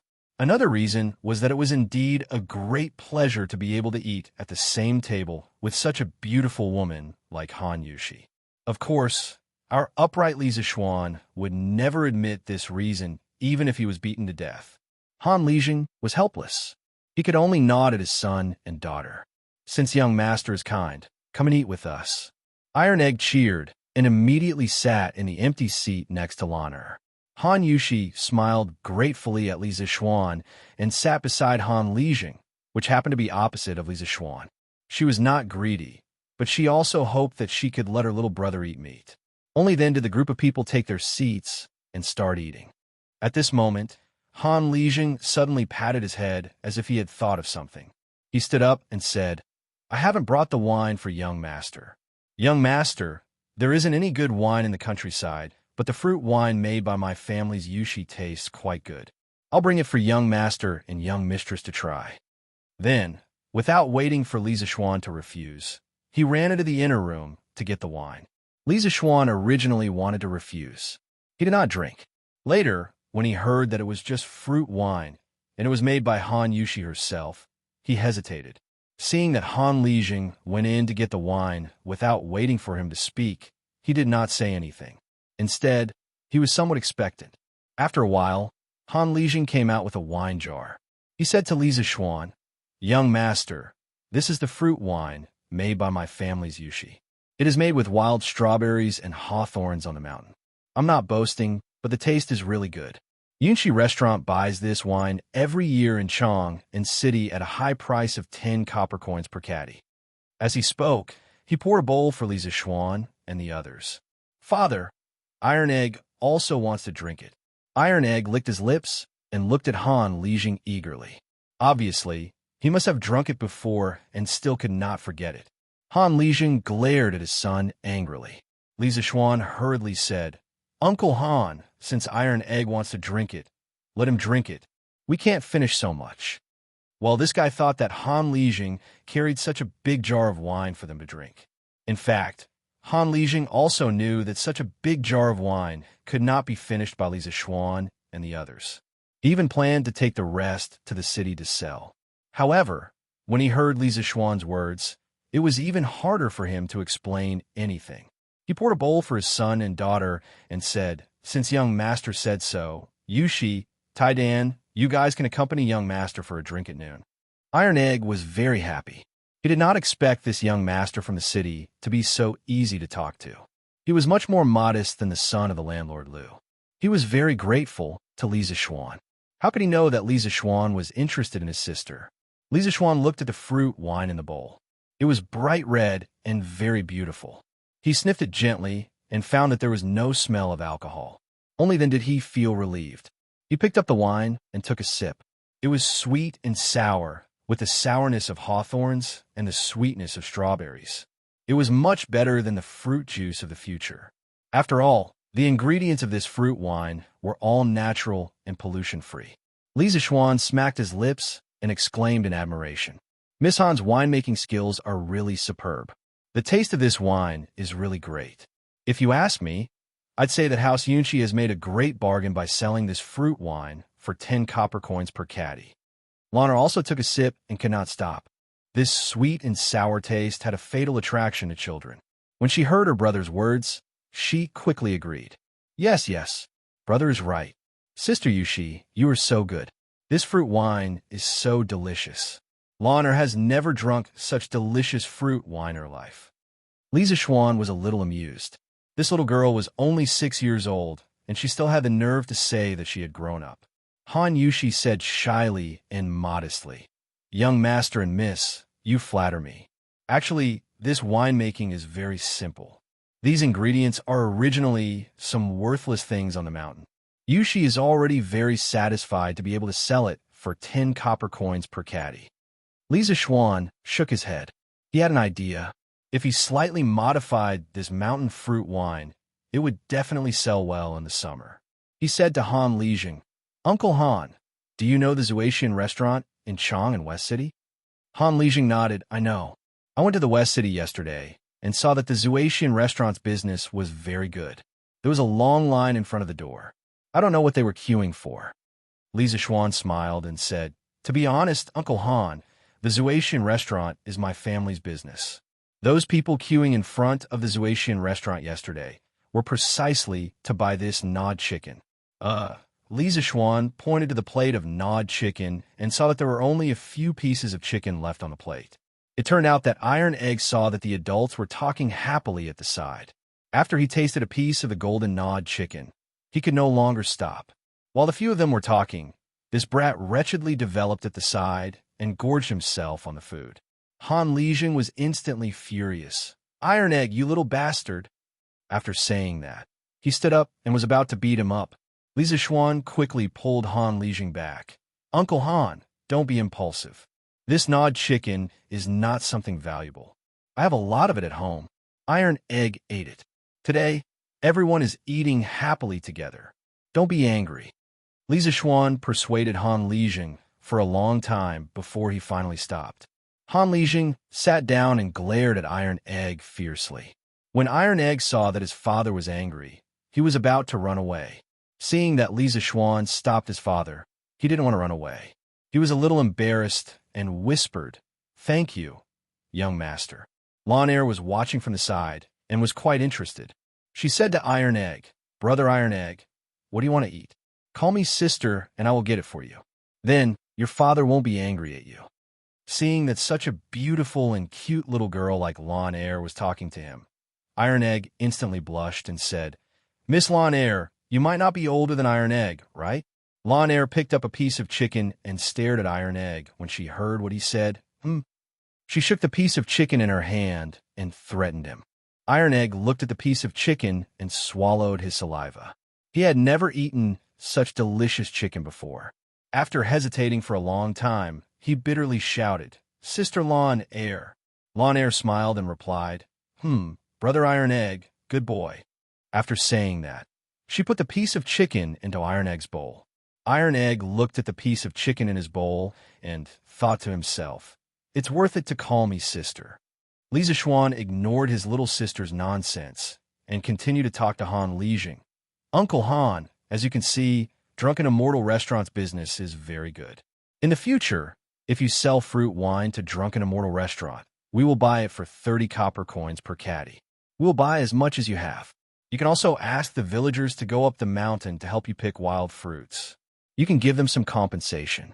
After all, Miss Han can only pick a limited amount, and if there are wild beasts in the mountain, Miss Han won't be safe alone. Don't you think so?" Han Yushi heard that Li Zishuan was faintly concerned about her and felt happy for some reason. She lowered her head and ate without saying anything. When Han Lijing heard that Li Zishuan was offering 30 copper coins per caddy, his breathing quickened. However, after a while, he still rationally refused. "No, how can we do business like young master? Young master will lose money if he does this. We will sell the wine to young master in the future, but we will still only sell it for 10 copper coins per caddy. We, the people of the Han village, cannot do such an unkind thing." Alas, why were the people these days so simple? Li Zishuan said, "Uncle Han, listen to me. Since I dare to buy it for 30 copper coins per caddy, I will definitely not lose money. I will even make a lot of money. As long as Uncle Han sees that I have made so much money and doesn't regret it, it will be fine." Li Zishuan said, half jokingly. Han Lijing heard this, and his face turned red. He stood up and said, "Young master, how can I, old Han, be the kind of person who goes back on his words?" Seeing him like this, Li Zishuan quickly comforted him. "Uncle Han, don't worry. I'm just joking with you. I know that Uncle Han is a person who values loyalty. Uncle Han, there's a reason why I am offering 30 copper coins per caddy. Look, you hired the villagers to pick wild fruits for Miss Han. You cannot pay them, right? This is all part of the cost. This will also increase the income of the villagers of the Han family village. When Han Lijing heard this, he carefully thought about Li Zixuan's meaning. As Lijing, he naturally knew that the villagers of the Han family village lived a very poor life. Although compared to the villagers of other villages, it was still much better. However, he also wanted the villagers to live a better life. Li Zixuan's suggestion also moved him. After thinking for a while, he said to Li Zixuan, "Since young master is kind enough to give us a way out, then I, old Han, will represent the entire village to thank young master." After saying this, he stood up and bowed to Li Zixuan with cupped fists. Li Zixuan quickly came over to support him and told him not to be so polite. At this time, Han Lijing added, "However, if young master loses money in the future, then the purchase price will automatically be reduced to 10 copper coins per caddy. At that time, the wages will also be reduced. When the time comes, I, old Han, will be responsible for persuading the villagers. Young master, if you don't agree to this, then this business deal will end here. I, Han Lijing, would rather starve to death than harm young master." Li Zixuan could only helplessly agree. This Han Lijing was really too straightforward. Chapter 22. After talking about business, Li Zixuan and Han Lijing began to eat. Naturally, the two of them didn't mind that most of the dishes on the table were almost finished by the two little fellows. Han Lijing was very happy to meet such a good young master who took the initiative to bring him business. He pulled his daughter along and toasted Li Zixuan. Li Zixuan also didn't refuse anyone. This meal was very enjoyable for everyone. Of course, it had to be said that Han Yushi's cooking skills were really good. The mushroom and pheasant stew was very delicious. Li Zixuan, who didn't like to eat stew, ate a lot. Of course, it was unknown whether the pheasant was made by Han Yushi. After lunch, Han Yushi began to clean up the dishes. Li Zixuan quickly asked Xianxia to help. At this time, Iron Egg said to Han Lijing, "Father, I'm going to the threshing field at the entrance of the village to play." At this time, Lana was also eager to try. She also felt that the scenery of the countryside was very novel.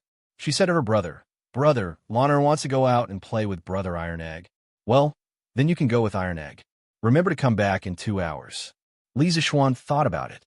Since Iron Egg was Iron Egg's son, there shouldn't be any accidents if Lana followed Iron Egg to the village to play. At this time, Han Lijing said to Iron Egg solemnly, "Iron Egg, listen to me. You must take good care of the young miss. If anything happens to the young miss, I will skin you." Iron Egg quickly nodded in agreement. Even if his father didn't say it, he would do it. He wasn't a completely ignorant child. He naturally knew that the young master and the young miss were so good to their family. He was very grateful to them in his heart. Just like this, the two little brats went out. Li Zixuan chatted with Han Lijing in the front room. Not long after, Han Yushi finished cleaning up the dishes in the kitchen and came to the front room with Xianxia. She sat next to Han Lijing and listened to them quietly.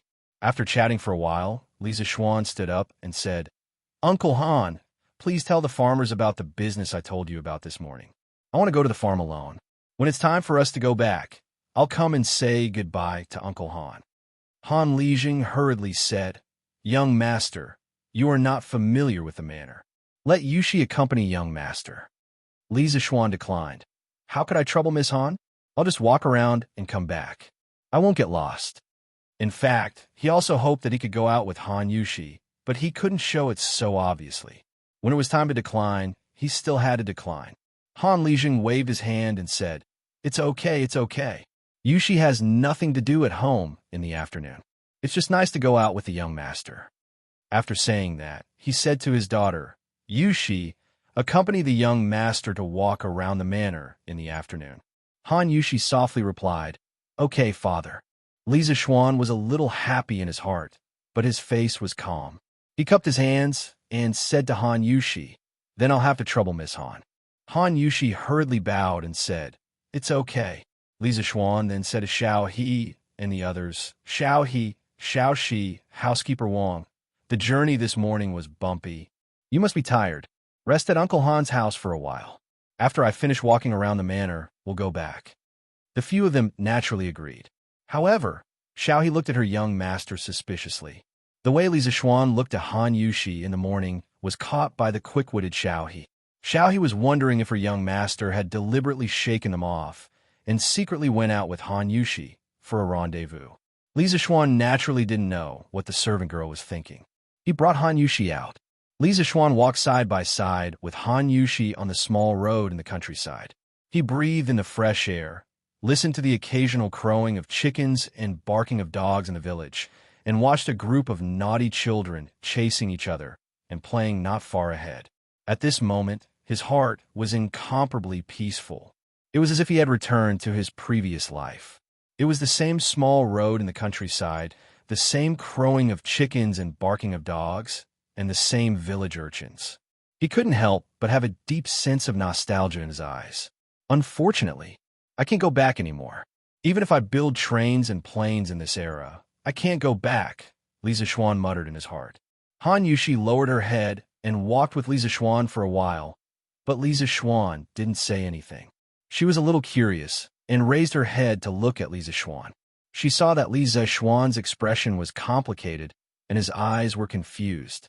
His gaze seemed to be nostalgic, but also seemed to be sad. When Han Yushi saw that gaze, she couldn't help but feel her heart ache. She whispered, young master, what are you thinking about?" When he heard Han Yushi's soft inquiry beside him, there seemed to be a faint trace of concern in her tone. He quickly woke up from his memories, sorted out his emotions, and tried to speak in a calm tone. "Nothing. It's just that when I saw the peaceful and comfortable scenery of the countryside, I thought of my master." Han Yushi asked curiously, "Young master, you have a master?" Li Zixuan recalled and said, "Yes. When I was young, my body was weak. All the doctors said that I wouldn't live past the age of 8. When I was 6, my master came to my house and told my father that he could cure me. He needed to take me to Mount Longhu to learn from him. That year, I went to Mount Longhu with my master. A few years ago, regardless of whether it was cold or hot, my master forced me to practice martial arts. My hands and feet were blistered, and my face was frostbitten, but my master didn't let me stop. At that time, I hated my master for being so cruel. Later, I finally learned something, but my master was old. At that time, I kind of understood my master's painstaking efforts. The conditions in the mountains were poor, but my master was always able to get me meat all these years. Before my master died, he told me that because my body was weak, I would die if I didn't practice martial arts well. He didn't want me to die, so he forced me when I was young and told me not to blame him. In fact, in the later years, I became more sensible and understood my master's painstaking efforts. I never blamed him. I became his disciple when I was 6 years old, and I spent my childhood with him. To me, he was more like a father than a teacher. For 8 years, he taught me top-notch martial arts without asking for anything in return, allowing me to live to this day. Before I could even repay him, he had already passed away. Of course, Li Zixuan couldn't tell her that he was thinking about his family more than 1,000 years later. So he told her what happened to his body when he was young. However, he spoke with sincerity. As he spoke, he couldn't help but put himself in the role of this body. When he got emotional, the corners of his eyes couldn't help but moisten. As Li Zixuan spoke, Han Yushi's heart also became sad. When she heard the end, she couldn't help but cry. She originally thought that Li Zixuan was a rich young master who didn't eat the hardships of the world. She didn't expect his life experience to be so rough. Looking at Li Zixuan's wet eyes, she saw Li Zixuan's bruised soul under his strong appearance. She couldn't help but feel her heart ache. "Young master, your master will definitely be very happy if he sees that you're doing well from the heavens. You said it yourself, your master treats you like a father treats his own child. Parents treat their children well, and they don't want their children to repay them. Young master, don't blame yourself. You living well now is the best way to repay your master." Han Yushi comforted gently. That's right. When parents treat their children well, why would they think about their children repaying them in the future? Their love is the most selfless love in the world.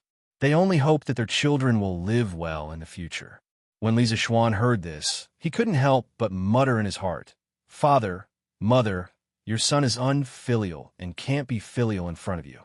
However, in this great Tang dynasty, I will live well. I will live well. You don't have to worry. Thank you, Miss Han. I'm fine. After thinking it through, Lisa Xuan looked seriously into Han Yushi's eyes and thanked her. You're welcome. Han Yushi was a little flustered by Lisa Xuan's serious gaze and hurriedly said. Chapter 23. The two of them chatted and soon finished touring the village. Lisa Xuan was a little reluctant to part with her.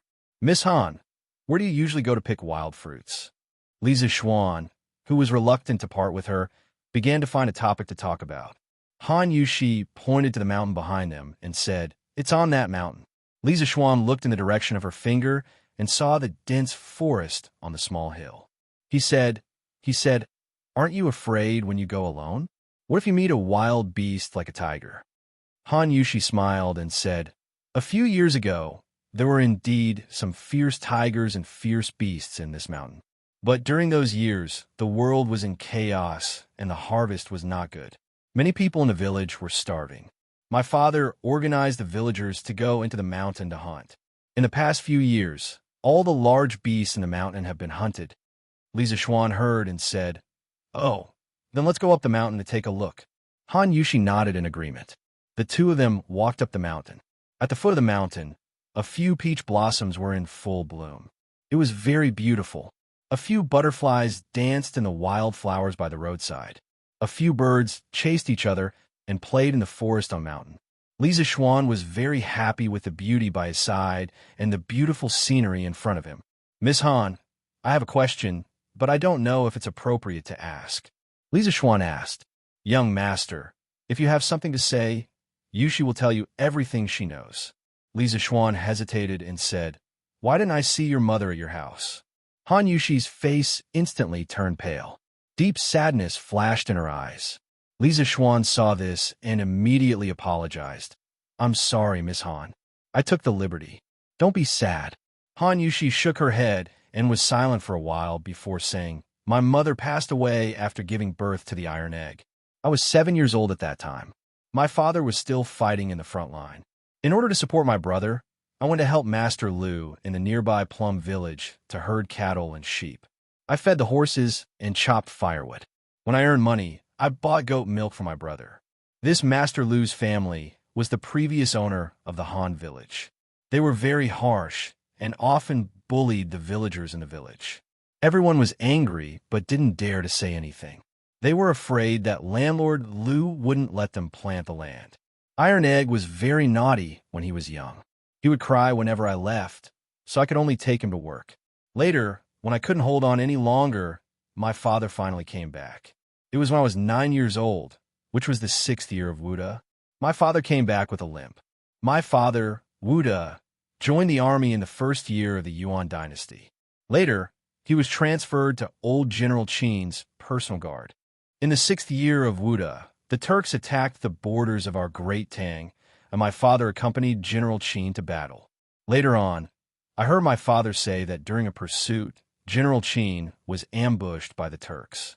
The Turks' great general Ashina Shirkyu wanted to kill General Qin with a bow and arrow.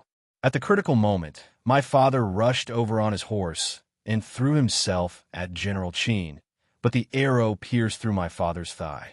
At that time, he didn't have time to treat his wound. My father limped and followed General Qin to kill the enemy. Coincidentally, General Yuqi led the army to help. My father and General Qin fought their way out of the encirclement and followed the reinforcements to destroy the enemy. After returning to the camp, although the arrow wound on my father's thigh was healed, because the treatment was too late, his right leg became disabled, and it was difficult for him to return to the battlefield. My father knew that General Qin would definitely not abandon him, but my father didn't want to be a burden to General Qin. Thus, he left a letter and secretly came back alone. Following Han Yushi's recollection, Lisa Xuan's thoughts also returned to the era where the flames of war raged and human lives were like grass. In his heart, he also admired a tough man like Han Lijing. Without countless people like Han Lijing fighting bloody battles, the Great Tang would not have its current peace. Perhaps the Han people's clothes would have been slaughtered by the armored cavalry of the foreign race. No wonder he saw a MO saber in Han Lijing's house. He didn't expect him to be a respectable soldier of the Great Tang. He also didn't expect Han Yushi to be so strong on the inside, despite her weak appearance. At the age of 7, she raised her infant brother alone. One could imagine the difficulties and hardships she went through. Li Zixuan saw that Han Yushi's eyes were still filled with sadness. He couldn't help but pat her on the shoulder and said, "Miss Han, don't be sad. At least you, Iron Egg, and your father are all doing well now. If your mother knew in the netherworld, she would definitely be gratified. Besides, with me around, the people of the Han family village will live better and better lives in the future." As he spoke, Li Zixuan didn't know how to continue. He wasn't very good at comforting people. Seeing Li Zixuan racking his brains to think of words to comfort her, Han Yushi couldn't help but laugh through her tears. She said, "I just comforted young master. I didn't expect young master to comfort me again." Hearing Han Yushi's words, Li Zixuan thought about it and felt that it was rather interesting. He smiled and said, "In that case, let's not comfort each other. We'll be happy in the future. This way, we can let the ancestors who love us leave at ease." Han Yushi agreed softly, yes. At this moment, she felt the weight on her shoulder. It turned out that Li Zixuan's hand had been resting on her shoulder. Han Yushi turned her head to look and immediately blushed. Li Zixuan followed her gaze and found his hand. He secretly blamed himself for forgetting to take it off when he patted her shoulder to comfort her. Of course, whether it was because he forgot to take it off or because he couldn't bear to take it off at that time, it wasn't for others to know. Feeling the warmth of his fingertips and smelling the feminine fragrance on Han Yushi's body, he couldn't help but feel a little restless. However, seeing that the tears at the corner of Han Yushi's eyes had not dried, Li Zixuan secretly scolded himself for being a beast. He quickly took his hand off and explained awkwardly, Sorry. I wanted to comfort you just now. I didn't mean it." Han Yushi's face turned even redder when she heard that. She clenched her small hands and looked down at her toes. She said softly, "It's okay. Yushi knows that young master is not a frivolous person." The ambiguous atmosphere filled the mountain. Li Zixuan didn't know what to say at this moment. Although he had a girlfriend in his previous life, he met her online. In reality, he was still clumsy when he spoke. He was an out-and-out otaku. He wasn't like the playboy in his dormitory. When he saw a girl, he could make her happy with just a few words. He couldn't wait to marry her immediately. He had always been envious of his roommate's ability to flirt with girls, but this thing couldn't be envied. Han Yushi naturally wouldn't speak. At this moment, her heart was also in a mess. Li Zixuan was tall and handsome. He was also very gentle to her. Although she didn't love Li Zixuan very deeply. After all, they had only been together for a day, she still had a good impression of Li Zixuan. After a long time, Li Zixuan finally broke the silence and said, "Miss Han, let's go down the mountain. It's getting late. I should go home." When Han Yushi heard that, her face darkened slightly. She felt a little disappointed for no reason. She didn't know when they would meet again after parting today. She replied softly, "Okay." The two walked down the mountain side by side. Chapter 24. Li Zixuan was about to go down the mountain with Han Yushi when they suddenly heard a muffled tiger roar behind them. The two of them looked at each other in shock and hurriedly turned around. They saw a huge white tiger slowly walking out of the forest. Its ferocious eyes stared coldly at Li Zixuan and Han Yushi. Han Yushi was so scared that her face turned pale. "Young master, you go first. Nothing can happen to you. I will hold it back for a while." Han Yushi was extremely frightened. She had never seen such a huge tiger before, but she immediately thought of Li Zixuan. Li Zixuan absolutely could not have anything happen to him in the Han village. He was the hope of so many villagers in the Han village to live a good life. Li Zixuan was actually a little scared. It was his first time seeing such a huge tiger. Moreover, this tiger was emitting a bloody smell. It was obvious that it had just finished hunting. He did not know if his martial arts could deal with this huge tiger. After all, he had experience fighting with people, but he had never fought with a tiger. However, when he heard Han Yushi's trembling voice, he was really touched. He did not expect this girl to ask him to go first, even though she was clearly scared. Of course, Li Zixuan wouldn't leave. Although he didn't have any experience in fighting a tiger, he was quite confident in his martial arts. Besides, even if he couldn't win, he wouldn't let the girl he liked sacrifice herself to protect him. Seeing that the tiger was getting closer and closer to the two of them, Li Zishuan pulled Han Yushuan's soft and boneless hand.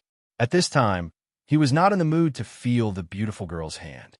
He said in a very serious tone, "Miss Han, when you encounter a tiger, you must not turn around and run. That will only lead to death. A human cannot outrun a tiger. In a while, you will face the tiger and slowly retreat. I will deal with this beast. I, Li Zishuan, will not let a woman stand in front of me." Han Yushi shook her head and refused to leave. She thought that Li Zishuan was going to use his life to buy time for her to escape. At this moment, the little girl's tears flowed freely. Li Zishuan was also a little helpless, but there wasn't much time left for them. He squeezed Han Yushi's hand and said very seriously, "Miss Han, listen to me. I have the confidence to deal with this tiger, but if you stay by my side, I'm afraid that the tiger will hurt you. I can't take care of you. Stay away from here. You have to believe me. I really can deal with it." Perhaps Li Zishuan's calmness had infected her. Han Yushi composed herself and nodded at Li Zishuan. She looked at the tiger and began to retreat step by step. When the tiger saw that someone was retreating, it was about to chase after him when it heard Li Zishuan shout, "Evil creature, your opponent is me." It was Li Zishuan who picked up a long stick from the ground with the tip of his foot and blocked in front of the tiger to buy some time for Han Yushi to retreat. After all, the tiger was extremely fast. If they fought and the tiger turned to attack Han Yushi, he was afraid that he wouldn't be able to save her. Li Zishuan didn't bring a sword when he came out in the afternoon. He could only pick up a stick as a weapon. After all, he didn't expect that he would be so unlucky to meet a big tiger when he went out. When the tiger saw that the person in front of it actually took the initiative to provoke it, it was furious. It roared angrily and kicked its hind legs hard. It flew towards Li Zishuan's face. It wanted to crush the head of the person who dared to challenge its dignity. Although the tiger was fast, it was not enough in Li Zishuan's eyes. He had full confidence that he could dodge this attack, but he couldn't. Han Yushi hadn't retreated far behind him. "How dare you?" Li Zishuan roared. Holding the long stick, he flew towards the big tiger and ruthlessly smashed it in the head. However, the tiger was quite intelligent. It was unwilling to use its head to receive this blow. It immediately turned its head in the air. Li Zishuan's fatal blow hit the tiger's butt. The tiger fell to the ground and cried out in pain. Not only did this blow not scare it away, but it also aroused the tiger's ferocity. The tiger bared its teeth and slowly moved, looking for the next opportunity to attack. Li Zishuan didn't want to give it a chance to think. He used the orchid butterfly steps and arrived in front of the tiger in a flash. The cloud-piercing steps that Li Zishuan used before was a light body technique. It was more useful for long-distance travel and climbing over high ground. The orchid butterfly steps was a close-range footwork technique. The instantaneous burst of speed was very shocking. It was very useful in close-range combat. It was like a vigorous butterfly moving left and right in the battlefield, making it difficult for the enemy to distinguish. The big tiger didn't expect Li Zishuan to be so fast. At this time, it was too late for it to dodge.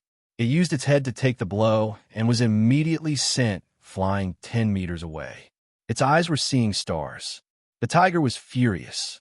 Since its debut, it had never suffered such a big loss. With a leap, it pounced towards Li Zishuan again.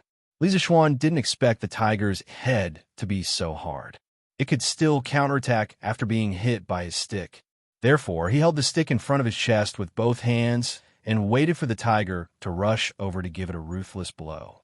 Unexpectedly, the tiger changed direction in the air and used its foreleg to block Li Zishuan's long stick. Its hind leg fiercely kicked Li Zishuan's arm and flew straight towards a retreating Han Yushi. It saw that Li Zishuan was not to be trifled with, so it changed direction and wanted to bite Han Yushi. When the tiger kicked his arm, Li Zishuan had a bad feeling and guessed its intention. He secretly cursed this beast for being so cunning, just like a tiger demon that had turned into a spirit. Ignoring the burning pain in his arm, Li Zixuan hurriedly turned around. He couldn't bear to see such a beautiful girl like Han Yushi die in the tiger's mouth. He saw that the big tiger was now less than 5 feet away from Han Yushi, and he was now more than 10 feet away from Han Yuxuan. Li Zixuan's eyes were about to split open. He used all his strength to activate the 5th level of the Taishin Sutra and poured all his inner strength into his legs. His lower clothes couldn't stand the violent power of the true essence. His trousers were immediately torn apart, and blood seeped out of his calves. Li Zixuan roared and used the orchid butterfly steps with all his strength. His speed had reached the limit in an instant. Like a sharp arrow, he flew towards the tiger. Li Zixuan even heard a sonic boom at this moment. The air rushed back from his cheeks and scraped his face painfully. Seeing that the tiger's front claws were about to grab Han Yushi's face, Li Zixuan arrived first. He had already reached the top of the tiger's head. He held the long rod tightly with both hands and poured his inner strength into the long rod. Then, he ruthlessly pierced the tiger's neck. The tiger let out the last scream of its life. For a moment, blood splattered everywhere. Li Zixuan and the tiger fell at Han Yushi's feet.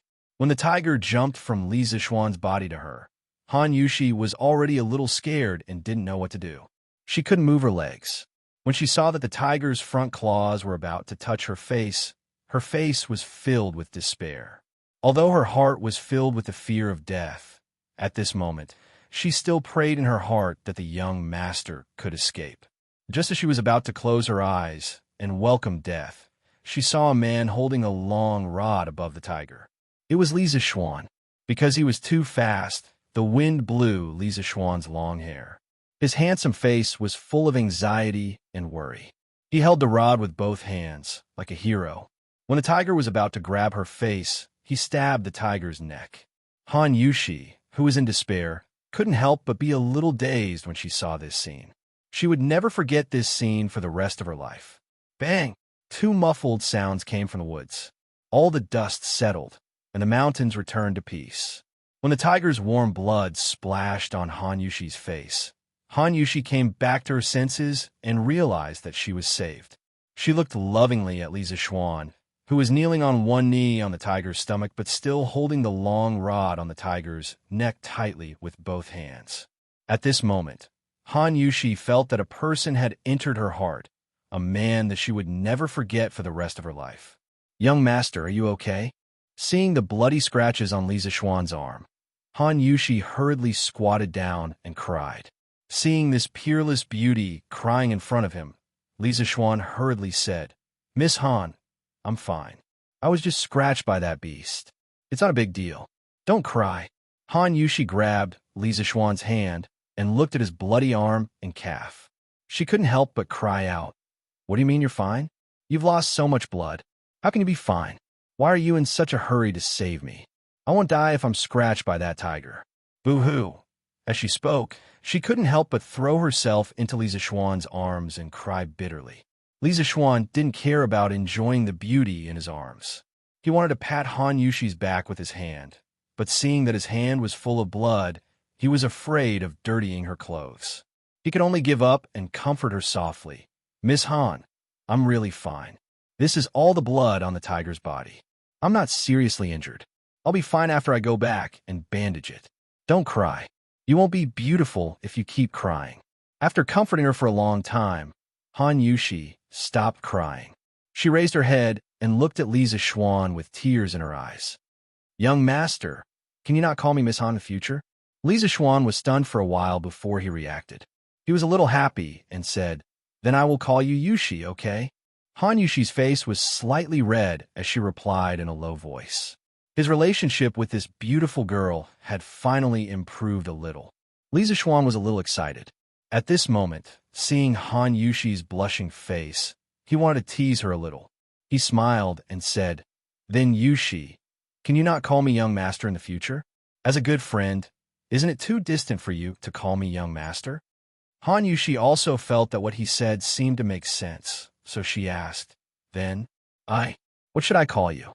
Why don't you call me Brother Xian Yushi?" Li Zixuan shamelessly suggested. "No way, I'll call you young master." Han Yushi's face suddenly looked as if a big red cloth was hanging on it. Sigh. The revolution had yet to succeed. He still needed to work hard. After failing to fool her, Li Zixuan was not discouraged. He continued, Yushi, let's go down the mountain now. Lan and the rest must be waiting anxiously. Are we leaving just like that? Han Yushi felt a little sad. After all, she was not someone from the same world as him. Li Zixuan used the long rod to pick up the big tiger and brought Han Yushi down the mountain. However, he did not know that something big had happened at the foot of the mountain. Chapter 25. 2 hours ago, at the threshing field of the Han village. Brother Iron Egg, what's so fun about the threshing field? As soon as they arrived at the threshing field, Lan couldn't wait to ask. I made an appointment with Denyo, Ernyo, and Zhu Zi this morning to fight grasshoppers in the threshing field in the afternoon. Iron Egg replied. At this time, they saw that there were already 3 children squatting on the ground waiting for them on the threshing field. So they hurried over. Iron Egg, why are you so late? A chubby boy with a runny nose pointed at Iron Egg and said discontentedly, Ernyo, I have something to do at home today. Iron Egg touched his stomach and said embarrassedly. In fact, the chicken he ate at noon was too delicious, so he ate happily and forgot that there was such a thing in the afternoon. Iron Egg, who is she? A slightly taller chubby boy next to Ernyo pointed at Lan and said, Hello, my name is Lan. I'm Iron Egg's elder sister. Lan didn't wait for Iron Egg to speak and hurriedly introduced herself. Didn't Iron Egg have an elder sister? The children were a little confused, but seeing that Iron Egg didn't refute, they just thought that Lan was Iron Egg's distant elder sister. The taller chubby boy said, Oh, hello, Iron Egg's elder sister. My name is Denyo. Another dark skinny boy also introduced himself. My name is Zhu Zi. At this time, Ernyo said, Iron Egg, you and your elder sister came late and haven't caught grasshoppers yet. Go and catch them quickly. The 3 of us have already caught them. After saying that, he proudly showed the grasshopper in his hand. Iron Egg heard this and immediately pulled Lan to the field to look for grasshoppers. At this time, grasshoppers haven't grown up yet. They were all small green grasshoppers, so it was difficult to find them in the green grass. Lan looked for a long time, but couldn't find one. She was a little anxious. At this time, she heard Iron Egg exclaim, I caught one. Lan hurriedly went over and saw a medium-sized green grasshopper in Iron Egg's hand. In this season, such a big grasshopper was already considered big. Lan quickly said, Brother Iron Egg, give this to me. Go and catch another one. Before he could finish speaking, he quickly snatched the grasshopper from Iron Egg's hands. Iron Egg had a bitter expression on his face. It was not easy for him to catch this, but it was snatched away before he could even warm it up. At this moment, Lan whispered, The next time you come to the Han Manor, I'll bring you 2 plates of nibbled chicken. Hearing this, Bruiser was immediately overjoyed. He eagerly went to catch more grasshoppers. Lan looked at the little grasshopper in her hand. The more she looked at it, the more she liked it. She said to the grasshopper, Wow, you look so mighty. You look like a general. I'll name you Wei Qing. After naming it, Lan was quite pleased with herself. After a while, Iron Egg caught another grasshopper. Although it was not as majestic as the one in Lan's hand, it was not small either. Lan looked at it and said to Iron Egg, Brother Iron Egg, your grasshopper will be called Wuxia. Let's go and kill them all. The 2 of them brought their grasshoppers back to the threshing field. After greeting Denyo, Ernyo, and Zhu Zi, the 5 of them took out their grasshoppers and started a fight. After a while, as expected, only Lan's Wei Qing and Iron Egg's Wuxia were left. At this moment, Lan picked up Wei Qing and said, There's no need to fight anymore. My Wei Qing is first. Brother Iron Egg's Wuxia is second. Iron Egg heard this and had a bitter expression. He was about to object when Lan raised a finger to signal him. A plate of nibbled chicken? Iron Egg understood Lan's meaning and swallowed his saliva. His eyes lit up, and he hurriedly nodded in agreement. Oh, I was wondering who this was. Iron Egg, are you fighting grasshoppers? At this moment, everyone heard a male duck's voice coming from the village entrance. Iron Egg looked at the person who had come. It was a wretched fatty around 10 years old with 3 moles on his face. He frowned and said, "Lu Haojian, why are you here? Why can't I be here?" Lu Haojian raised his eyebrows and said, "This young master is here to fight your grasshopper today. It just so happens that you just finished fighting those 3 brats. Quickly take out your grasshopper and fight with this young master." "I won't fight with you." Iron Egg frowned and said. After saying this, he pulled Lana back home. "Huh, you won't fight with me? This little girl is quite cute. If you don't fight with me, this young master will capture her and make her my maid," Lu Haojian said with ill intentions. After he said this, a few servants went up to block Lana and Iron Egg's path. Iron Egg heard this and was furious. "You dare? This is the Han Manor. My father will beat you to death when he comes." Hearing Iron Egg mention his father, Lu Haojian's eyes flashed with a trace of hatred. He said hatefully, "Bah, your father's a lame old thing. A few years ago, every time I came to collect rent with my father, that old thing, your father, just had to meddle in other people's business. Sooner or later, I will kill that old thing." Iron Egg heard the other party cursing his father, and his eyes were spitting fire. He clenched his fist so hard that his nails dug into his flesh. He said angrily, "That's because your rent scale is not following the rules. That's why my father stepped in." Lu Haojian waved his hand and said, "Don't talk so much nonsense. Are you going to fight or not? If you don't, I will capture this little girl and make her my maid." At this moment, Lana pulled Iron Egg's hand and asked in a low voice, "Who is this ugly fatty?" Bruiser almost laughed out loud when he heard this. He quickly explained in a low voice. He is the son of our Han Manor's previous owner, Lu Haojian. This person used to bully the people in our manor and is very bad." Lana heard this and suggested, "Brother Iron Egg, you should fight with him first. Your Wuxia will definitely not lose. Let's stall for time and wait for my brother to come and beat him to death." Iron Egg heard this and felt that it made sense. He nodded and walked out. "Lu Haojian, I will fight with you." When Lu Haojian heard that he had finally agreed, he grinned. The fat on his face was piled up with wrinkles. Lana, who was watching from the side, felt a little disgusted. She couldn't help but think to herself that when her brother came later, she would definitely ask him to smash this disgusting fatty's face. Iron Egg and Lu Haojian took out their grasshoppers and placed them together. Wuxia was obviously stronger and killed Lu Haojian's grasshopper in a few rounds. Lu Haojian saw this and was furious. "You cheated. I want to see your grasshopper." Iron Egg naturally had a clear conscience and placed the grasshopper in his hand for him to see. Who knew that Lu Haojian would snatch Wuxia away and throw him on the ground and stomp him to death? Iron Egg saw that his favorite had been stomped to death and was furious. He wanted to fight. "What about me? You want to hit me?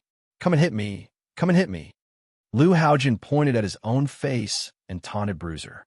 Iron Egg was furious, but when he saw the 6 or 7 servants behind Lu Haojian, he calmed down. If he was alone, he would run. If he could not win, he would just be caught and beaten. However, he had Sister Lana by his side. His father had told him to take good care of Sister Lana, so he could not take the risk. A wise man does not fight when the odds are against him. Iron Egg hatefully said in his heart, "Umph, coward, you don't even dare to hit me."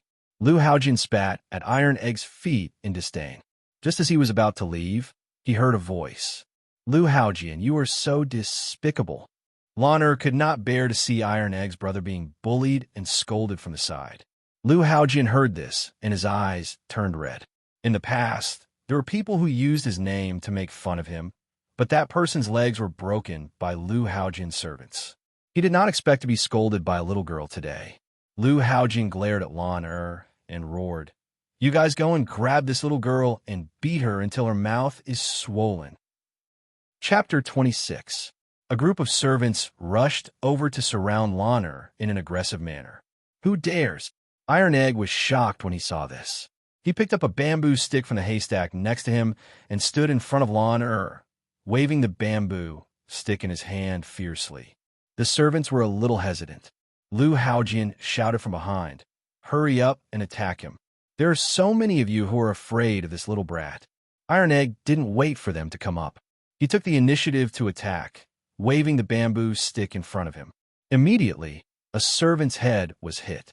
Iron Egg continued to use the crazy devil stick technique to rush towards Lu Haojian. Lu Haojian saw this and ran away, cursing as he ran. You bunch of trash. You can't even take him down with so many people. I'll teach you a lesson when I get back. Ow! Iron Egg hit the back of Lu Haojian's head with the stick. Seeing Lu Haojian being hit, Lan jumped up happily and clapped. Little brother Iron Egg, come on, hit him hard. Lu Haojian was completely angry. He shouted at the servants, hurry up and attack him. Even if you get hurt, take the stick from that brat for me. Sure enough, when two of the servants heard this, they pushed against Tai Dan's rod and approached him. No matter how much strength Tai Dan used, the two of them could only endure it. Finally, the two of them got close to Iron Egg. One of the servants grabbed the stick from Iron Egg's hand. The rest of the servants immediately rushed forward and held Iron Egg down. Iron Egg was anxious and shouted at Sister Lana, hurry up and go back and call my father. Lana didn't try to be brave. She quickly ran to Iron Egg's house to get help. Lu Haojian saw this and sneered. Want to run? You two go and catch that stinky girl for me. The two servants quickly chased after Lan. Soon they caught Lan. They didn't notice that Yu had secretly run away. Lu Haojian walked in front of Iron Egg and ruthlessly slapped the Iron Egg's face twice. He hatefully said, You little bastard, hit me. Then he spat at the Iron Egg. Iron Egg's face turned red with anger. He clenched his fists and stared at Lu Haojian's fat face. When had he ever suffered such humiliation? Especially when he was beaten up by this fatty in front of Sister Lana, he felt even more humiliated. He secretly swore in his heart that he would definitely take revenge. Li Zixuan carried the big tiger and finally walked to the front of the Han family's courtyard with Han Yushi. Just as she was about to enter, she saw a little fatty with snot running towards Han Yushi. Sister Yushi, quickly tell your father to go to the village entrance. Iron Egg was beaten up, and someone called Lana was also caught. The little fatty ran in front of Han Yushi and said while panting. Li Zixuan was shocked when he heard this. He didn't dare to talk nonsense. He threw down the tiger on his shoulder and hugged Han Yushi's slender waist. He used all his strength to use the cloud-piercing steps and rushed towards the village entrance like a gust of wind. Yu put his hands on his knees and lowered his head to catch his breath. He didn't hear Han Yushi speak for a long time. When he looked up, there was no one in front of him. He muttered, Am I hallucinating? Just as he was about to turn around and go back, he saw two young girls and an old man come out of the house. The young girl in green grabbed him and asked, Little brother, who did you say was caught? Yu replied, Iron Egg and Lana. The three of them turned pale with fright. They heard the old man say, Xiao He, quickly go to the village and find Han Lijing. Tell him to go to the village entrance quickly. Xiao Shi and I will go first. After saying that, the three of them hurriedly split up. These three people were Xiao Shi, Xiao He, and Steward Wang, who were resting in the Han family. They heard the noise outside the courtyard and hurriedly rushed out to investigate. Village entrance, threshing field. After Lu Haojian humiliated Iron Egg, he was about to rush towards Lan. Iron Egg said anxiously, Lu Haojian, if you have the ability, come at me. What kind of ability is bullying girls? Oh, you haven't been beaten enough? Then I'll fulfill your wish. After saying that, he kicked Iron Egg's stomach twice. Iron Egg was on the ground holding his stomach in pain, but he still stubbornly said, Lu Haojian, if you have the ability, come at me. Don't bully Lan. Lu Haojian couldn't be bothered with him. He turned around and was about to teach Lan a lesson. When Lan saw Lu Haojian hitting Iron Egg, she was so angry that her face turned red. She said angrily, Lu Haojian, stop. When my brother comes, he'll beat you to death. Lu Haojian scolded, Stupid girl, you dared to scold me before. See if I don't tear your mouth apart. After saying that, he reached out to pull Lan's mouth. Stop. At this moment, a loud roar came from outside the crowd. Lu Haojian saw a young man in a servant's uniform walking over. He sneered, "Which family's dog servant dares to meddle in my business? Are you blind? How dare you touch my young miss?" This servant was Sanbao. Previously, Li Zixuan asked Sanbao to watch the carriage at the village entrance. In the afternoon, Sanbao took a nap on a haystack at the side. When she woke up, she saw many people gathered at the threshing field and wanted to take a look. Just as she walked over, she heard Lan scolding Lu Haojian. Her young miss was being bullied. Sanbao quickly ran over. When she saw Lu Haojian about to pull Lan mouth, she immediately stopped him. Lu Haojian was furious when he heard that. A stupid servant dared to speak rudely to him. He shouted to the two servants beside him, "The two of you, go and beat this dog's servant to death. Beat him to death." After being angered one after another, Lu Haojian was losing his mind. 2 fists were no match for 4 hands. Sanbao was quickly beaten down by the 2 servants. Lu Haojian came over and kicked Sanbao more than 10 times. Sanbao felt something sweet in her throat and finally couldn't help but vomit a few mouthfuls of blood. Lan saw Sanbao vomiting blood on the ground. She was so anxious that she cried, "Stop beating him. Lu Haojian, stop." Lu Haojian walked towards Lan and sneered, "Stupid girl, no one will come to save you now, right?" Lan snorted, "My brother will be here in a while. When he comes, I'll smash your ugly face." Hearing this little girl call him ugly, Lu Haojian was furious. He reached out to tear Lan's mouth. At this moment, Lu Haojian suddenly heard the sound of something breaking through the air. Following that, he saw a foot getting bigger and bigger in front of his eyes. Lu Haojian instantly flew out like a kite with a broken string. Li Zixuan brought Han Yushi to the threshing field. He saw a fat man with 3 moles on his face. He was about to reach out to pinch Lan's face. Li Zixuan couldn't help but be furious. He usually couldn't even bear to speak harshly to his sister Lan, let alone hit her. Now that he saw this fat man wanting to hit Lan, Li Zixuan couldn't hold it in anymore. He put down Han Yushi and used his movement technique. He dashed to a spot not far behind Lan in a few steps. He leaped up and kicked the fat man's face. Then, Li Zixuan gently landed on the ground. Without stopping, he kicked the 2 servants who were holding on to Lan's arms and sent them flying. Li Zixuan pulled Lan to his side and carefully looked at her. When he found that Lan was not injured, he was slightly relieved. He secretly rejoiced that he had arrived in time. Otherwise, who knew how much his little sister would have suffered? Li Zixuan's series of actions happened in a flash.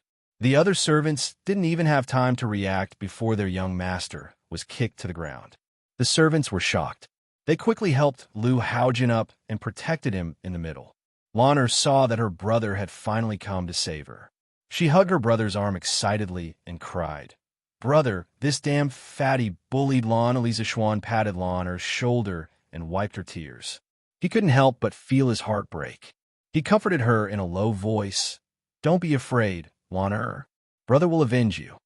Lu Haojian's face was covered in blood. He looked ferocious. Li Zixuan's kick almost knocked him out. Even if he didn't faint, Lu Haojian was seeing stars. He had never been hit like this before.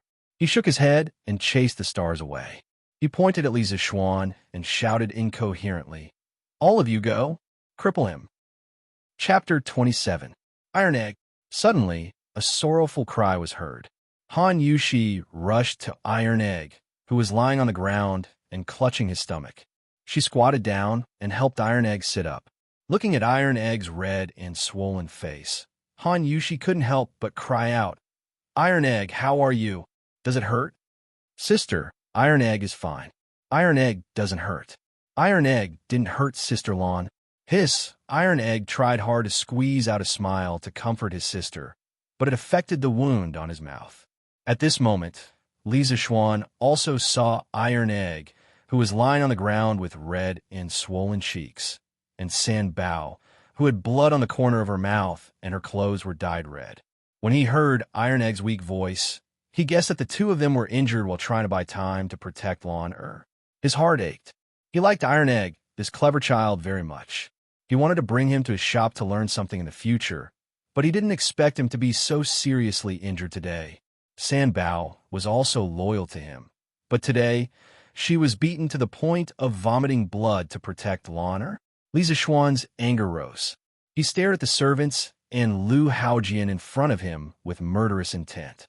If he hadn't rushed over in time today, the consequences would have been hard to say. They dared to bully Lan and hit the people around him. They must pay the price. The servants saw Li Zixuan's murderous gaze and the blood on Li Zixuan's body. This was the blood from the tiger on the mountain. He didn't even have time to change his clothes. At this moment, Li Zixuan made the servants feel that this person was like a demon from hell. They usually ran amok in the village and had never seen such a terrifying person. Hearing Lu Haojian's roar, the servants didn't dare to step forward. They were just paid to be servants. There was no need to put their lives on the line. At this moment, Lu Haojian's mind was slightly clearer. Looking at the murderous Li Zixuan, he felt that this person was not easy to deal with. Today's matter would not be settled peacefully. He pulled over a servant and whispered a few words into his ear. That servant immediately ran away like a wisp of smoke. Li Zixuan knew that this fatty wanted to call for reinforcements. He looked at them coldly and did not stop them. It just so happened that there were not enough people in front of him to vent the anger in his heart. However, before the fatty's reinforcements arrived, there were many things he could do. Li Zixuan looked at Iron Egg and asked, "Iron Egg, who is this fatty? Why'd he hit you?" When Iron Egg saw that Li Zixuan had come to the rescue, he let out a sigh of relief. The task given to him by his father was finally completed. Now that he heard the young master's question, he stood up with the help of his sister and told Li Zixuan everything that had happened in the afternoon. After he finished, he stared at Lu Haojian with eyes full of hatred. After hearing this, Li Zixuan could no longer hold back his anger. He stared coldly at Lu Haojian as if he was looking at a dead man. "Lu Haojian, how do you want to die today?" Lu Haojian trembled under this cold stare. He had never felt that death was so close to him. He did not care about Li Zixuan's scolding and trembled in fear. You can't kill me. I only beat up these two brats. You can't kill me. My father is Lu Shuren. If you kill me, my father won't let you off." Let's see if I dare to do it today." Li Zixuan dodged to the side. Lu Haojian didn't even see his movements clearly. He only heard the miserable screams of the guards protecting him. He saw those guards fly a dozen or so meters away like kites with their strings cut. They crashed heavily onto the ground, unable to crawl back up. Then, Lu Haojian's vision blurred. He only felt a sledgehammer ruthlessly hit the left side of his face. Before he could scream, he was sent flying. Brother hit that fatty's face. He just wanted to tear Lan-Er's mouth. Brother wants to avenge Lan-Er and Brother Iron Egg. Lan-Er jumped up and said to her brother. She was not as scared as before when she saw her brother showing off his power. "Young master, you also want to avenge San Bao." San Bao was almost kicked to death by this fatty. San Bao saw that Lan-Er did not mention her, so she quickly added. Li Zixuan naturally wanted to avenge his sister. He went forward and picked up Lu Haojian, who was lying on the ground. Lu Haojian shouted in fear. "Don't hit me, don't hit me. I'll give you money, a lot of money. Don't hit me." Li Zixuan could not be bothered with him. He used 10 dragon-subduing slaps on his fat face. Li Zixuan's palms flew left and right. It was dazzling. Lu Haojian's head was twisted rapidly. Soon, his cheeks were swollen. His already fat face became even fatter. His face was even taller than the bridge of his nose. Lan-Er, Iron Egg, and San Bao were watching from the side. They were very satisfied. Lan-Er waved her arms and jumped up. "Good hit, brother, good hit." Li Zixuan slapped more than 10 times. He was tired and felt that it was meaningless. The main reason was that these people were too weak. They were not even as powerful as the big tiger on the mountain. If Lu Haojian heard Li Zixuan's words, he would definitely vomit blood. If he was half as powerful as the tiger, would he just stand there and let you hit him? Lu Haojian's face was so swollen that he could no longer speak. Li Zixuan picked him up with one hand and threw him in front of Iron Egg and San Bao. "Iron Egg, San Bao, how did he hit you just now? Give me 10 times the amount." "Young master, what happened to you?" A worried voice came from outside. Li Zixuan looked and saw that it was Xianxia. Behind her was Wang Zhong. Xianxia saw that Li Zishuan was covered in blood and was shocked. She quickly ran over and asked worriedly. Li Zishuan waved his hand and said, "I'm fine. The blood on me is not mine." He then looked at Wang Zhong and said, "Uncle Wang, why are you here?" Wang Zhong was also worried. When he heard that the blood was not his, he was slightly relieved. He said, "Young master, we heard that something happened to young miss at Han Lijing's house, so we rushed over. Oh, I also saw a dead tiger at Han Lijing's house." Li Zishuan nodded and said, "Uncle Wang, that tiger was killed by me. Lana is fine now." At this moment, a series of footsteps came from afar. Li Zishuan turned his head to look and saw a chubby middle-aged man leading 50 or so servants to protect the courtyard. Surprisingly, the servant who had just escaped was among them. The group of people rushed over in an aggressive manner. These should be the reinforcements that Lu Haojian had called for. Li Zishuan sneered. "Humph, they came at the right time. I haven't finished venting my anger." Xianxia and Wang Zhong saw that there were so many people coming over aggressively. It was obvious that they did not come with good intentions. They were very worried. Wang Zhong could not help but say, "Young master, you should hide in the village first. I have already asked Xiao He to find Han Lijing. Everything will be fine when Han Lijing comes." Xiaoxi also quickly nodded in agreement. Iron Egg, Han Yushi, and Lan were not very worried. They had seen Li Zishuan's martial arts. They felt that even if Li Zishuan could not defeat so many people, he would definitely be able to hold on until the villagers came to help. With such a big commotion, the villagers would definitely notice it. Li Zishuan shook his head and said, "Uncle Wang, Xiaoxi, don't worry. These dozens of clowns will not be able to hurt me. Stand aside." After saying that, he took the initiative to go up to those people. Chapter 28. Li Zishuan walked a dozen steps towards a group of people and stopped when he was about 20 to 30 feet away from them. He crossed his arms and waited for them to come over. When the distance was about right, Li Zishuan shouted at the group of people, "Is Lu Shuren here? If you are, come out and say something. Today, I will turn you, Lu Shuren, into a dead man." Li Zishuan was also speechless at the Lu family's naming skills. The father was called Lu Shuren, and the son was called Lu Haojian. How uncultured! How scary! When Wang Zhong heard Li Zishuan call out Lu Shuren, he was slightly stunned. He was only concerned about his young master and young miss, so he didn't know who the other party was. At this time, he looked at Lu Haojian, who was lying on the ground with his face swollen. After looking at him for a long time, he recognized that he had seen this person before. His face was ashen. When the leader of the group of people saw Li Zishuan, a 14 to 15-year-old child, speak rudely, he was so angry that he shouted, "Where did this stinking child come from? Today, I will teach you a lesson on behalf of your parents. I will teach you how to behave. All of you, go and beat him to death." This person was Lu Shuren.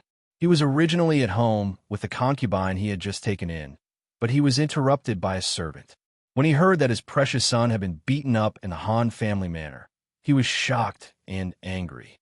He put on his clothes and led all the servants and guards in the family to storm towards the Han family manor. When Li Zishuan saw that this person was so angry, he concluded that this was most likely Lu Shuren. When he heard his unpleasant words, he was furious. He didn't wait for the servants to come and took the initiative to attack. He was mainly afraid that so many people would hurt Lan, and Yushi. Using the orchid butterfly steps, he flashed in front of Lu Shuren and fiercely punched his chin. Then, he flew up and kicked his round stomach. Lu Shuren was like a heavy artillery shell, smashing into the group of servants behind him. The group of servants didn't even have time to dodge and were all injured. When Li Zishuan landed on the ground, his expression was not good. He originally wanted to kick the middle-aged fatty more than 10 meters away to intimidate these people, who knew that he underestimated Lu Shuren's weight and kicked the wrong place. At that time, when he kicked Lu Shuren's round belly, he used too much strength. Although he kicked Lu Shuren away, the rebound from Lu Shuren's belly almost sent him flying. He spun twice in the air before stabilizing his body and landing on the ground. Li Zixuan's expression turned ugly as he had almost failed to act tough. The servant who had gone back to report the news was horrified. It was so fast again. He thought it was a fluke that his young master was kicked away so fast. Now, he kicked away his master, who was obviously several tons heavier than his young master. Moreover, the speed was so fast that no one could react. At this moment, even if he was stupid, he knew that he had encountered a legendary martial arts master. At that moment, he didn't care about his master and those servants. He turned around and ran away, wailing in his heart, "Go back to your hometown. I'm not going to be a servant here in Chang'an anymore. Whoever falls in love with this god of killing can have him." Lu Shiren was in so much pain that his face turned the color of pig liver. There was still blood on his chin. After he landed on the ground, he was like a turtle that flipped its shell. He twisted his buttocks a few times, but couldn't get up. This made the dozen servants under him suffer. Originally, when he smashed them, a few of their bones were broken. Now that Lu Shiren was twisting his buttocks and trying to get up, they instantly howled in pain. A few servants who were not injured rushed over and spent a lot of effort to pull their master up. Lu Shiren's face was in a mess. The hat on his head was long gone, and his hair was disheveled. Most importantly, his head was bald, and only his hair was around. Lan Er, who was watching from the side, couldn't help but giggle. Xiaoxi and Yuxi also couldn't help but laugh. Lu Shiren was furious at this moment. Just as he was about to fly into a rage, he saw Wang Zhong. He was shocked and didn't bother to tidy up his appearance. He staggered over and said flatteringly, "Butler Wang, why are you here?" Wang Zhong's face was ashen. He pointed at Lu Shiren's nose and roared, "Why am I here? Lu Shiren, you have guts. Your son dared to bully my family's young miss, and you brought people to beat up my family's young master. You have guts. Just you wait, my master won't let you off." Lu Shiren was confused at this moment and said, "Ah, that young man just now was your family's young master?" Wang Zhong snorted and said, "What do you think?" Lu Shiren staggered back 2 steps when he heard this, and his face turned even paler. He had met Wang Zhong many times before. Back then, when he sold the Han family manor, he had contacted Wang Zhong. He naturally knew that the master Wang Zhong mentioned was someone he couldn't afford to offend. He was just a landlord in the countryside, but Li Jingma was a tycoon in Chang'an. He knew many high-ranking officials and dignitaries. He could crush the Lu family with just a finger. Just now, he heard Wang Zhong say that his bastard son bullied Li Jingma's daughter. It's over, it's all over. Lu Shiren sat on the ground in despair. At this moment, there was a rush of footsteps in the village. Li Zixuan saw Xiao He and Han Lijing running over with a group of farmers holding hoes and machetes. Well, Li Zixuan also saw a fool holding a rolling pin. He couldn't help but feel speechless. Damn it, did he come a fight or to roll dough to make dumplings? Before this, Han Lijing had gathered the farmers and told them about the big deal that Li Zixuan had told him. When the farmers heard it, they couldn't believe that there was such a good thing. After confirming it over and over again, they thanked the master's family's young master and young miss for their kindness. At this moment, Xiao Yi hurriedly ran over and told Han Lijing that someone at the entrance of the village had caught the young miss. Han Lijing was furious when he heard this. A burly man with a full beard stood up and shouted, "Han Lijing, what are you waiting for? Kill them. The master has been so good to us. Not only did he reduce our rent, he even brought us such a business deal. Yet the young miss was caught here. We can't let down the master and Madam Li. Kill them. Old Hu will be the first to go." "That's right. No matter who the other party is, kill them. Old Han will go too. Kill them, kill them. Count me, Han Er in." Instantly, the crowd was enraged. They all shouted that they wanted to save the young miss. The master's family had always been good to the Han village. This time, they had brought them such a good business deal. They were grateful from the bottom of their hearts. Now that the young miss was in trouble at the Han village, the Han village's good days would be ruined. How could they tolerate this? All right, our Han village doesn't have any cowards. If they dare to bully us and want to ruin our good days, we will fight it out with them. At this moment, Han Lijing stood up and shouted, Fight it out, fight it out.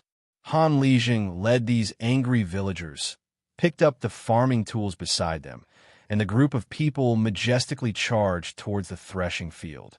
When Han Lijing arrived at the threshing field, he saw from afar that the young miss was still safe and sound. His heart was slightly relieved. When he saw Li Zishuan covered in blood, his heart was filled with fear.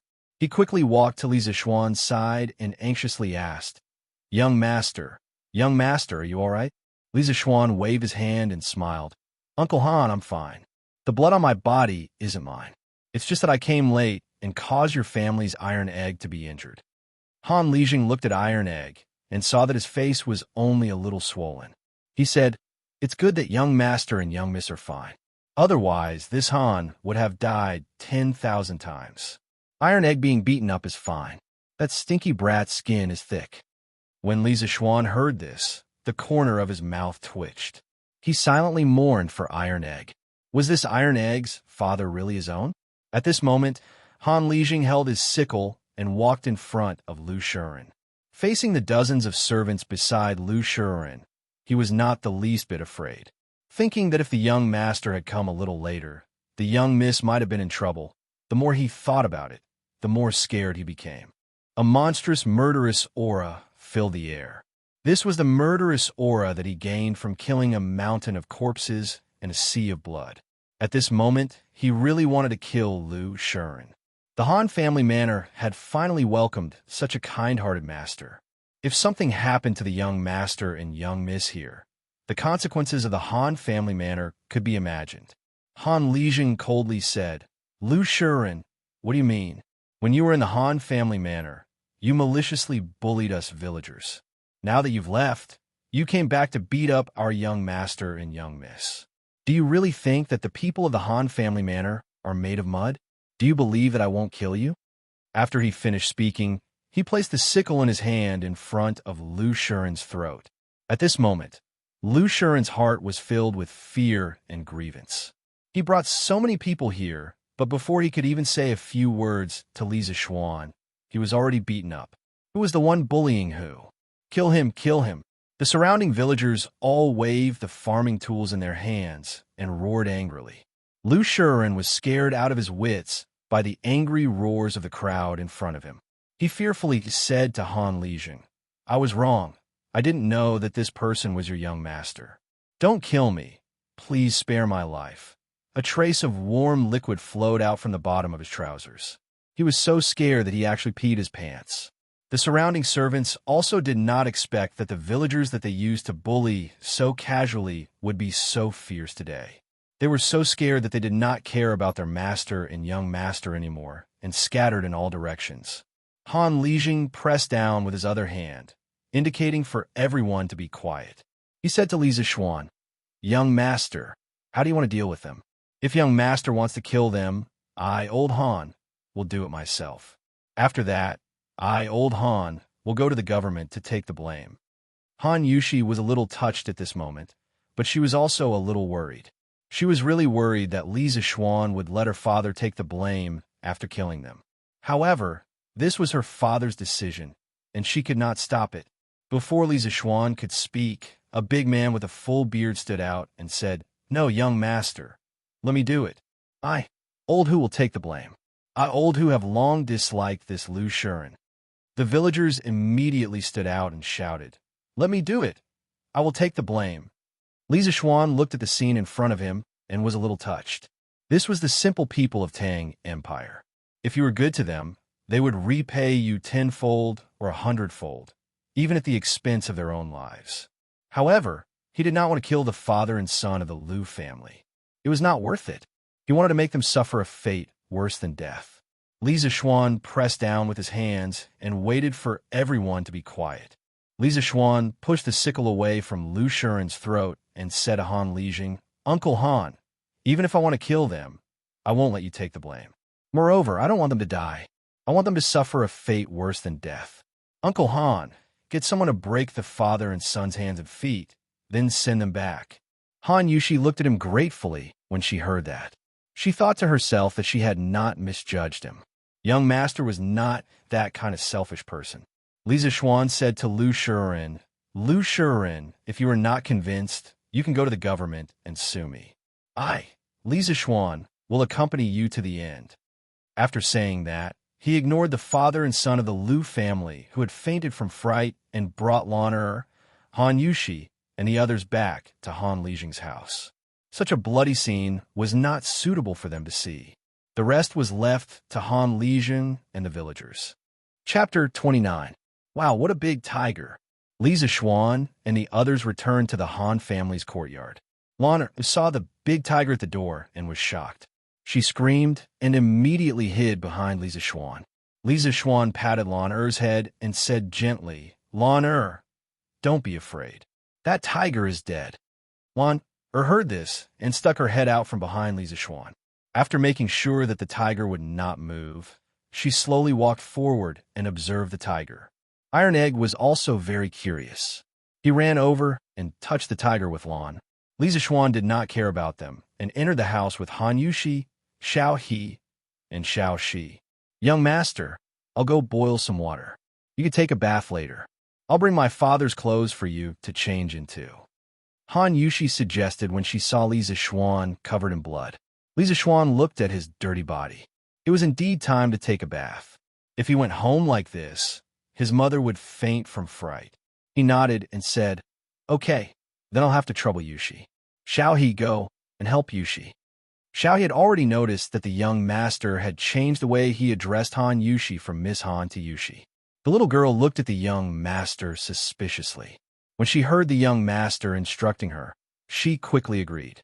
She did not dare to ask the young master face to face. Moreover, how could a servant casually ask about the young master's feelings?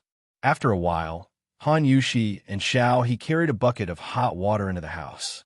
Then, Han Yushi handed Li Zishuan a set of clothes and said, "Young master, please take a bath in my room." "Young master, you can wash in my father's room. These are my father's clothes when he was young. They might not fit you well. Young master, please wear them first." Li Zishuan looked at her beautiful little face and smiled. "Okay, Yushi, it's been hard on you. You must have been frightened today." At this moment, there were only the two of them in the room. It was a little ambiguous. Han Yushi blushed and said, "Young master, what are you saying?" "Young master, quickly take a bath. Yushi will go out first."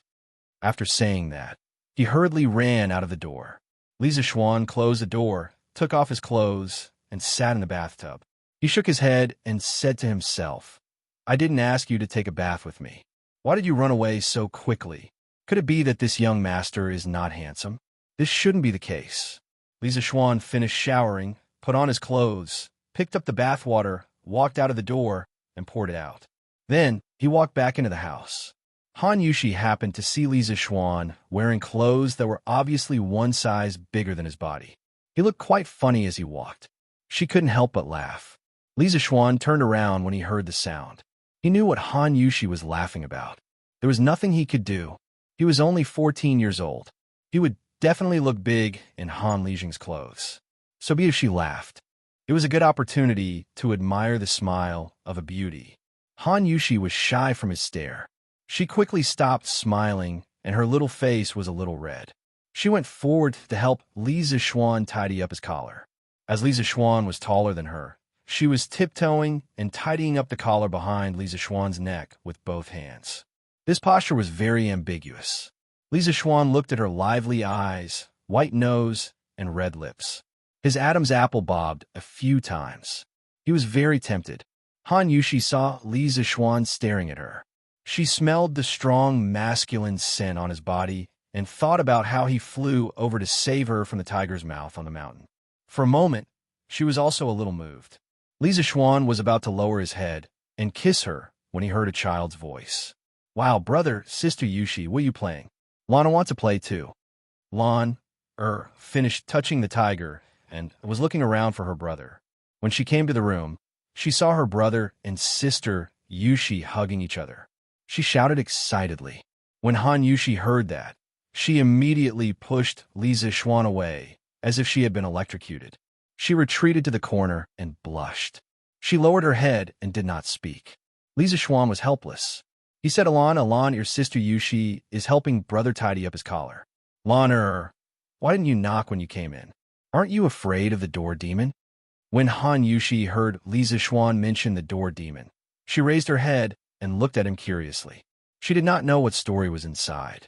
Lanner said a little fearfully, but brother didn't close the door. Do I have to knock? Li Zixuan was stunned. He had made a mistake. He had actually forgotten to close the door. After a long time, Han Lijing finally came back. Wang Zhong and San Bao followed behind. Li Zixuan did not ask how Han Lijing had handled it.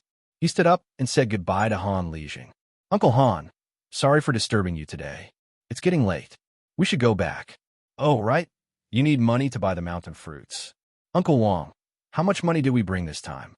Young master, we only brought 10 strings of cash. Okay, then give it all to Uncle Han.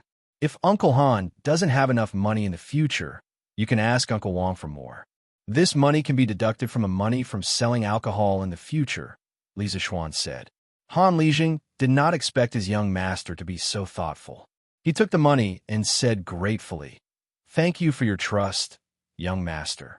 Li Zixuan waved his hand and looked at San Bao. San Bao, how are you? Can you still walk?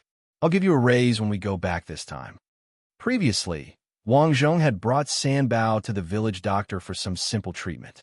After such a long time, she had recovered. When she heard her young master's question, she felt warm in her heart.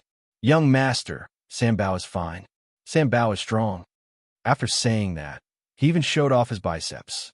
Li Zixuan smiled and said, Okay, then let's go. Lanner, let's go home. Coming. Lanner ran over. Li Zixuan clasped his hands and said to Han Lijing, Uncle Han, we'll meet again someday. He turned back and looked at Han Yushi deeply. Li Zixuan would be lying if he said that he was not moved by this gentle, brave, and fairy-like girl. Although they had only known each other for a day, Han Yushi had left an impression on him that could not be erased for the rest of his life. Li Zixuan waved at her and said, Yushi, goodbye. After saying that, he turned around and prepared to leave. Han Yushi silently watched Li Zixuan's back from the side. She was very reluctant to part with him, but so what? God could not help her make him stay. Perhaps God had heard the call in her heart. At this moment, the wind and clouds suddenly changed. A muffled thunder came from the sky. Wang Zhong looked at the dark clouds in the west and said worriedly, Young master, I'm afraid that the rain is not light. We can barely make it back by horse, but it's very dangerous for a carriage to take the mountain road in this weather. Li Zixuan remembered the bumpy mountain road when he came back. He also felt that it was dangerous to take the mountain road in the rain. He hesitated and joked to Han Lijing. Uncle Han, it seems that we have to keep guests in this weather. We can only trouble Uncle Han for one more night. We'll leave tomorrow when the rain stops. After saying that, he was secretly happy. Was it because he could stay with Han Yushi for one more night? He could not explain it. Han Lijing laughed heartily and said, Young master, what are you saying? It's my honor that you can stay in my house. I still need to trouble Uncle Han with one more thing. Uncle Han, find a strong man with good skills to go to Chang and city and tell my mother that I'll be back tomorrow. I'm afraid that my mother will be worried. Li Zixuan suddenly thought of his mother and quickly told Han Lijing. Yes, young master, don't worry. I'll arrange it. Han Lijing nodded and replied. Han Yushi was still sad about parting. When she heard them talk, she was happy. She thanked God in her heart for letting Li Zixuan stay. She even thought that it would be great if the rain never stopped. Chapter 30. After dinner, Han Lijing brought Iron Egg, San Bao, and Wang Zhong out.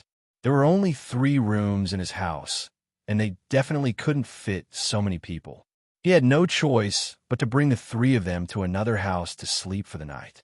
He had already made arrangements with those families. When they heard that they were the young master's people, they welcomed them with open arms. The rain outside was getting heavier and heavier. Li Zixuan tossed and turned, unable to fall asleep as he listened to the pitter-patter of the rain. Moreover, it was too early now. It was almost 6 o'clock in the evening in the modern world. In his previous life, he would only sleep at 11 or 12 o'clock at night. However, in this era, there were no cell phones or computers. There was nothing else to do other than sleep at night. Brother, are you asleep? Lana knocked on the door. Li Zixuan got up and opened the door. Lan squeezed in agilely. Li Zixuan looked at her and said, Lan why aren't you asleep? Lan and Han Yushi slept in one room, while Xiao He and Xiao she slept in another room. Lan came over and held her brother's hand. Brother, we can't sleep. Why don't you come over and tell us a story? Li Zixuan was puzzled. You guys? Lan nodded. That's right. Sister Yushi, Sister Xiao He, and Sister Xiao she can't sleep. We're all in Sister Yushi's room, waiting for you to come over and tell us a story. Li Zixuan was really tempted. He also wanted to go to Han Yushi's room to take a look. To be exact, he wanted to go to Han Yushi's room to see how charming Han Yushi looked when she was lying on the bed. Just thinking about it made him look forward to it. Lan didn't wait for her brother to agree. She pulled her brother's hand and dragged him out of the room. Li Zixuan came to Han Yushi's room. A faint girl's fragrance seeped into his nostrils. Li Zixuan couldn't help but greedily take in a breath. The three girls in the room quickly stood up and greeted him. Young master. Li Zixuan nodded at them, and then began to look around Han Yushi's boudoir. Although the furnishings in the room were not luxurious, they were placed very neatly. In addition to the dressing table, there was also a small table in the room. Han Yushi naturally wouldn't lie on the bed and wait for him to come over like he had just fantasized. In fact, Han Yushi didn't want Li Zixuan to come to her room, but she couldn't stand the coaxing and pestering of Lan and the two little maidservants. Moreover, she was quite curious about what story Li Zixuan wanted to tell them, so she agreed to those maidservants half-heartedly. At this moment, the three girls and Lan were sitting around a small table, waiting for Li Zixuan to tell them a story. Li Zixuan looked around. There were no more stools. His heart skipped a beat. He sat on Han Yushi's fragrant couch without any trace of politeness. When it was time to make a move, he had to make a move. There were no extra stools in this room. Han Yushi had no reason to blame him for sitting on the bed. Of course, he had to take advantage of this. When Han Yushi saw Li Zixuan sitting on her bed, she blushed shyly. She also realized that there were no other stools in the room. She couldn't help but blame herself for being too careless. Lan didn't notice the small movements of the two. When she saw her brother sit down, she said excitedly, Brother, quickly tell me. Lan was almost taken away by bad people today. Brother, quickly tell Lan journey to the west to calm Lan down. When Han Yushi and the other two heard this, they couldn't help but laugh. No one had ever taken the initiative to ask others to calm them down. Li Zixuan was also very speechless. Lan lively and excited appearance didn't look like she was frightened at all. Han Yushi was frightened on the mountain today. Since they were here, the story still had to be told. He shook his head and said, Lan let's not talk about Journey to the West tonight. Your sister Yushi hasn't heard of many of the previous stories. Today, let's talk about another story. Lan wasn't disappointed. Anyway, since her brother made it, it must be the best. At this moment, she shouted even more excitedly, Okay. When Han Yushi saw that Li Zixuan had to think about her even when telling a story, she felt very sweet in her heart. Li Zixuan looked at Xiao He and Xiao Shi and said, Xiao Shi, you have heard the first part of this story before.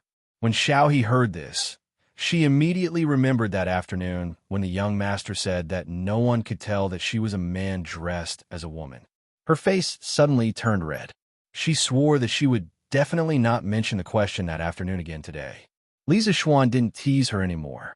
He looked at Han Yushi and said, The story that we're going to tell today is called Xianxia and Zhu Yingtai. It was said that during the Eastern Jin dynasty, there was a woman named Zhu Yingtai by the Zhu family's village in Shangyu County, Zhejiang Province. She was beautiful and smart. She had been learning poetry from her brother since she was young. She admired Ban Zhao and Kai Wenji's talent and learning. She only hated that her family didn't have a good teacher. She wanted to go to Hangzhou to study. Li Zixuan used his own words to tell them the plot that he saw from the TV series in his previous life. Although the words weren't beautiful, the story was beautiful and touching. As Li Zixuan told the story, Han Yushi, Xiao He, and Xiao Shi were all immersed in the story. Zhu Yingtai disguised herself as a man to study. Liang Shanhua didn't find out that she was a woman after sleeping with her for 2 years. Zhu Yingtai returned to her hometown to visit her relatives and was forced to marry by the Ma family. With the story's twists and turns, the hearts of the three girls rose and fell like a boat on the sea. Very quickly, Li Zixuan reached the climax of the story. Zhu Yingtai's bridal sedan was carried halfway when a gust of wind suddenly blew. The people carrying the sedan couldn't move anymore. At this time, the servant girl told Zhu Yingtai that Liang Shanhua's grave was in front of them. Zhu Yingtai didn't care about other people stopping her and walked out of the sedan. She insisted on going to Liang Shanhua's grave to mourn. Zhu Yingtai came to Liang Shanhua's grave and cried loudly. She was in so much pain that she wanted to die.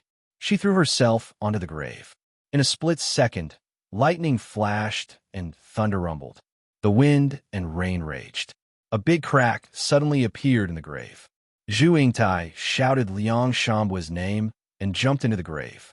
Then, the grave automatically closed. After a while, the rain stopped. The clouds parted and a rainbow appeared in the sky. A pair of beautiful butterflies flew up from the grave and danced around the grave. People said that this pair of butterflies was Liang Shanhua and Zhu Yingtai. When they heard the part where Liang Shanhua and Zhu Yingtai turned into butterflies, Xiao He and Xiao Shi both burst into tears. Han Yushi's eyes were wet. She looked at Li Zixuan with a complicated expression. She thought, although Zhu Yingtai and Liang Shanhua's love life was bumpy, they had lived happily together for 2 years.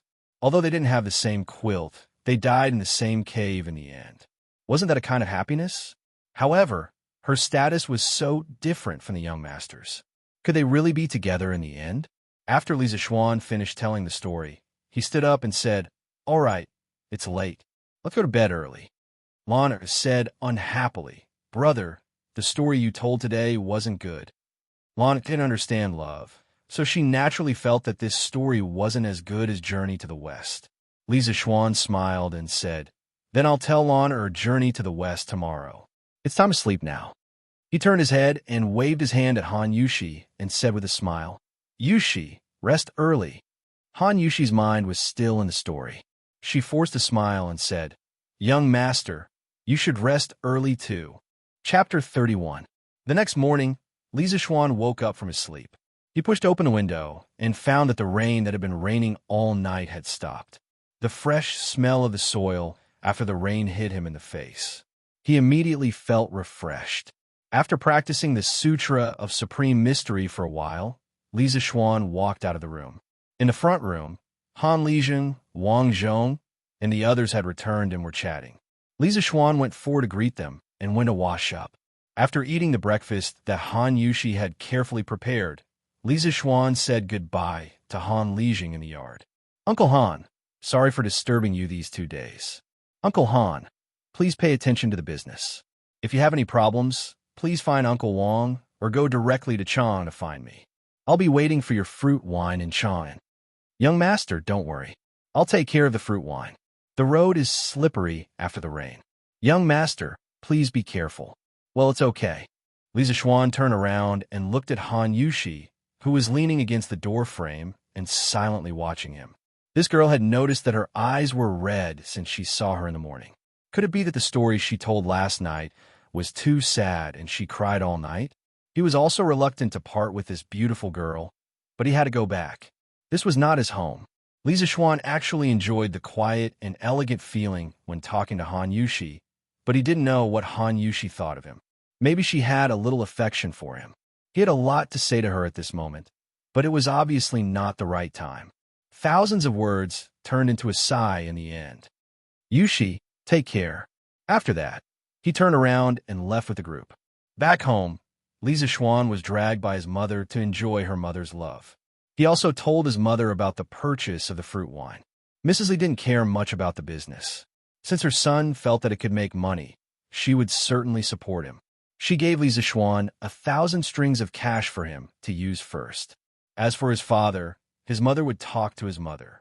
Li Zixuan was very happy to receive 1,000 strings of cash from the chairman of his family. It was good to be a rich second generation. If he liked the business, he could just ask his mother for money to invest. It was not like the time travel novels he read in his previous life. Some protagonists traveled to ancient times and had no money. They had to work hard to make glass and perfume to get their first venture capital. Li Zixuan said that it was too brain-intensive. He didn't want to do it for the time being. His family was already so rich. He didn't need to invent those inventions. What he needed to do now was to think of ways to spend money. A few days ago, his mother was still encouraging him to be a prodigal son. He had a long way to go. When he arrived at the West Court, he was about to go back to the study to plan the modification of the fruit wine when he found Lan waiting for him in the side hall of the West Court. Lan, what's in the thing you're holding? Li Zixuan pointed at a thick bamboo tube in Lan hand and asked, "This is Lan general, Wei Qing. He's amazing. Brother, let me show you." Lan handed over the bamboo tube in her hand, as if she was presenting a treasure. Li Zixuan was puzzled. Wei Qing? What the hell? He took the bamboo tube and lifted the lid slightly. When he looked inside, he saw a green locust. Only then did he remember that the source of the conflict in the threshing field of the Han family village yesterday was the few of them fighting the locust. He didn't expect Lan to name this locust Wei Qing. Li Zixuan couldn't help but find it funny. However, Li Zixuan's smile froze on his face before it could bloom. Then, his expression changed slightly. The way he looked at Wei Qing became a little uncertain. Li Zixuan didn't study the history of the Tang dynasty in detail in his previous life. However, he still knew some of the major events that happened in the Tang dynasty. Some of them were from novels, and some were from television dramas. Li Zixuan remembered that in the second year of the Jingguan era, the Tang dynasty had an unprecedented locust plague. At that time, the locusts covered the sky and swept across the entire Guangzhou plain. The locusts covered the sky and poured down in torrents. Everywhere they passed, the land was barren. Even the trees and weeds couldn't escape from the locusts, not to mention the crops. Last year, Li Gang and Shelly of the Turks had signed the humiliating Wei River Pact precisely to buy time for the Great Tang to breathe. The people of the Great Tang had just welcomed the peace that they had longed for. Who would have thought that they would have to face this apocalyptic disaster? In his previous life, Li Zixuan saw on some forums that when the locusts came, there were rumors among the people that this was God's punishment for Li Gang killing his brothers and imprisoning his father to seize the throne. Li Gang couldn't defend himself. The history books recorded, Taizong entered the garden to inspect the crops. When he saw the locusts, he plucked a few of them and cursed, "Man's life is the grain. If you eat it, you will harm the people. The people have sinned. You have spirit, but when you eat my heart, you will not harm the people." When he was about to swallow the locusts, he admonished him to the left and right, "I am afraid it will become a disease." "You must not," Taizong said. "I hope to remove the disaster. Why should I avoid the disease?" When Li Zixuan saw this, he was quite shocked. It was not without reason that Li had become an eternal emperor. His breadth of mind, his bearing, and his charisma were things that ordinary people could not hope to achieve. Li Zixuan remembered that under the post, there were some keyboard warriors who commented that Li Gang swallowed the locust for show, to show that he loved the people like his own children. Li Zixuan snorted at this. Li Gang swallowed the locust despite the danger. No matter what his purpose was, he was worthy of respect. Li Zixuan asked himself if he was himself, he wouldn't dare to swallow the locusts. Although the Tang dynasty was beginning to show its prosperity with the current foundation of the Tang dynasty, it obviously couldn't withstand this catastrophe. Once the locusts came, starving people would be everywhere. There might even be a tragedy of people swapping their children for food. Then the question was, before the locusts came, what could he do for this era? Although he hadn't been in this world for long, there were already many people who cared about him and the people he cared about. For example, his family, Han Lijing, Han Yushi, and the simple and adorable villagers of the Han family village. At this moment, he realized that he had fallen in love with this era and the people of the Tang dynasty. Brother, Lan noticed that Li Zixuan was staring at her, Wei Qing, without moving. She pushed his arm. "Oh, Lan, go play with Xiao He and Xiaoxi first. I have something to do now. I will tell you a story tonight." Li Zixuan was interrupted by Lan and said to Lan, "Oh, then you must remember to tell Lan a story tonight." Lan was a little unhappy.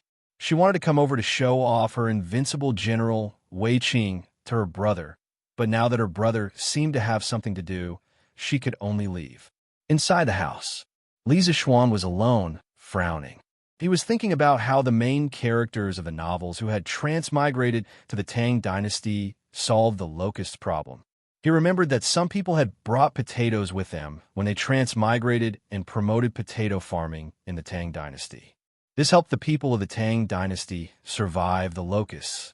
This was a good idea, but he had transmigrated. Before he transmigrated, he couldn't have brought potatoes with him. What should he do? Should he tell the heir directly and ask him to prepare in advance? No. First of all, he couldn't even see Lier now. Even if he saw him and told him, he wouldn't believe him. Instead, he would be charged with the crime of misleading the public. Secondly, even if Lier believed him, other than stockpiling food in advance, there were limited ways to do so. Li Zixuan rubbed his head in frustration. After thinking for a long time, he still couldn't think of a practical solution. Forget it. Let's think about it slowly. After all, there was still more than a year before the locusts. Chapter 32. This morning, Li Zixuan was practicing his sword on the lawn of the west courtyard. Yes, he was practicing his sword. Not only did spiritual master Ling Su teach him internal strength, he also taught him sword skills. Taoist sword skills were quite diverse, and there were many powerful sword skills handed down from generation to generation. But spiritual master Ling Su was afraid that he would bite off more than he could chew, so he only taught him one sword skill, which was what Li Zixuan was practicing now. It was called the 9 Taishian swords. 9 swords didn't refer to 9 swords, but this sword skill contained 9 consecutive sword moves. The 9 Taishian swords was a supreme sword skill derived from Li Zixuan's internal strength. When it was used, the 9 consecutive moves were like a violent storm. The 9 moves connected in an endless stream, making people unable to cope. Moreover, each move would superimpose on the power of the last move. Under the superimposition of layers of power, the last move would be accompanied by the sound of thunder. Its speed would be like lightning and very difficult to block. After Li Zixuan obtained the memories of this body, he studied this sword skill in his heart for several days. As a modern person, Li Zixuan used to scoff at internal strength sword skills and the like. But after obtaining the memories of this body and looking at this sword skill again, he naturally had some understanding in his heart. This feeling was very magical. The 9 Taishian swords were: first sword riding wind, second sword fleeting swan, third sword treading snow, fourth sword breaking waves, fifth sword leaving dust, sixth sword flowing cloud, seventh sword phantom, eighth sword returning to origin, and ninth sword rushing thunder. The 9 sword skills matched the 9 levels of the Taishian Sutra. With Li Zixuan's current power, he could only use the first 5 moves of the 9 Taishian swords. But this was already very powerful. According to his master, with his current cultivation, no one in the younger generation in Jianghu could match him. Unless he met a reclusive master like his master, his life was not in danger under other circumstances. Spiritual Master Ling Su had already practiced the 9th sword rushing thunder when he was alive. According to him, when he used the 9 swords in succession, even a great grandmaster expert could only hold back his hatred. But using the 9 swords in succession consumed a lot of energy. After using the 9 swords, he basically collapsed. Currently, the commonly recognized strength levels in Jianghu were Qi drawing, body tempering, Qi forming, master, and great master. According to his master's introduction, there were only 3 martial grandmasters in the world today. His master was naturally one of them, and he was a peak existence. The other 2 were Shaolin Abbot Xian Kong and Tujue Imperial Advisor Wuxia. As for the number of grandmasters, there were no clear records, but his master estimated that there were only a few dozen grandmasters in the world. In his memory, the current martial arts world wasn't as exaggerated as what was written in modern cultivation novels. Even a great grandmaster expert couldn't extend their lifespan by several hundred years. At most, they wouldn't get sick easily. Although his master had been a great grandmaster for many years, he couldn't escape from old age, sickness, and death. He passed away at the age of 125. In short, martial arts could only make people stronger and more agile. It would not allow people to transcend the category of humans and become immortals. They were just a little stronger than ordinary people. However, even a great grandmaster expert would not be willing to fight with a small army. Moreover, a great grandmaster wasn't an invincible existence. The gap between great grandmasters wasn't very large.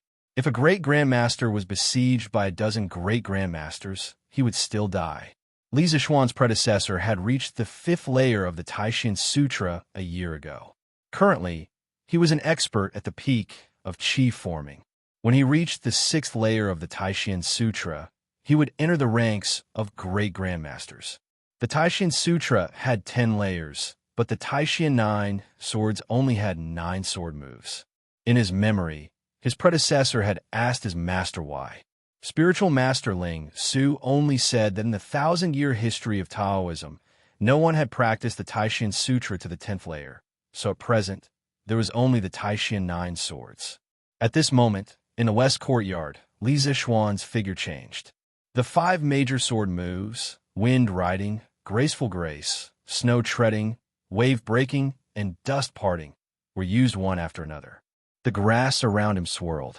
Even the peach blossoms that had just bloomed on the 2 peach trees next to him were swept away by the strong wind brought by his sword qi. For a moment, the courtyard was filled with sword light, and the falling petals were a riot. It was very beautiful. Wow, brother is so powerful. Lan also wants to learn swordsmanship. Lan saw her brother flying around in the field with sword light shining in all directions. He was like a peerless sword immortal. She jumped and jumped around excitedly, shouting that she also wanted to learn this handsome swordsmanship. Xiao He and Xiao Shi's eyes were also filled with extraordinary splendor. They knew that their young master knew martial arts, but they didn't expect him to be so powerful, especially when their young master was dancing with the sword. He was so handsome that their hearts were beating wildly. After practicing these 5 sword moves, Li Zixuan was also sweating slightly. He took the silk handkerchief that Xiao Shi handed over and wiped the sweat on his forehead. Then, he said to Lan'er, practicing martial arts is very tough. Do you really want to learn? Li Zixuan didn't want to teach his sister martial arts because it was too troublesome.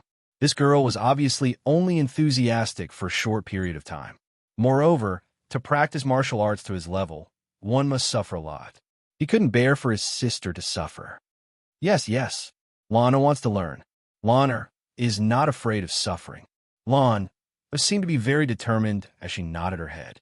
She was just captivated by her brother's handsome swordsmanship and really wanted to learn this swordsmanship. But to learn this swordsmanship, you have to wake up at 3 in the morning to practice. Moreover, you have to continue practicing regardless of whether it's winter or summer. When that time comes, our cute little Lan will become a tan girl. Lan, do you still want to learn? Li Zixuan said in distress. Lana was a little hesitant. Which girl didn't want to be beautiful? Although Lana wasn't even 7 years old, this little girl had already started to want to be beautiful. She often asked Xiao Shi for advice on how to dress up. When she heard that practicing martial arts was so scary and that she had to get tanned, Lana was a little scared. Although the swordsmanship was handsome, she would become ugly if she got tanned. No matter how good the swordsmanship was, it was useless.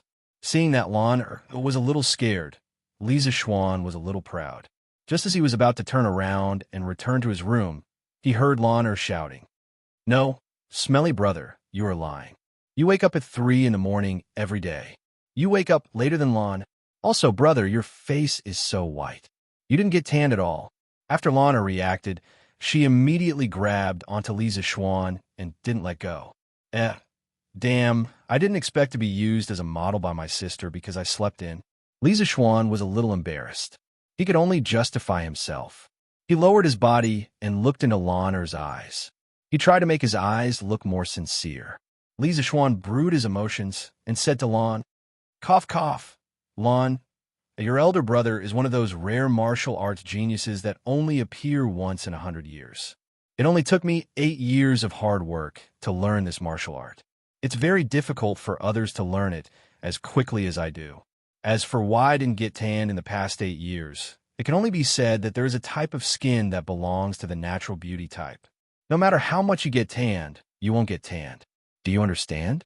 As he spoke, Li Zixuan was a little embarrassed to continue. Damn, I have never seen such a shameless person.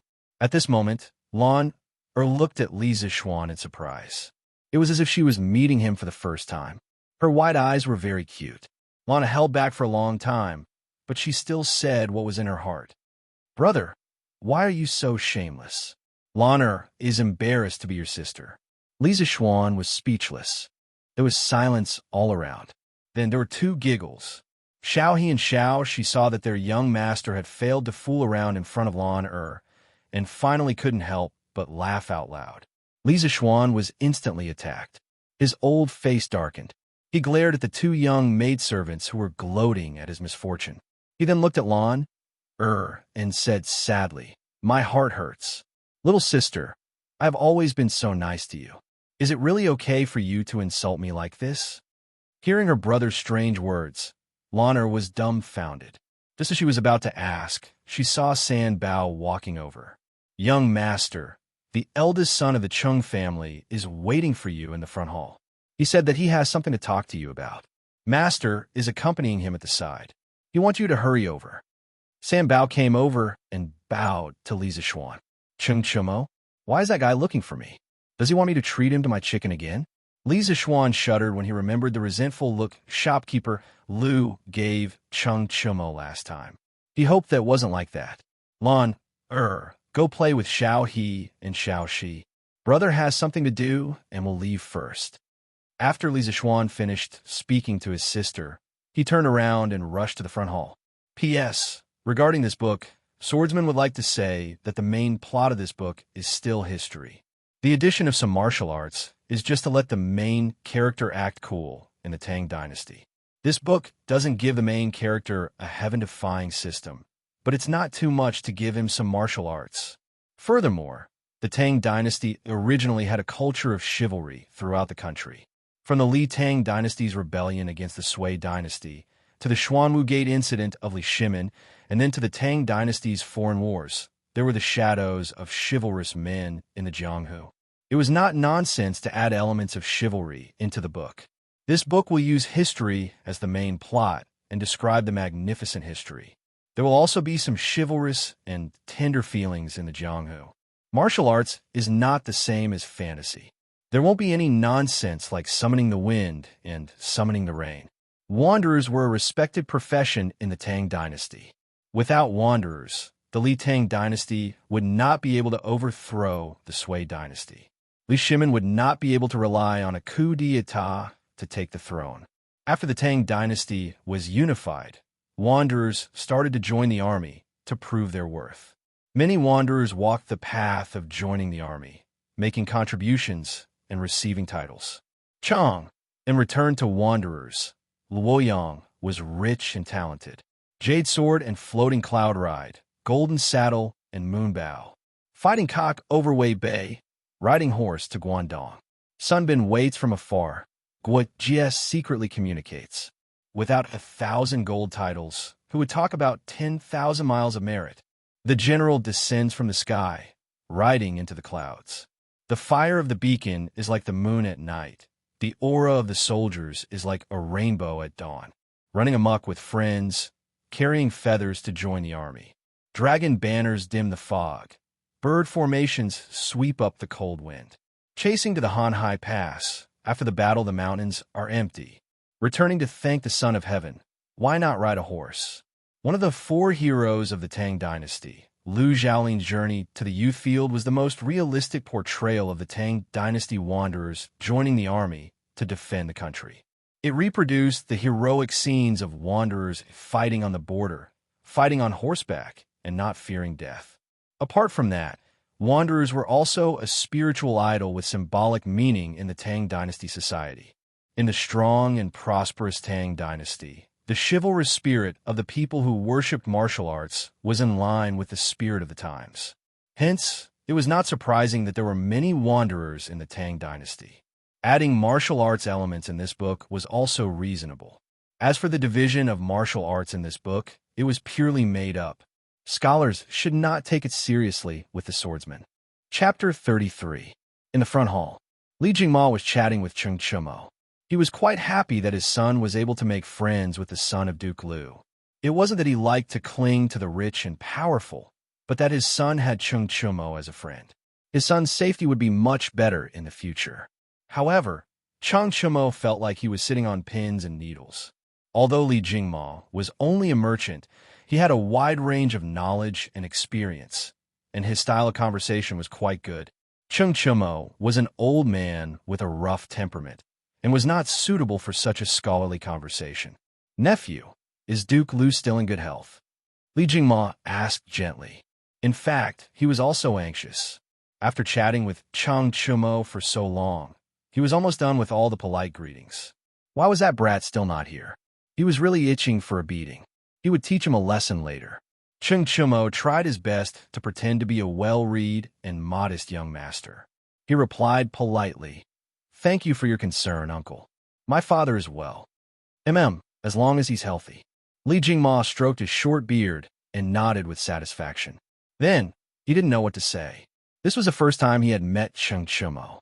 He had already said everything he needed to say. Father Li was secretly anxious. Finally, at this moment, footsteps came from outside the door. The two of them heaved a sigh of relief.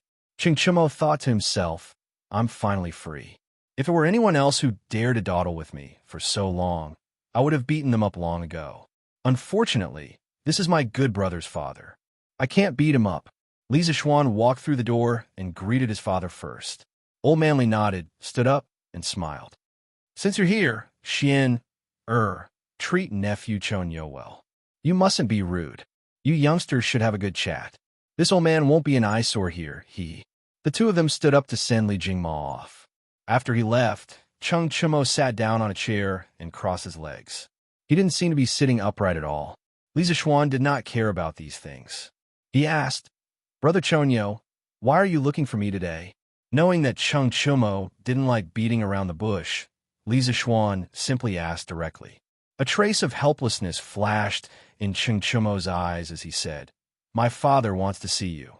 He wants you to come to my house for a meal." Li Zixuan was a little suspicious. "Why would Lu Guogong want to see me? Could it be that you said something bad about me in front of him?"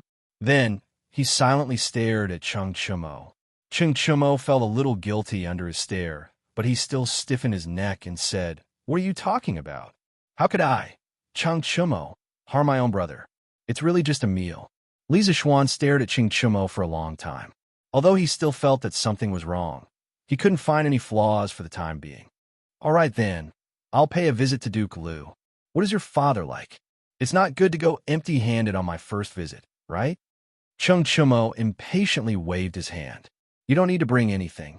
Come with me." Then, he suddenly paused as if he had thought of something. He licked his lips and said embarrassedly, "My father likes to eat that gnawed chicken. Xiaoxian, do you want to bring some?" Li Zixuan laughed heartily. No problem. I was wondering what it was. I'll tell the kitchen to make 10 servings of gnawed chicken and bring them to Uncle Chung." Then, he went out to instruct the kitchen. The cook of the Li family, Annie Zhao, had already learned how to make gnawed chicken under Li Zixuan's guidance. Although it couldn't compare to the taste of the drunken immortal restaurant, if one didn't taste it carefully, one wouldn't be able to taste the difference. "Oh, wait." Xianxia pulled Li Zixuan back. His face was full of shame. He carefully gestured with one finger and said, "This my father said, to let you make a pot of gnawed chicken and bring it over." "A pot? Damn. Were all the people in Old Cheng's family animals like this? Did they eat by the pot?" Li Zixuan staggered and almost sprained his waist. On Vermilion Bird Avenue, the two of them rode their horses toward Huaid Lane. However, Xianxia's riding posture was very strange. He held the reins in one hand and a super large food box under his waist with the other. Under the strange gazes of the passers-by, he used his leg to lightly kick the belly of the black horse under him, urging it to go faster. There was no other way. Xianxia felt a little embarrassed for his father, who would invite someone to a meal and then plunder a pot of delicious food from someone else's house. It was so embarrassing. Li Zixuan looked at Cheng Chumo from behind. It was rare to see the usually carefree Cheng Chumo embarrassed. He found it quite interesting. The two of them, one in front and one behind, urged their horses forward. Soon, they arrived at the gate of the Cheng mansion. Looking at the two majestic stone lions and a pair of drumstones in front of the gate of the Cheng mansion, Li Zixuan felt a little envious. Previously, he also wanted to get 2 stone lions in front of his house, but he was scolded by his father when he found out. These things could not be bought with money. Although the Li family was rich, they were still businessmen and did not have the qualifications to buy such things in front of their house. Walking into the Cheng mansion, Cheng Chumo pulled a servant over and asked where his father was. Then he turned to Li Zixuan and said, "Xiaoxian, my father is now practicing martial arts in the backyard. It's still early for lunch. Come with me to pay a visit to my father." Li Zixuan nodded and agreed. "Well, there's no hurry to eat. We should pay a visit to the old duke first." He was also very curious about the famous historical figure Cheng Yaojin. He had seen many versions of Cheng Yaojin on TV, but he had never seen the real person. Li Zixuan felt a little excited that he was about to meet this amazing person who had left a deep mark in the history of the Great Tang Empire. Although the Cheng mansion was not luxurious, it still occupied a large area. The two of them passed through several pavilions and buildings before arriving at the backyard of the Cheng mansion. Contrary to Li Zixuan's expectations, the backyard of the Cheng family was rather large. There was even a martial arts stage in the middle of the lawn. On top of it were 18 different types of weapons. A black-clothed, brawny man with a full beard was currently wielding a pair of giant axes. He was swinging them up and down in a vigorous manner.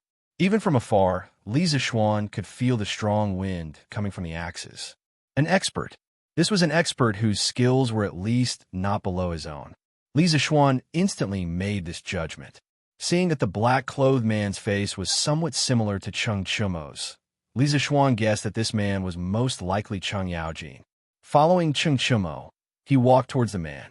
When the burly man sensed someone approaching, he put down his axe and turned his head to look.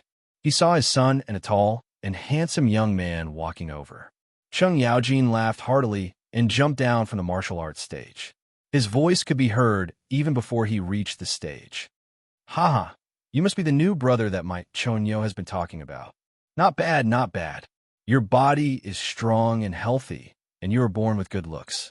When Cheng Yaojin came forward, Cheng Chumo called him father. Li Zixuan hurriedly came forward and clasped his fist respectfully. "Greetings, High Duke Lu." Cheng Yaojin patted Li Zixuan's shoulder and laughed. "Ha! Don't be so courteous. My Cheng family doesn't like these complicated formalities. Since my Chonyo has acknowledged you as his brother, we will be family in the future. Come, let's talk in the front hall." The three of them walked towards the front yard. Chapter 34. Cheng Yaojin was chatting with Li Zixuan in the front hall, mainly to learn about Li Zixuan's past. At this time, a pretty servant girl came in and bowed to Cheng Yaojin. "Master, the food is ready. Do you want to eat now?" Cheng Yaojin waved his hand. Then serve the food." The servant girl accepted the order and left. At this time, Cheng Yaojin said to Li Zixuan, "Today, thanks to nephew, I can eat chicken again." Your family's drunken immortal restaurant is too stingy, limiting the amount every day. I can't eat enough." Li Zixuan stood up and said, "This nephew didn't think it through. Since Uncle Cheng wants to eat, why don't you send a cook to my house to learn how to make this dish? This way, Uncle Cheng can eat as much as you want in the future." Cheng Yaojin was moved, but he still pretended to be reserved. "How can this be? This method of eating chicken is your family's drunken immortal restaurant's business secret. How can it be spread? Old Cheng, will not do such an unkind thing." Finished speaking, he looked at Li Zixuan. His eyes were clearly saying, "Come and refute me. Come and convince me." Sure enough, Li Zixuan was very cooperative. "Uncle Cheng, what are you saying? This little bit of food can at most be exchanged for some stinky things. Since Uncle Cheng likes to eat it, there's no harm in teaching it to the Cheng estate's kitchen maids. In addition, This nephew believes that the Chung family servants will not spread the method of eating chicken. Moreover, there was one point that Li Zishuan did not mention. Although the method of eating chicken was novel, in less than a month, there would be other restaurants that could imitate it. Chung Yaojin was a little surprised. Merchants value profits. Previously, he had looked down on Li Zishuan because of his family's business. He did not expect that this child would value profits more than righteousness. What he said before was also a test for Li Zishuan. Good, you are an interesting child. You are not like other merchants who stink of money. Haha, come and eat. The two of you are not allowed to fight with me for the chicken for lunch. You must have eaten enough before, huh? Chung Yaojin saw the servant girl bring in the dishes. He happily patted Li Zishuan's shoulder and invited him to the table to eat together. Li Zishuan only felt a huge force on his shoulder. If it wasn't for his good martial arts, with Li Zishuan's physique in modern society, Chung Yaojin's slap would definitely have slapped him to the floor. As for Chung Yaojin's shameless words, he didn't care at all. He was indeed a little tired of eating chicken. However, Chung Chimo was not tired of eating it. On the way back, he was carrying a big box of food. Although he was a little embarrassed, he was still secretly happy. He thought that his father would not be able to finish all the chicken and that he would be able to get a share. He did not expect that before the chicken was even served, his father would mercilessly extinguish his hopes. He did not dare to argue with his father. Old Chung would not reason with him and would only talk with his fists. Chung Chimo sat next to Li Zishuan and ate the rest of the dishes fiercely while looking at his father eating. And delicious.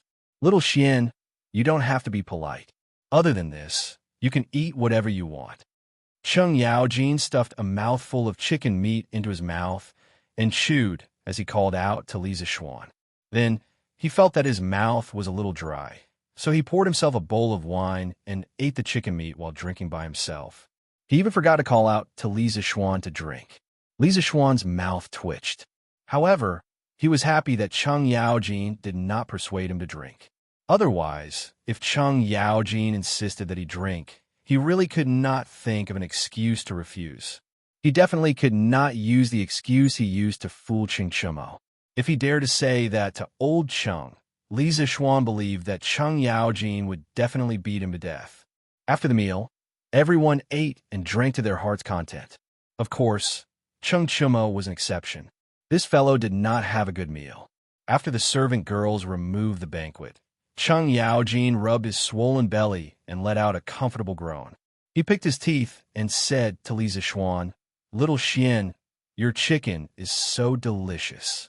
Little Xian, the chicken you gnawed on is really too delicious. I, old Chung, have lived for more than half of my life and have never eaten anything so delicious. How did you think of this thing?" Li Zishuan looked at Chung Yaojin, who did not care about his image, and said, "This was taught by my master. My master not only taught me martial arts, but also taught me some cooking, arithmetic, and the art of investigating things." Oh, that Taoist priest Spirit Void? Chung Yaojin had heard Chung Chimo talk about Li Zishuan's master before. Li Zishuan nodded. Chung Yaojin said curiously, "I only heard that Taoist priest Spirit Void has great achievements, but I have never heard that he also knows how to cook." Was his lie about to be exposed? Li Zishuan was a little flustered, but he still forced himself to be calm and asked, "Uncle Chung, you know my master?" Chung Yaojin shook his head, a look of reminiscence on his face. "How could I know such an immortal? I only heard of your master when I was in Wagong more than 10 years ago." At the end of the Sui dynasty, the world was in chaos. The Turks wanted to take advantage of the situation in the Central Plains. They burned, killed, looted, and committed all kinds of crimes. But at that time, the Central Plains was in chaos. There was no extra force to resist the harassment of the Turks. Once, a small group of over 200 Turkic wolf riders was raiding a village to the south of the Yin Mountains. An old man in a green Taoist robe came with a sword in his hand. He fought the 200 Turkic wolf riders alone and killed them one after another. Then he piled the heads of the Turks on the border between the grassland and the Yin Mountains. He set up a huge rock and wrote a cross on it. "Those who offend the Central Plains will be killed." Spirit Void. When this news spread, the world was shocked. In those years, Although a large number of powerful martial artists emerged from all over the world, no one dared to face a regular army of more than 50 people, not to mention more than 200 Turks with outstanding combat power. This kind of combat power was simply shocking. Taoist priest Spirit Void became famous because of this battle. After that battle, Taoist priest Spirit Void floated away and no trace of him could be seen. Later, although the Turks occasionally went south to take advantage of the situation, they did not dare to act like before. At best, they would massacre villages and cities. At most, they would rob the food of the people at the border. Brat, you're quite lucky to have such a godly figure as your master. Speaking of this, Cheng Yaojin's face was full of emotions. He touched the big beard on his chin and suddenly looked at Li Zixuan. He said with interest, "Since your master is Taoist priest Spirit Void, your martial arts must be quite good. Come and spar with me, old Cheng." After saying this, he began to rub his fists, eager to give it a try. Li Zixuan was listening to Cheng Yaojin talk about his master's bravery from the side. His master had never told him about these things before. Who knew that Cheng Yaojin would then propose to spar with him? Li Zixuan's face was full of black lines. This Cheng Yaojin was like an elder, but with his rough temper, he did not know how to control his strength. Li Zixuan was not willing to spar with him. Li Zixuan hurriedly cupped his hands and declined. "My martial arts are low. How could I dare to spar with Uncle Cheng?" Cheng Yaojin patted him on the shoulder and said carelessly, "You're so wishy-washy like a girl. What are you afraid of if your martial arts are not good? Just as well, old Cheng can give you some pointers. I'll teach you a few moves, haha." Then, without waiting for Li Zixuan's agreement, he pulled Li Zixuan to the practice field in the backyard. Cheng Chimo also followed quickly, worried. Chapter 35. Duke Lu's Mansion, Martial Arts Practice Field. Cheng Yaojin took a lance from the weapon rack and said to Li Zixuan, "The two axes from before were too heavy.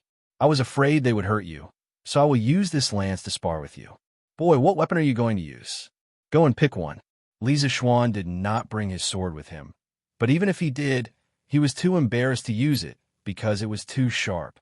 Since he could not refuse this duel, Li Zixuan had no choice but to pick a long sword. Isn't there a saying? Life is like that. Since you can't refuse it, then you should enjoy it. It just so happens that Li Zixuan needed some real combat experience to improve his martial arts. This sword was slightly light in his hand, not as heavy as his chasing wind sword, and not as sharp as his chasing wind sword. However, it was still a good sword. Li Zixuan casually swung the sword a few times to get used to the weight of the sword.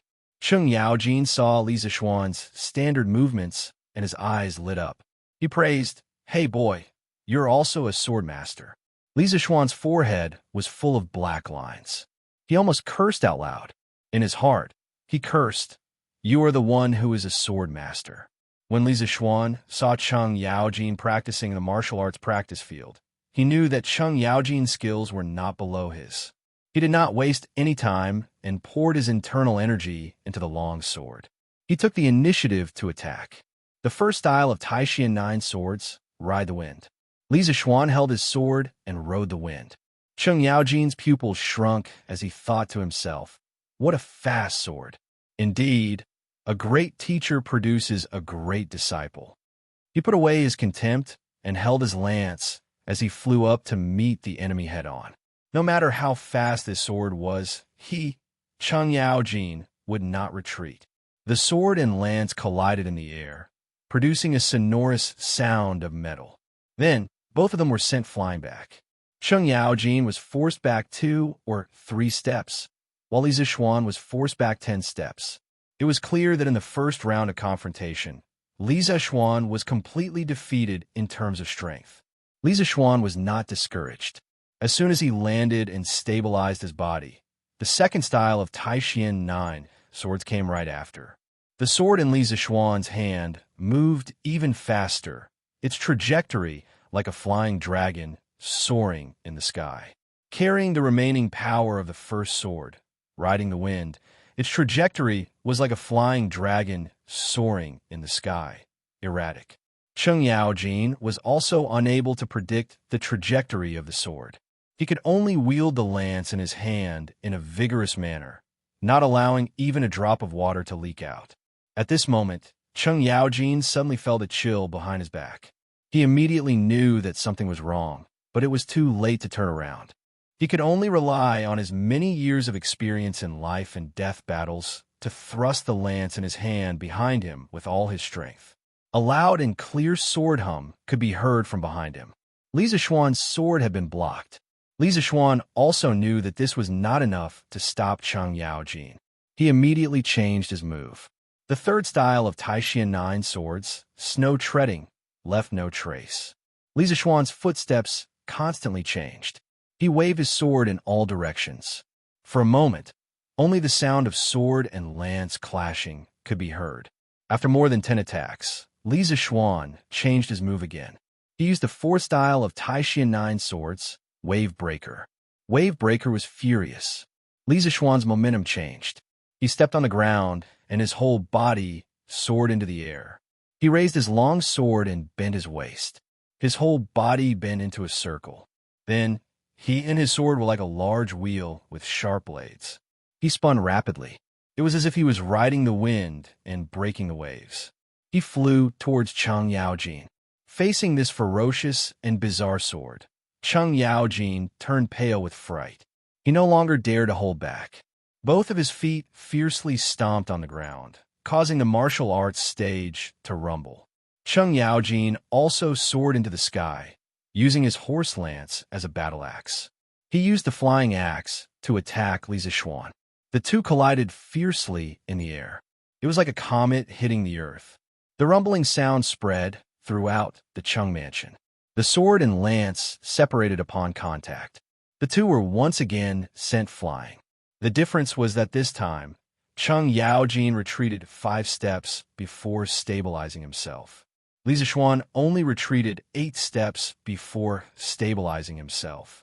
Li Zixuan used 4 swords in succession. The power stacked layer by layer. In terms of strength, the gap between him and Cheng Yaojin became smaller and smaller. After stabilizing himself, Li Zixuan did not stop. Using the power of the first 4 swords, he continued to use the 5th sword of the 9 Taishian swords, Absolute Dust. After fighting for so long, he could see that Cheng Yaojin was a master. Even if he was not in his prime, he could still block his sword. Therefore, he used the 5th sword with all his strength. The sword was bleak and cold. The cold light at the tip of the sword emitted a bright light.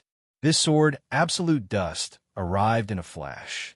Cheng Yaojin had fought for many years, but he had never seen such a fast sword. He roared.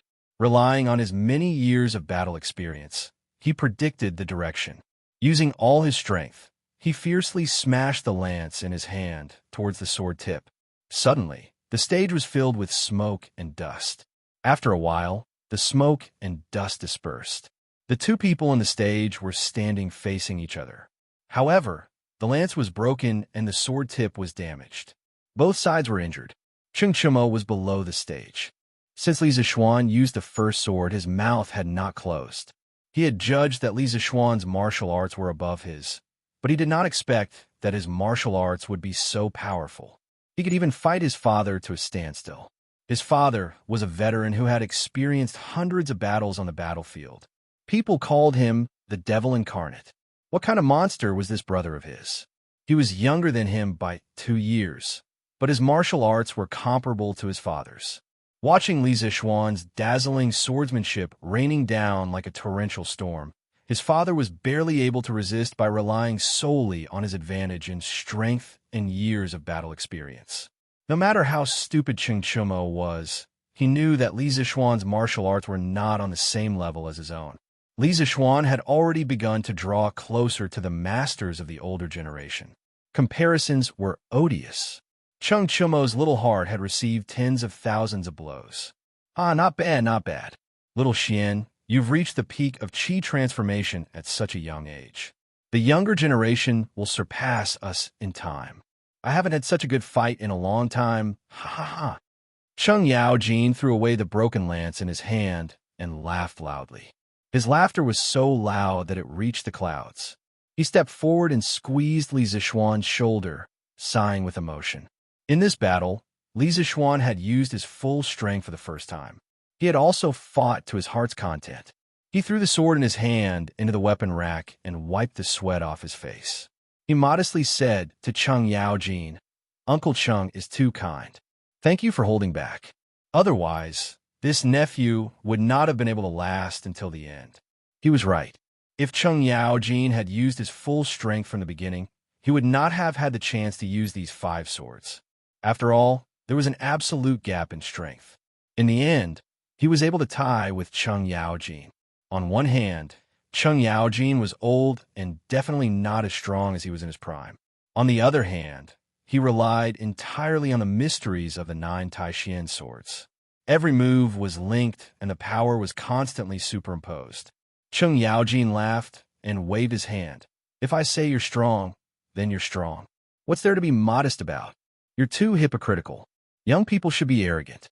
Don't be like those old scholars who are sour." What else could Li Zishuan say? These words could be said by Cheng Yaojin, but he could not say himself. He was also very helpless. He could only bow and accept the advice. "Uncle Cheng is right." Cheng Yaojin sighed in admiration. "Your swordsmanship is exquisite. On the battlefield, I've always liked to use my strength to defeat 10 people. No matter who the opponent is, I'll smash them to death with an axe. I didn't expect that when you fully used this sword move, the power that erupted would not lose to mine. It's not easy for you to cultivate to the Qi transformation realm at such a young age. I never expected that you would be able to fight a great master with your Qi transformation realm cultivation. You really are worthy of being the disciple of an immortal. I, Cheng Yaojin, am completely convinced by Priest-Spirit Void." Li Zishuan bowed and cupped his fists. "Uncle Cheng is too serious. How can my insignificant martial arts compare to Uncle Cheng's?